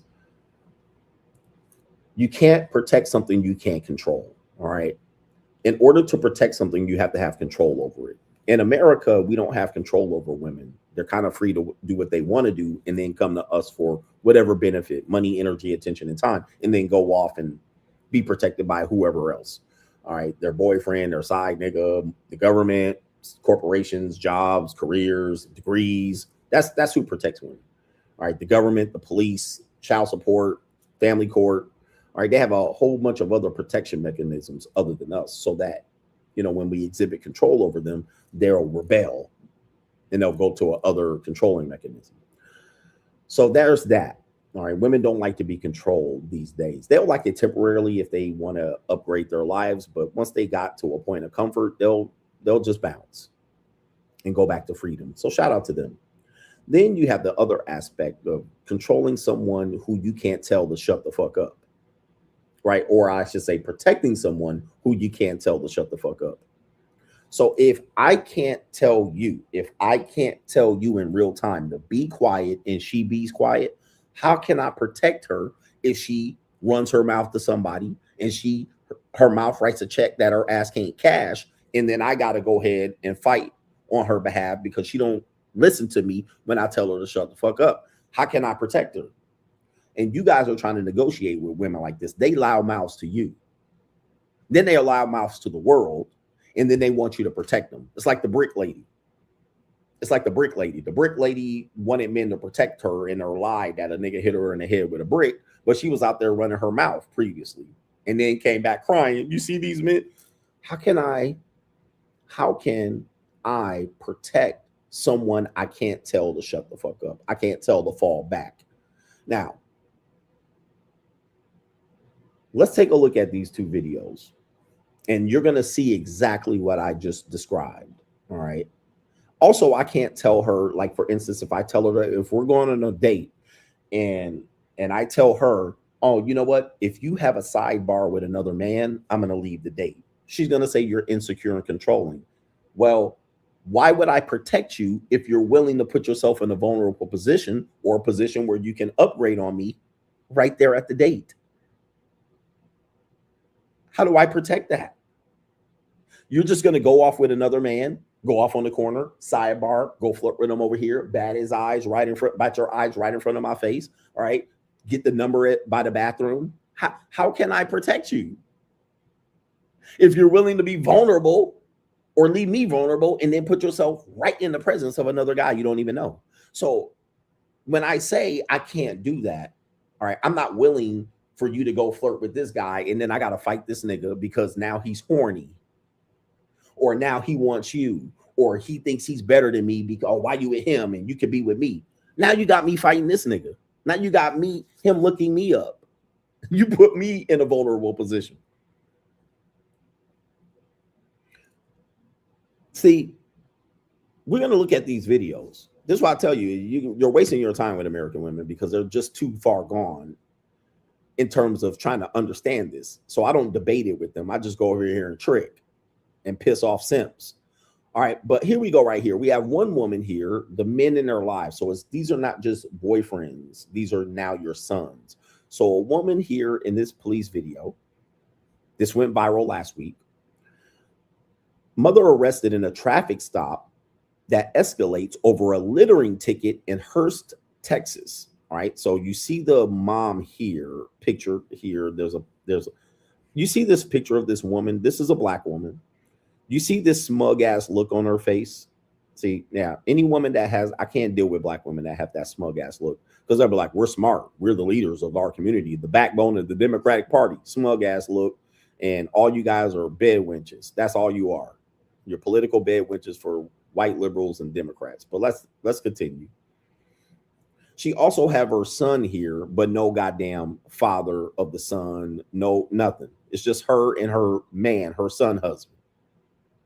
And she's going to ride this out. But of course, watch how this so-called protector of her son puts her son in a vulnerable position because she can't control her mouth, which tells me why there's no man in this picture. So let's play the picture. Let's play the video. Let's play the video of this woman. And they tried to make this, because it's a political year, a racist incident by the cop, which I disagree. All right, but let's continue.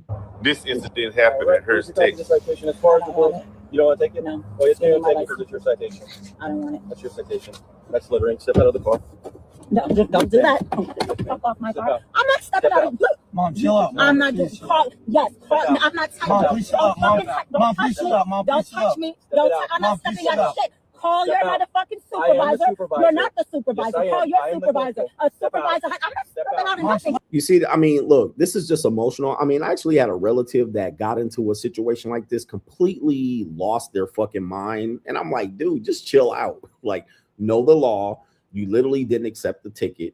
You said no. The officer is accusing you of littering by throwing the ticket on the floor, which I disagree with that. I mean, the officer knew she wasn't going to take the ticket and knew she was going to escalate like a monkey. And then now the mom is saying, chill. This is an example of the male protector trying to tell the woman to shut up. But because she's hyper emotional, she's going to put him in a vulnerable position. And we know sometimes when the woman can't get beat up, they'll just beat up the closest man. Okay, we know this happens. Police do that. Okay, all right, bitch, I can't whoop you. So, but there's a man next to you, I can whoop his ass. Now, she's going way too far. This is an example of if she could have got choked out in Sandra Bland, I would have understood. All right, unfortunately, the son is about 14 or 15, and he's like, Mom, chill. She won't shut the fuck up. She won't chill. She won't fall back. She won't listen. She's completely hysterical. Right? And now she's like, here, bring your supervisor above the supervisor. Bitch, he is the supervisor. And now she won't leave the car. She's pathetic, bro. This is putting this young man in danger because she won't shut her fucking mouth. And she's trying to be right. Get your hand off me. Get your hand off me. I will step out on the supervisor. I'm not stepping out of nothing. Get your hand off me. Get your hand off me. Go. You littered. You dropped the ticket, not me. No. All right, so she's hysterical. You know, feminists hate that word because it references to a female anatomy, hysterectomy. It has a root word in that. So women have been accused of being hysterical related to this type of thing, and feminists have rebuked it, but she's hysterical. Okay, the son is looking at it. He can't do nothing about it because he probably sees this. He's seen his mother do this at grocery stores in front of her father. And I have to look at this and say, if this is what a woman would do to a police officer, what can any man do in her life? Because the man, let's say the man's at her house, they're in a home together and sharing a home, and she becomes hysterical like this. The man can do nothing. He's not even a police officer. This is a police officer with a gun and a badge, literally to serve and protect and break a nigga's neck. And this is how you're acting to the police. Like, what can a man do in her life? Nothing. And she thinks she's right. So a man's obviously going to leave that relationship. Okay, let's continue. You dropped the ticket, not me. You dropped the ticket, not me. Get your hands off me. You're touching me. Give me the ticket. You're touching me forcibly. You're holding me too tight, and you're being out of line. Y'all see this, right? Sir, I'm sorry. Can she just get the ticket? No, you stop. Why are you holding my arm like this? I gave you the ticket. Why? No, you did not. You dropped the ticket, not me. I told you I did not want it. You dropped it. Okay, not taking a ticket is ridiculous. It's nigga mindset when they're dealing with the police. Just take the ticket and again, fight it in court. Don't fight it out in the street. Get a lawyer, $150. It's a fixed ticket, not a big deal. You'll live to see another day, and you'll walk off and laugh at the police. He had to show up, and you settled the case with a lawyer. I mean, it's not a big deal. All right, but nigga policing, don't take the ticket, sign an X.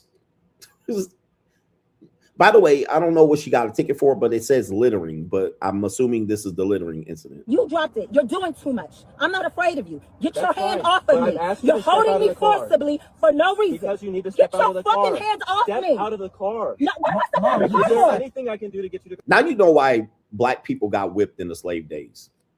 I mean, now you know why black people got whipped in the slave days. I mean, this cannot... This is the evidence. Can you imagine what the slaves were doing with the overseer and the motherfucking try to wrestle them up? All right, that Irish overseer was like, fucking whip these niggas. Now you know why they got 50 lashes on their back. I mean, listen, because you know they was doing this shit back on the plantation. All right. Because they do it today, nigga. They do it today with the police, and the police be putting lashes on their ass. All right, but you see why they whip black people in the plant. It wasn't like they was just whipping them because it was because they were doing this. All right, let's continue. All right, here we go. Look, Mom, he just said take the ticket and we can leave. You said take the ticket and we can leave. No, I did not. You did that. He said you take threw the ticket and we can leave. I gave it to you so you threw could the leave. ticket at me. And then you grabbed it and threw it out. Give me the ticket. It's on your phone video. Give me the ticket. No, give me the ticket. We're past that. Okay. You're under arrest. Step out of the car, littering. Okay. Step out of the car. No, I'm not. You're under arrest. No, when Yes, your colonel gets here, then I will step out. I'm not getting out of the car. I'm with my child, and I'm not doing that. Okay, so I mean, I have problems with this, bro. I have a problem with this. First of all, when an officer says you're arrested, you're arrested. They don't take back. Somebody said, damn, that's some wild shit to say. It ain't wild, nigga. Here's the evidence right here, bro. I'm giving you the evidence, bro. Let's just stop getting emotional about it and just think. This is not new behavior from this group of people. This is highly emotional behavior for people who have slave mindsets. All right. The overseer, the officer, police comes, the police comes right from the overseer.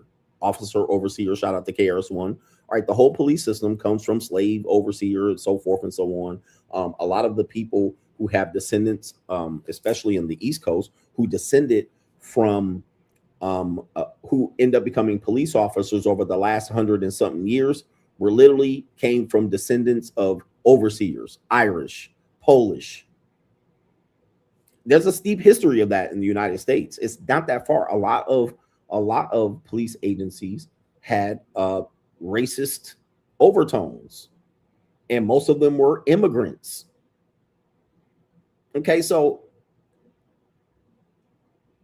it's what it is. I mean, most of the police officers over the last 100 and something years came from people who would have been overseers during the slave plantation, Irish and Polish people. All right, but that's neither here nor there. It's not that hard to figure out. And the people who get the most policing are niggas. Go figure. It's all connected. Let's continue. I was going to say something. Oh, by the way, she called her son a child. Another emasculating tactic that people do. My child is here. That's a man. That's a young boy. That's a young man. It's not a child. A child would be somebody that's 8 or under or something like that, 7.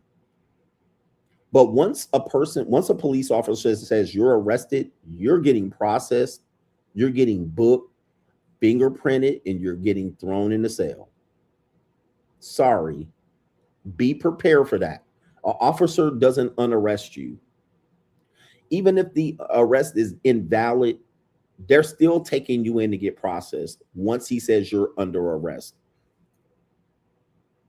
All right, so be prepared for that. If you escalate a situation and the police says you're under arrest, you are arrested. All right, there's a 99.9% chance you going downtown. And now she's going downtown. So now she's like, no, I'm not going to get out of the car until a supervisor get here. That's hysterical. That's hysterics.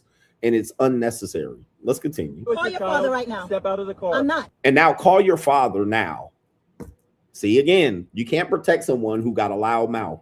Now you want to call his father. I'm assuming you're not with this man. It's an assumption. Now you want to call the father. See, this is why I titled this stream, Loudmouth Women Putting Men's Life in Danger. I'm not in this, bitch.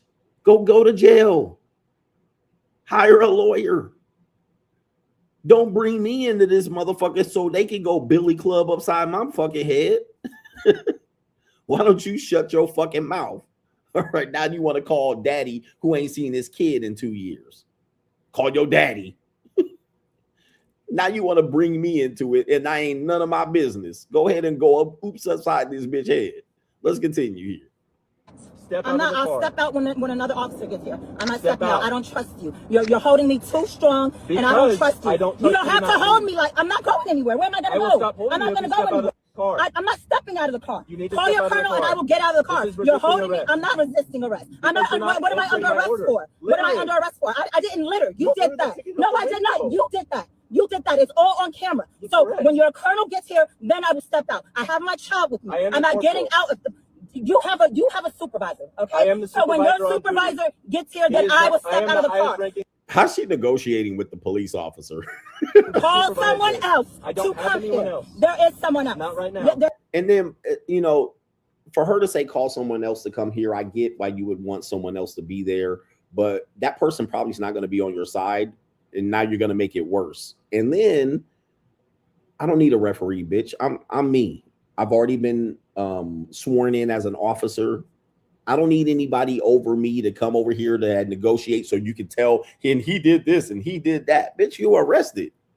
You're getting put in the hog. You're getting hog tied. You're going in the paddy wagon. There's no negotiating now. You lost that power. You should have just took the ticket and drove the fuck off. But now here we are. There is someone else. Let me call 911. Get your fucking... Wait, please, sir, stop. Stop, wait, stop. Mom, chill out, Mom. Wait, stop, sir. Please stop. Wait, stop, please stop. You going to jail wait, now. Stop, sir. Stop, please. Wait, please, stop. And so this is an example of, again, of putting the men in their lives in danger. I mean, now, unfortunately, this police officer, I have to say, man, this is bad look right here. First of all, this woman is strong. Second of all, this is why I don't date black women, because these bitches got that BT 1200. Shout out to our brother Tommy Sotomayor. I mean, because they'll fight you like it's tooth or nail. I'm not about to fight no big ass, overdeveloped ass woman. All right, especially when she bigger than me and shit. All right, and I can't shut her up, and I can't wrestle the bitch down. She probably getting horny and her pussy wet. Like, this is look, I'm not dating these overgrown, you should date a real woman. All right, I'm a metaphor for dating a woman that's smaller than me, but y'all want me to date these big ass overgrown gorillas. All right, so I can't wrestle her ass. All right, what the hell? Hell no. I'm gonna date some woman that at least I can put her ass in the Cobra clutch, the camel clutch, nigga, something. The Boston crab, the motherfucking what do you call it? Shit, the crippler crossface. The full Nelson. All right, I ain't about to go back and forth with no big, overgrown, overweight, overdeveloped ass woman because you like to have sex with women that are fat and obese. Not me. That's why I be with 4'11", 5 feet, 5'1", 5'2". Stop! No, Look at the sun. Stop! Wait, stop, please! Wait, please, stop, sir! Wait, stop, please! Get that, the walls of Jericho. Wait, please, stop. Uh-oh. Wait, stop, please. Okay, wait, I can get out, please, it's so trust me. And look at her, she's still fighting in the background. Oh my God. And that poor son. How about you just gave that kid a memory etched into his brain he'll never forget? First of all, he knew the mom was wrong, and they could have shot up the car. They could have done anything. I mean, I don't trust police officers in that moment at all. That guy lost it. All right, that police officer lost it, wrestling with her. All right, but he had to do something. He couldn't sit there and just get disrespected. And I don't know why women, particularly black women, think that men just gonna sit there and take disrespect. So, you know, now it's time for the officer to get his jujitsu training in with these overdeveloped ass orangutan bitches that y'all call regular women. All right. No, that's why I don't need women all overdeveloped like that. Now the kid over here got trauma because his mama can't close his mouth. The good example would be, hey, you know what? Let me just take this ticket and I'm gonna show you how to fight it. We're gonna make this cop look like an idiot when I plead down to a lesser charge. All right, and I plead this down to, you know, a parking violation instead of a moving violation. All right, but there's that. Now, unfortunately, we're going to go to white people. All right, the white woman's mouth, the big mouth white woman. So we're going to give her some attention too, because these white women be running their mouth thinking that they going to do something and they scrawny. They ain't going to bust a grape in a fruit fight. So we got this guy right here in this video that you're going to see. Apparently what they're doing is they're somewhere, it looks like Florida. All right. Yeah, it looks like Florida, possibly. Yeah, California. It looks like California, possibly. I'm not sure. But he's in a Lamborghini truck. And what he's going to do is he's going to get inside. He's going to ghost ride the whip, as they used to say it. Ghost ride the whip. So apparently he thought it was a good idea to take a $300,000 overpriced Audi truck with a Lamborghini covering, get on a skateboard, do an ollie, get back off the skateboard and back into the car before it crashes into something. Absolutely ridiculous piece of content. All right. But in his mind, he thought it was a good idea. And he also thought it was a good idea to do it into this fancy neighborhood. It looks like a suburban neighborhood and a gated community. It looks like he got nothing but JEWS's in there, old Jews and Karens. And then he had his girlfriend recorded. I mean, idiots. I mean, these two people are idiots. All right, let's just say it what it is. And even he knows it's an idiot. But these people don't play that TikTok, Instagram shit. So what's going to happen is he's going to have a Jewish guy stop them and say, do you live in this neighborhood and you're doing something wrong? Then the chaos ensues by the white woman running her mouth at the Karen. For all intents and purposes, I'm setting this up.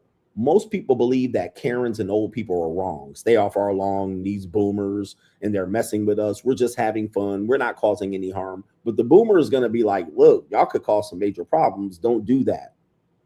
And then the woman didn't want to hear that. She started running her mouth. Now let's take it from here, and then we'll play the whole clip, and I'll come back and then set it, clip it back here. Get it.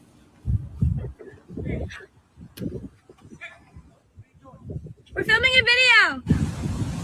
There's a 2-year-old kid that lives in that house. Okay. I want to talk to her. Okay, I have to stop it. Sorry. She says we're recording a video. Again, old people don't give a fuck about your Instagram or your TikTok or your content creation. They don't care.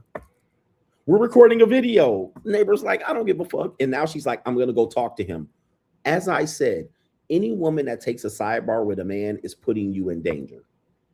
Who gives a fuck? What are you going to talk to him about? I'm going to go talk to him. I'm going to give him a tongue lash. I'm going to tell him I'm going to give him the whatnot. I'm going to go talk to him. I'm going to put him in his place. That's what you have a man for. You're going to go confront a male. All right, let's continue. These people out here, they're lunatic. Then when she gets beat up by the male and put in the crippler cross face, the boss of crab, the fool Nelson, now I got to go over there to protect her. But let me continue with this video. Sorry for pausing. Hop in, let's go. Come on. No, I want to talk to him. Talk to him in the car. Just hop in. What? It's not one of the things. I get it. You can leave us alone. A 2-year-old? Yeah. What does that matter? Who's driving the car when he's fucking around with a skateboard? Just relax, bro. Just do it somewhere else. Take my picture. Taking it. In the car! The hell do you think this is? That is annoying. No, you don't get to make your own decisions. Stop. You don't run shit. You don't sit there and bicker old people. You hop in, you leave. We're sitting here ghost riding the whip in the neighborhood. Stop acting like we're not in the wrong. And then you're antagonizing him. If he goes and slaps you, I have to go grab him. You don't get to do that. If he gets in your face, now I have to fight him. So you don't get to act all big and bad when you're with your man. It's not funny. Now he's gonna call the cops, and now there's problems. Now I have to deal with it. And I told you, get in the car. You need to learn to listen to me. No, you didn't. You're talking shit to him. It's not a safe thing. I have to scream at you to get you in the car. You won't get in. You're sitting there talking shit to him. It's not okay to do that. I get it. You don't go too far. I said 5 times, get in the car. You have this ego that you think it's okay. People think we're doing something wrong. We are doing something wrong. We're totally in the wrong. We're in front of his house. I get it. Just please stop. I need you to say next time that happens, I will listen to you, I Judah. understand. Yes. I don't need to be yelled at. Yes, you do. No. You wouldn't get in the car. I had to scream at It's you. acceptable for me to yell at you. Yes. If I'm not listening to you and you're arguing with a grown man, Hey, yes. There's no reason for us to yell at each other. It's fine. I understand. Okay.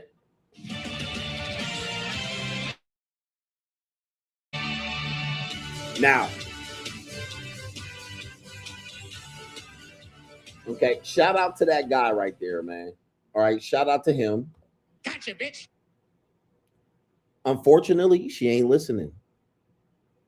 She passively aggressively tried to get rid of it because she was wrong, and the boyfriend didn't agree with her.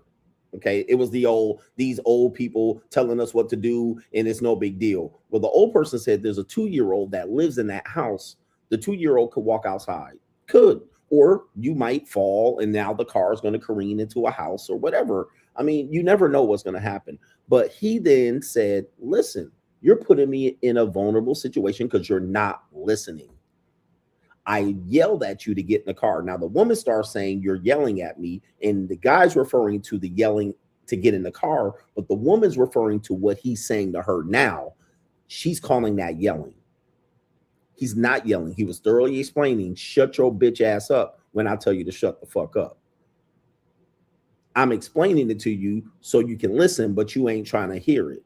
You're just telling me, yes, okay, yes, you're yelling at you. You don't get the right to yell at me, aka you can't control me. But The guy said, but you want me to protect you when you run your motherfucking mouth?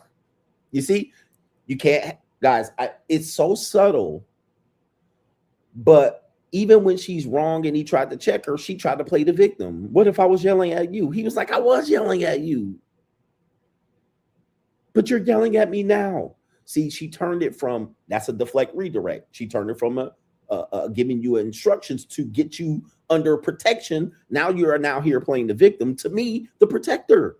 How can I protect you, but now you're a victim of me? I'm the abuser.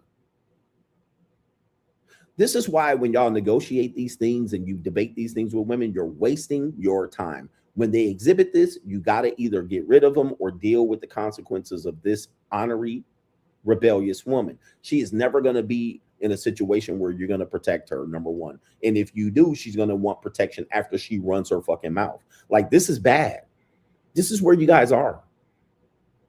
And because women think that they can just, and these got to listen to me, bitch. All right. And you never know. A dude ain't going to listen to you, bitch. And he also said something very, very telling. He also said that, remember the first video, he said, now, if he calls the police, now I got to deal with the police.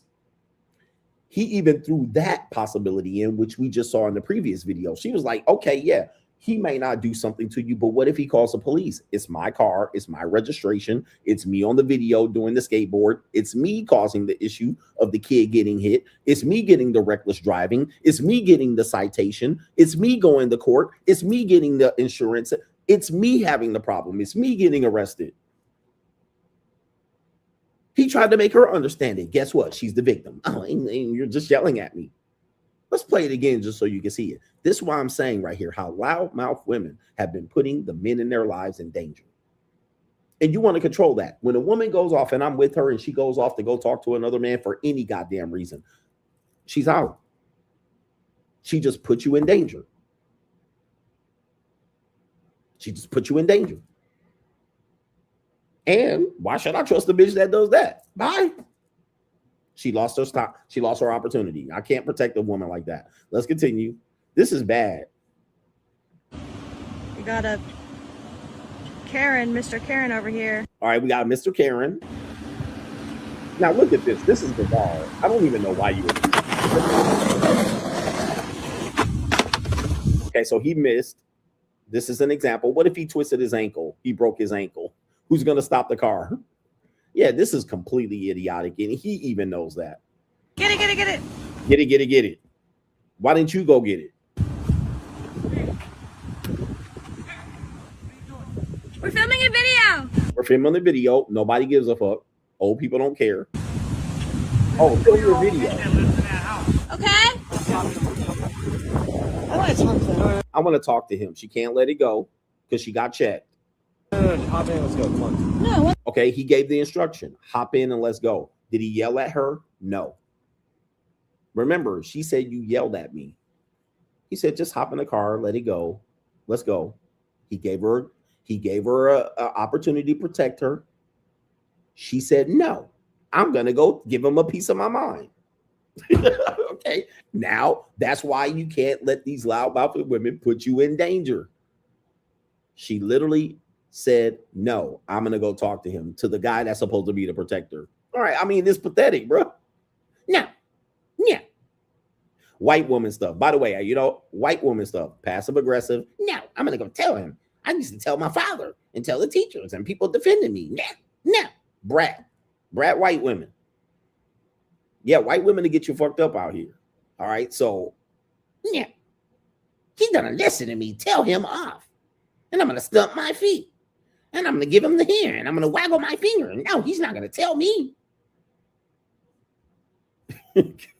Why? Because you're a white woman? I'm going to talk to him. All right, that's 2 times he told her to get in the car and she didn't. What? I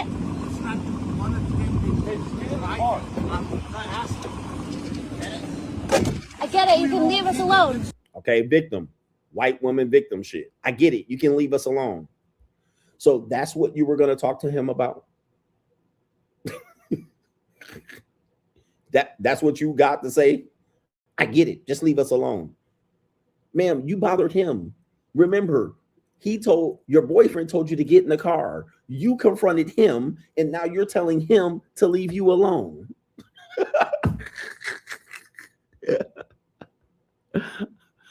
What world? What world are you fucking in? Where you twice said, I'm gonna go talk to him, and then when he talks to you, you said, leave me alone. Let's continue. Let's continue. A 2-year-old? Yeah. What does that matter? What does that matter? Again, you don't have kids. This looks like Florida because they don't have a sidewalk or a curb. Okay. Why does that matter? You guys could actually probably kill a 2-year-old and you'll be on the news and you'll have manslaughter. I mean, there's a lot that matters. Why does that matter? But when her kids turn 2, she's gonna be putting up that fucking she's gonna be putting up that fucking plastic kid with the fucking flag. She's gonna be asking for the HOA to put bumpers in the fucking road every 2 feet. All right, but when she has a kid in front of her garage, she's gonna have that plastic kid, that yellow kid like this holding the flag. All right, these people are speeding through our neighborhood. We need to put bumpers every fucking 2 feet so everybody can drive slow. But now she doesn't care about nobody else's 2-year-old. Let's continue here. These people are pathetic, man. Here we go. Who's driving the car when he's fucking around with a skateboard? Just relax, bro. Relax. Oh my God. Any women in here listening to this? Just relax, bro. Wow. I mean, complete disrespect. Even disrespectful to the guy and her boyfriend. Let's see what the boyfriend said. Just do it somewhere else. Honey. Take my picture. Taking it. In the car. All right, so she's still baiting him. And there she is, sloppy yogurt. All right, white woman uniform on, sloppy yogurt. Basically, her leggings, white woman uniform, sausage casing, if you will. Typical white woman. Here we go. Let's continue. The hell do you think this is? This is annoying. No. He's annoying. No, you're annoying. You don't get to make your own decisions. Stop. You don't run shit. You don't sit there and bicker old people. All right, shout out to this guy, man. He's about to lay in on her, and he was patient with her. Now, she's going to now say this is yelling at her. Not when he was yelling to get in the car, but this is yelling at her. And I want you to be fair. Is he yelling at her right now? I want you to be fair. Is he yelling at her right now? I know people are going to say you can do your own judgment. Let's hear him out. You hop in, you leave. We're sitting here ghost riding the whip in the neighborhood. Stop acting like we're not in the wrong. And then you're antagonizing him. If he goes and slaps you, I have to go grab him. You don't. Exactly. Yeah. I mean that it could have escalated. It could have escalated. The guy could have slapped that bitch. Oh, bitch, Oprah Winfrey, color purple your ass. And then he says, now I have to grab him. This is true. Okay. You get to do that. If he gets in your face now, I have to fight him. See? That's true. If he gets in my face, I'm going to have to make a decision. I'm going to have to fight him. He's correct. That's what she's going to say. You're going to let him get in my face? You're going to let him yell at me? You don't get to act all big and bad when you're with your man. It's not funny. Now he's going to call the cops. And now there's problems. Now I have to deal with it. Okay, there's the cops. All right, you're going to call the cops. I have to deal with it. Is this yelling? He's not yelling at her. He's thoroughly laying out his case as to why she should have shut the fuck up. And he's being very patient with her. Most men would have already lost it. But now he's already given her an explanation as to why you put me into a vulnerable position. Now let's see how she reacts to this. And I told you, get in the car. You need to learn to listen to me. Learn to listen to me. I mean, this is fighting words for women. No, you didn't. You're talking shit to him. All right. It's not a safe thing. I have to scream at you to get you in the car. You won't get in. You're sitting there talking shit to him. It's not okay to do that. I get it. Okay, so now this is white woman. Okay, I get it. So she wants him to be quiet because he's, I mean, we all do this, to be honest with you. I mean, men and women do this. We get put in our place and you don't want to hear it. And what she's trying to do is saying you're taking it too far. You're keep explaining it. You're repeating yourself. Ma'am, And you know, women in relationships doing this, you already told me already. I get it. All right. You don't have to keep saying it over and over again. Oh no, yes, I do. I could talk about this for 20 goddamn minutes. Okay. Because you almost had me fucked up. Okay. You almost had me fucked up. So now she's like, I get it. Okay. That's not compliance. That is not submission or compliance. She just wants him to shut up, which he could not do when he was trying to get her to shut up. Don't go too far. I said so. Don't go too far. 5 times. Get in the car. You have this ego that you think it's okay. People think we're doing something wrong. We are doing something wrong. We're totally in the wrong. We're in front of his house. I get it. Okay, there's another example. So she even still did not think that she was wrong. She didn't think they were wrong. She still doesn't think they're wrong. But even he says, yeah, what we were doing was stupid. Okay, I get it. Passive-aggressive white woman behavior. I mean, I get it. Snobby, spoiled white woman behavior. Okay, I get it. So she still hasn't learned. She hasn't learned for why he's vulnerable because he explained it. She doesn't care. All she cares about is her feelings right now. You're hurting my feelings. You're yelling at me. You keep repeating yourself. You're abusing me. That's what she's saying essentially by her reactions. Just please stop. Please stop. You to say next time that happens, I will listen to you, I Judah. understand. Yes. Okay, so I need you to say, he gave a directive. I need you to say, and he said what he said. When I yell at you or when I tell you to stop and shut the fuck up, you're going to listen. What did she say? I understand. Yes. That's not what he wanted her to do. He said, say that I will say. He wanted her to say exactly that. She didn't do it. So these are the type of things that you're going to have to realize. You might not think that was a big deal, but he tried to give her another directive, another order. I need you to tell me that you, not that you understand, that you will not do this again. She didn't do it. That is a sign of rebellion. She's rebelling against him still. Yes, okay, I understand. Yes. Spoiled brat. Spoiled brat. All right, so you know that he's going to not, she hasn't learned anything.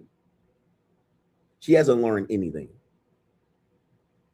I don't need to be yelled at. Yes, I don't need to be yelled at. There it is. There's the victim. I'm not yelling at you. You do. No. You wouldn't get in the car. I had to scream at you. Okay, so there's the miscommunication. I don't need to be yelled at. She's referring to him scolding her now. He's referring to him yelling at her to get in the car. For me to yell at you? Yes. If I'm not listening to you and you're arguing with a grown man, hey, yes. There's no reason for us to yell at each other. So there's no reason for us to yell at each other. I think he has well enough reason to yell at you. He's got good reason to yell at you at this point. Like, he should have yelled at your ass after this. He's been explaining it to you. He hasn't yelled at you. The only time he yelled at you was to get in the car, in my opinion. It's fine. I understand. By the way, I said this yesterday. When a white woman says it's fine, it ain't fine. That's their way to be dismissive and move on. It's fine. Sure, this is passive-aggressive behavior that white women get away with. Trust me, I've been with white women all my life. When they say, oh, it's fine. Well, okay. Well, sure. Oh, that's passive-aggressive. Right? That's passive-aggressive. That is not her consenting. That is not her agreeing. That is not her understanding. That is not her in submission. That is not her on your program. That is not her willing to listen. That is not her receiving instructions. That's passive aggressive. No, that's fine. Sure. Whatever. All right. That's typical white woman behavior. I'm gonna just let you know here. Somebody said he sounds like he's 20, and she sounds 22. All right. So shout out to these people here. That's a lesson for you right there. If I can't control you, I can't protect you. You can see these women are willing to put you in danger, and then now you get slapped the fuck up. You lose your rights. You lose your freedom. You lose your access to be able to have good shit. Yeah, you was doing something stupid, but at least he realized that, and then he tried to get her to realize it. But again, hyper emotional. By the way, men get like this too. Some of you niggas get like this in public. All right. And it is absolutely insane when I see that you do this in public as well, and start playing the victim. So it's pretty bad all the way around. She sounds 15. I don't think she's 15. She definitely a grown-ass woman. I know my white women. All right. White women talk like that all the way to they 35. Okay. All right. Anyway, let me do these super chats and get out of here, man. Shout out to you guys. Thank you for the support. We got a great thing going. All right. We got a great thing going. We're going to keep it going, and you're going to hear this shit. Did the men get the message today? It's fuck men season on this show. Fuck you guys. All right. Fuck you guys. All right. You ain't with the program. Fuck you, nigga. Get left behind. All right. I ain't trying to impress none of you niggas. All right. I don't need none of you goofy ass niggas respect. None of you niggas mean shit to me if you ain't Coach Gang, if you ain't the Shield. All right, fuck y'all niggas. Fuck men season on this motherfucker. Fuck you bitch ass niggas. Fuck you perpetrating pimps. Fuck you dry deek ass incels. Fuck you niggas that watch incel content creators. I don't give a fuck about none of you niggas. Fuck the Manosphere. Fuck all of y'all. Nigga, fuck the red pill. Fuck all of y'all niggas, for real. All right, if you ain't Coach Gang and you ain't Shield, nigga, you ain't on the Locals Gang, you ain't Money Mindset, nigga, you could kiss my whole black ass. All right, you men, bitch ass niggas. All right.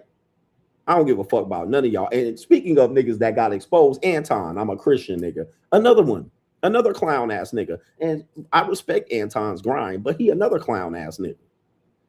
Corey Holcomb, another clown. Like the men are out here looking like fucking idiots today. I'm a Christian first.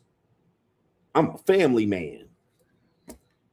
Another nigga that nigga got exposed him motherfucking self for who he is. Like, you know what I'm saying? Like, y'all got me out here trying to defend you goofy ass niggas. He says y'all can't be arrogant. That ain't arrogant. Fuck you. If you ain't on my team, nigga, fuck you. If you ain't seeing this shit my way, you can kiss my motherfucking ass. I ain't got nothing for you over here, nigga. I got nothing for you over here. I don't support you. Fuck you and your mission, nigga. Fuck you and your goddamn problems with your women, nigga. I don't give a fuck. Fuck you niggas. Fuck you pro-black niggas. Fuck all y'all. For real. It's fuck y'all season out here. Niggas thinking I'm motherfucking gonna defend you bitch ass niggas. This ain't arrogance. It's fuck you, nigga. For real. I don't give a fuck about y'all niggas and y'all problems, you red pill raging ass incels. I don't give a fuck about you niggas. It's Coach Gang or no gang in this bitch. All right, that's what we doing. We drawing the line, nigga. We don't care about you pimps, perpetrating pimps. Fuck all y'all. Nigga, fuck you with a capital F, nigga. Fuck the Manosphere. Fuck the red pill, nigga. Fuck MGTOW. Fuck all that shit. It's Coach Gang, nigga. That's it. That's the only, it's free agent lifestyle for life, nigga. It's the mission over here. That's what we doing, nigga. Fuck all the content creators and all these niggas. Nigga, we hitting them up around here, nigga. Don't you got sickle cell, bitch ass nigga? That's why I fucked your bitch. Yeah, nigga, it's hit them up on this motherfucker. That's the only shit I'm on, nigga, for the rest of the goddamn YouTube season. Give a fuck about nobody else around this bitch. Y'all don't give a fuck about me. Fuck y'all bitch ass niggas. I don't give a fuck about y'all niggas and your fucking struggles. Nigga, I done gave y'all the game. Y'all just rejecting the goddamn game because you ain't got shit else to do, nigga. But all your goddamn heroes falling out here, nigga. You ain't got no heroes left. All of y'all bitch ass heroes falling by the wayside. Who the fuck left? Who else y'all got? Y'all ain't got nobody else in the goddamn Planosphere to cling on. All right, the whole world exposed. And they didn't expose everybody but CGA. You know why? Because I expose my motherfucking self on a daily basis. I tell you what the fuck I do, and I live it, and I show and prove it on a daily goddamn basis. All right, so hard to expose a nigga that's telling you the truth. Right? Even the women can't expose me. They got to come over here and suck a dick. All right, hey, it is what it is. They got to come in here and get balls to the jaw. Because they know what time it is. I ain't trying to impress these goddamn semen demons. What I'm trying to do is put something in your goddamn cheeks. All right, you can come over here and get your cheeks clapped, or I can fill your face up, or you can go kick rocks too. I ain't got nothing to prove to these goddamn women either. Okay. All right. Like I gotta prove something to these old skeezers and broads. You can bring your old ass over here and get a dick slapped on your forehead. Hey, it is what it is. All right, or you can keep it moving. Ain't trying to negotiate with none of these old skeezers. All right, and trying to make them feel good about their position in life, your own choices and decisions.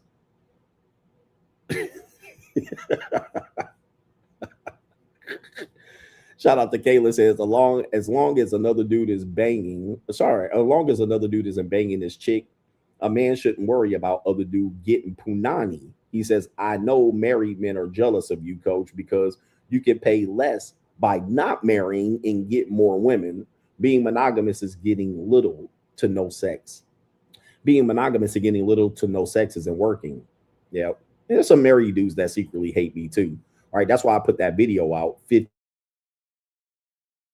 to not get, they tried to get me. 50-year-old man who chose to not remarry. All right. It was some hating ass niggas in that post. Woo, they was hot. Shout out to Jacob Rivera says, it's all Jermaine's fault. I'm glad you're still here posting, even though half these dudes are some ungrateful motherfuckers. That's why I told them to fuck themselves, bro. All right. Like, I spent many years trying to prove my case. I got nothing else to prove in this space.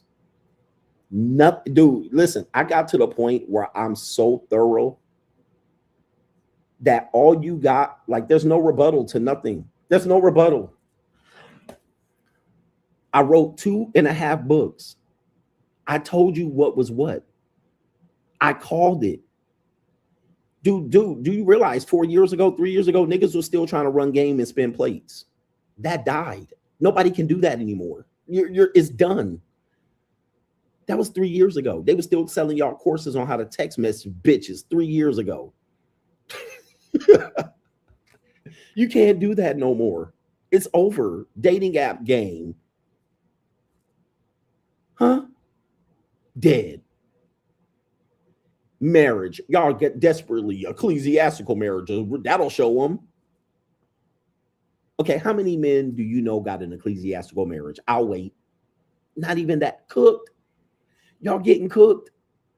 Pimping. Getting 50 years in prison for pimping and pandering. 50 years in prison. Meanwhile, I don't know one trick that's ever got arrested. Meanwhile, I don't know one woman that y'all claim to be a prostitute ever show up in jail. None. None of these bitches getting arrested for something you calling prostitution. None. No sugar babies have been arrested. The only sugar baby I know got arrested was the one that killed that Nigerian nigga. No sugar babies, no sugar daddies have been arrested. No sugar babies have been arrested. But pimps have been arrested and got the book thrown at their ass. 50, 99 years. And y'all still running up here talking about pimping. Okay. Like I said, I'm so thorough. My catalog is undefeated. I'm the only one that got the undefeated catalog. Okay. You can't beat what I'm pushing out here because it's unbeatable. That's why I call myself the undebatable. Donnie, I don't argue with women. If a woman disrespects me or starts an argument, I silently, and he says, I stay silent and use it as information to cut her off. Then I remove my investment from her, the power to walk away. Off topic, but did you have an update your mailing address to your banks in order to become a resident in Nevada? Did I have to?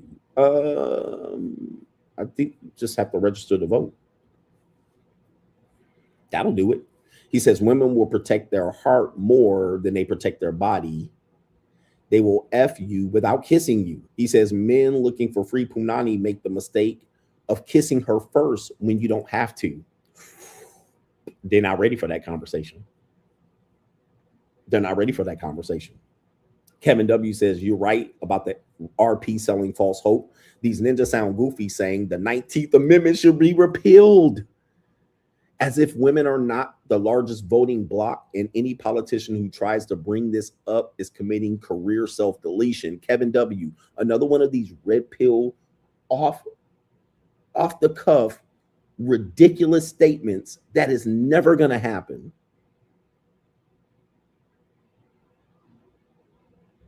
Never, ever.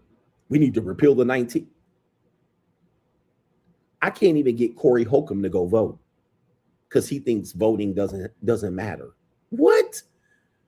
Women outvote men 60 to 40%. That's just the white people. When it gets to black people, it's 70-30, really 75-25% for black Americans.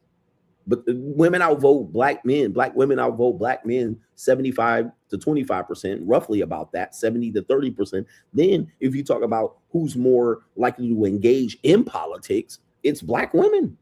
Black men don't engage in politics.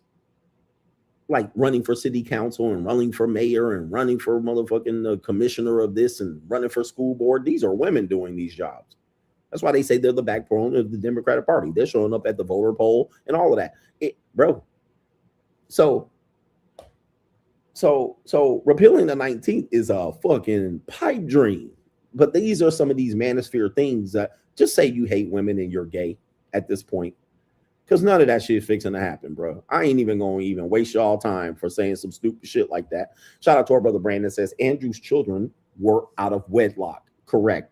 First was while he was married to his ex, which was a black woman, and his now wife was separated from her husband. Coach, you haven't missed yet, and you are acknowledged the undisputed GOAT, the Lord Lean Khan. And now these are so-called Christians.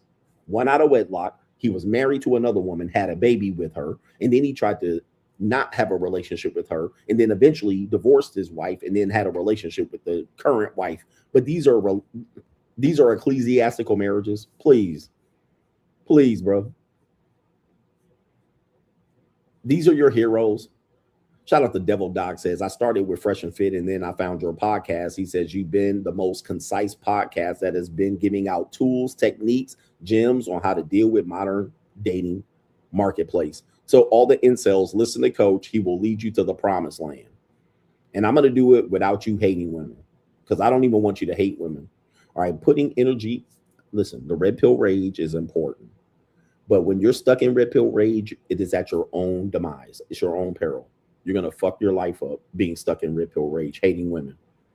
Okay, when you realize women are just goofy human beings, they're like cats. You can distract them. You can take a red light. You can take a ball of yarn, something shiny object. Every now and then they'll do something smart and mature. You know what I mean? They'll get mature. And that's basically because of their training. They're scared. They get scared into submission. So you can scare them and be like, bitch, you better do this. Or you can put them in a classroom and say, all right, whoever, if somebody don't tell who did what, all right, all of y'all getting detention. Bitches will start squealing right there because they're scared.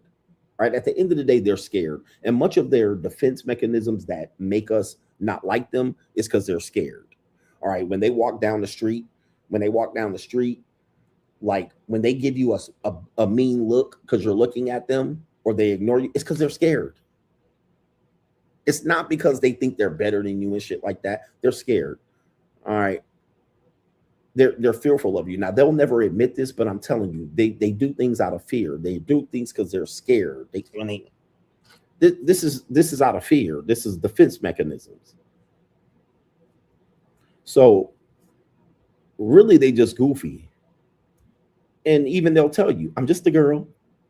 So when they want to be taken seriously, they'll be taken seriously. And then when they want to go, they say, I'm just a girl. They're playing with you guys. They're just goofy human beings. They're children with breasts. Chronicles of Judah. They're just children with breasts. And they've always been. All right, now, they do things well? Yes, they do. All right, I wish I had time to explain the good things that they do. They're good at pushing pencils and papers around and keeping track of things and multitasking, counting beans over here and tallying up this shit right over here and drawing straws and cutting shit and crafting things and organizing things and making lists and making groups and drawing squares and lines and organization charts and shit like this. And they can program a computer and type shit fast with nails, and they can remember shit, and they can remember who said what and when they said it. They can count office supplies, and they can do glorified secretary work. They can do all of this shit. They're very good at that, and these are very important things. You know what I mean? They can sit at a desk for 8 hours, all right, telling people to wait in line and not calling them up to exercise their power and shit. Be like 80 people waiting in line and she's just taking her time. I'm in control here. You got to wait for me. All right, bitch, you sitting at a desk. Like, they good at taking messages and shit. All right, who are you? And yes, let me see here. And they'll write it all nice in penmanship. All right, what's your name? Tony. All right, and then what's your message? All right, here we go right here. I'm going to write it. I'm going to make sure he gets it, and I'm going to make sure he calls you. I'm going to remind him. All right, that's what I do. I'm the nagging person. I remind you to call people back. All right, I'm going to fire off an email. All right, that's per our conversation. All right, it's per our usual statement. I'm documenting the CC, BCC. They're great at this shit, bro. Like, you cannot have any businesses work without this shit. They can remember people. They remember names. Right? They literally will fill out the whole thing. All right. It says fill out this. They'll take your time, fill this out. All right. You got to fill this out, and then you got to fill this paperwork out. They're good at procedural shit. All right. Procedural shit. All right. You got to do this, and then I need that to do that. And then when I do this, I got to scan that. I scan these documents in, and then I put this here. Oh, we forgot this. All right. Oh, yeah. And they'll call that person. It looks like you forgot to fill out paper form 1098768D. All right, we need that to continue the process. Meanwhile, you die and leak it over there. You're like, bitch, I'd have had a heart attack. She was like, yeah, but we need the paper signed over here. It needs to go up there and go down there. You need a rubber stamp. Now, most rational people will be like, you know what, we can skip this. This nigga's dying here. You know what I mean? But she's like, no, but we need the paper. What are we going to do? We don't have the paper. All right, we need the paper. We need form 1099-87654. All right, yeah, he's dying and all, but he needs the rubber stamp. It needs to go down to the 2nd floor, and then needs to go back up to the 10th floor, over to the 8th floor. And then once I get it, then I can impute it into there. Then I can put it in the facsimile. They're great at that shit, bro. They can get it all in here, put it in the manila folder.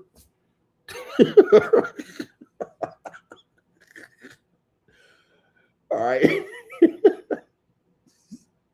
Press 1 in the chat if I ain't lying. They go have that shit down fact. All the I's dotted and the T's crossed and shit. All the paper all lined up. All right, procedural shit. All right, by the book, Nancy. You know what I mean? They got to put it by the book. We got to do this. Oh, you know what? There's an addendum. We need to put an addendum over here. Our addendum, we need to go over here and put the addendum in.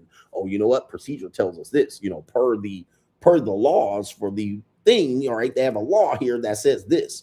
All right. They'll get you on the business. You know how to run a business, but you don't know how to get the fucking state paperwork done. I know how to do it. All right. She's got a state business license, and she's going to get your business license correct and all of this shit. Meanwhile, her insurance is expired on her fucking car. Meanwhile, her brakes are worn down to the rotors. All right. But she knows how to fucking file state paperwork. All right. She's got to file this out, carbon copy that, send that in, stamp that, take down there, notarize that. They're going to have all that shit lined up.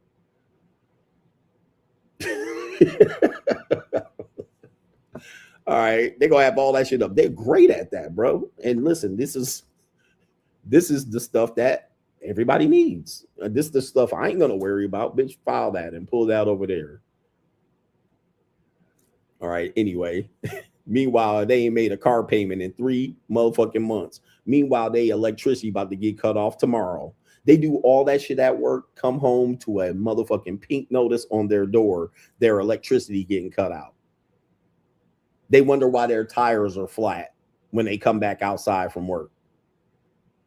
This is them in a nutshell. Right? This is how they do that. Meanwhile, they didn't realize that they needed an oil change after 40,000 miles. All right, I needed an oil change. Huh?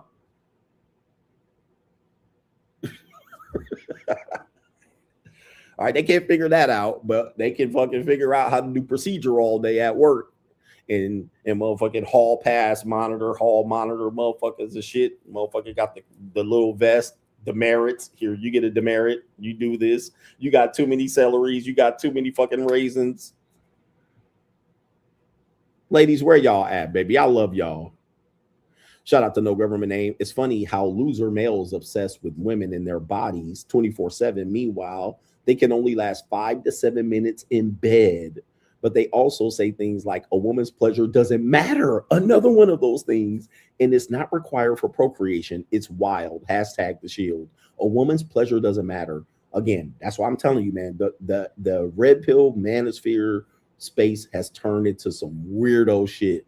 Nigga, you can't eat pussy, you can't last more than 5 to 7 minutes. You'll tell me you had never eat a piece of pussy. You'll tell me, but then you over here talking about tricking and in body count. But niggas are only stroking the pussy for 5 minutes. No wonder her body count don't matter. She only getting 5 minutes worth of sex. Yeah. I mean, why should she count that as a body? You're absolutely right. High Tolerance says, salute to the CGA in the chat. This is reminiscent of a few months ago when I was driving and a Becky crossed the street 50 feet before I passed the pedestrian crosswalk with her husband and kid. As I passed, she flipped me off. She lucky I wasn't on Pookie time. Another example of putting her man in danger. So she flipped you off. What if you turned around and turned the corner? She would have been scared. She wouldn't have jumped up in your face. Damn, that's cold. Shout out to Ran. Those two women were lucky they weren't men in those situations because they probably would have got deleted. He says, especially the woman who got the ticket. Yeah, if that was her son doing that, he would have got shot. And shout out to no government name. Let's not forget about single mother raised professional underachievers that got BBLs and got ran out of Japan because he couldn't get linglings for free with the game and the mouthpiece, especially the top linked hashtag the shield. Of course, the Manosphere jokes. I told you the dating marketplace is monetized. All you need is muscle and game and frame. And then you found out in Japan that it was pay for play. I told you. I thought all I needed was game. Well, in Japan, you're going to need some money. I told you that. I told you this was coming, and it got ran out the whole fucking country. Right? Well, it's getting hard out here because they're monetized. I told you that. Like, bro, ain't nothing new under the sun. But what's happening is what is in the dark is now coming to the light. And by the way, when I say women are monetized, it's not just pay for play. A woman with a job is monetized. When she has a job, she is monetized. Shout out to the Empire podcast. All right. Can I see your text? Oh, God damn it. You said something, but I done messed it up. Sorry, Empire podcast. All right. When a woman has a job, she is now monetized with a regular job because once she has that job, that is her bar, her barometer of how she's going to make. That's when she says, what? I need a man on my level or above. Why should I support a man and blah, blah, blah. I need a man to make 6 figures because I make 60K. You're going to hear a lot of women say that. She's going to say, I worked my way up and I got all of this MBA and degrees. So I need a man that is on my level that could do. That doesn't mean that she's not going to have sex with a man that has less. But when she's going to be out in the open, she's going to put herself in that situation. This is why ugly bitches get degrees and jobs. You know why ugly, fat women get degrees and jobs? Number one, because ugly, fat women are men. That's what they are. That's number one. All right. Shout out to Daniel Tosh 2.0. Ugly, fat women are just basically men. All right. So you basically, because there's attractive women and then there's everybody else. So attractive women get this life. They get to live life on easy mode. And then there's women and men, ugly women, average women and ugly women and then men. You're the same. But the second reason why ugly, overweight or ugly women get jobs and degrees is because they're trying to beat hypergamy. They're trying to beat nature. What they're trying to do is say, well, I'm not attractive, so I have to use education and I have to use my job status to be able to compete with highly attractive women. I want to compete for the share of highly valued men by over-educating myself and making a certain income. Because what I don't hear highly attractive women talking about degrees and jobs. I don't hear it. I don't hear highly attractive women. I mean, I hear good-looking women. I'm talking about highly attractive women. You know what I'm talking about. You know the difference between a highly attractive woman and a good-looking woman. I don't hear highly attractive women going, I got a degree I'm a lawyer. I'm a doctor. All right. You will hear a woman that's made up to look good. I'm talking about 9s and 10s, knockouts. Talking about, I got a degree and I got this and I work hard to get to this position and I got this and I make this. So I need a guy. Nah, she's attractive. That's what she's gonna lean on. So she gonna leverage that. She don't gotta do much else. All right. And people will be like, well, women don't have skills. Being attractive is a skill. I mean, being attractive is all you need. It ain't necessarily a skill, but it's definitely, you hit the genetic lottery. You won. There ain't much else you gonna need to do but develop a personality. Now you really winning. But when women that are marginally attractive and below to butt ass ugly, what do they got to do? They got to get degrees. They got to overcompensate. They got to compensate for what they lack, which is attraction, beauty. They got to have a personality. And people are thinking that this is against women. Dude, I'm a short guy. I had to become what? Charismatic, muscular. I had to develop a personality. I had to develop humor to survive certain things. Not just women, but to survive, get my ass whooped on a daily basis. You see what I mean? Like when you're a short guy, you got to survive getting your ass whooped. You got to be able to talk shit and talk shit to the point where a bigger nigga gonna look at you and say, oh, I can't whoop your ass because you're a smaller guy. Yeah, nigga. And I could talk that shit long enough to not have to squabble with the nigga. So everybody has to overcompensate for something. All right. I'm not saying that less attractive women are that way because they're women. When you're a short guy, when you're a minority, when you're black at a suburban high school, you got to come up with a whole bunch of reasons of why you can't just leverage on being tall, big, muscular, or whatever it is. Can't just lean on that. You got to have to develop a personality, some sort of humor, rap. You gonna have to play a guitar, something, dance. You gonna have to do something. Nigga. You can't just sit there and be like, well, I want to be like what he got. You better learn how to dunk at 5'8". You better do something, nigga. Run fast, be a track star, something. See, these are things that dudes will tell you that you ain't got to do. Oh, well, you just got to do what the next man does. No, you better get rich. I'm short nigga. All right, you over there. 5'11", 6 feet, 6'2", 6'3". Okay, I don't have that. Where the money at? Okay, let me use that. Okay, there's nothing wrong with that. There's nothing wrong with telling the man, okay, where you lack, whatever deficiency you have, why compete with this nigga and he's 6'4"? I'm not 6'4". Well, I know a bunch of short niggas that get hoes. Okay, yeah, but that ain't me.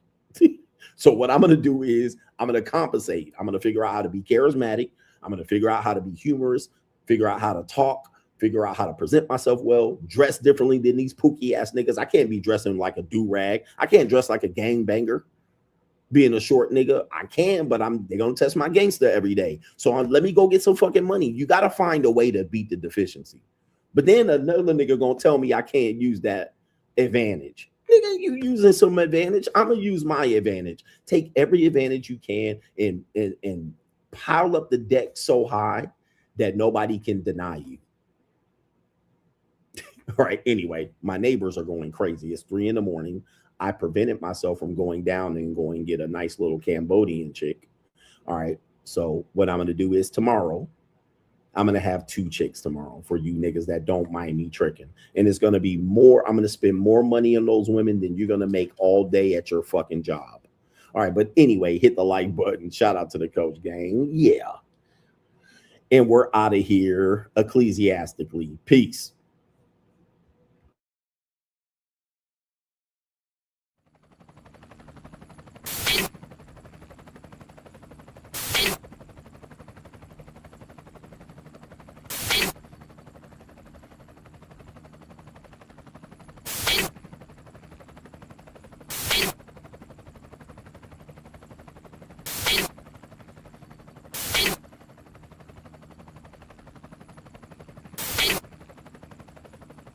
And you're in the Desert Storm bunker with Hollywood CGA.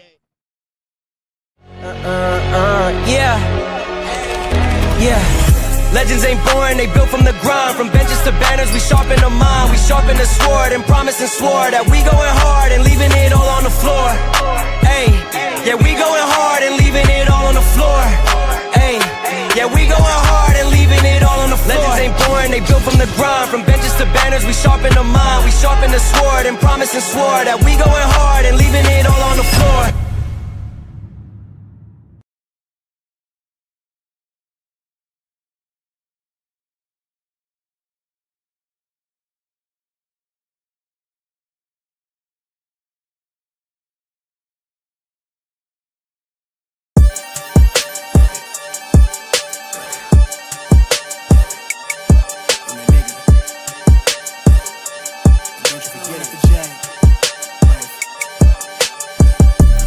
Vibe blowing at the jack, got the loud jumping at the bag. Everything I'm on slack. Everything I do is got the bands jumping at the bag. Vibe blowing at my jack, got the loud jumping at the bag. Everything I'm on slack. Everything I do is got the bands jumping at the bag. Another milestone, look at that. Paper boy, I'm a paper route till I'm 6 down on my back. I'm an old soul like my dad. My old girl still a fan. And yo girl at the live show, so don't act like I ain't the man. I'm kicking my feet up, get frank like Aretha. I'm calm, but I'm teed up, just flip me a stack. The re-up just doubled up off of the muscle, I stuck to the task. They see me, I'm troubled, I'm bubbling up till it's stuck. And they want me to stay where I'm at. I'm good everywhere that I'm stepping, my presence is crucial. You know that this shit not on trend. On a big wave, I'm controlling the tide. Snake eyes when you rolling the dice. So with the stakes inside, I could never take another nigga advice. They can't reach the sky, I'm aiming up high. I just wanna know what it's like. Y'all know what it's like, I come from outside of this. Out the quicksand, I'm the big man, doing big things. Cop a big change, up a state lines, doing stage dives on cam. It ain't no limit to my vision. Check the temp, I'm on fire with it. Got the bands jumping out the bag, Prosecco on ice. I'm nobody nice, gon' run up a check. Demand my respect, I'm doing the most. I never quit, they want me to quit.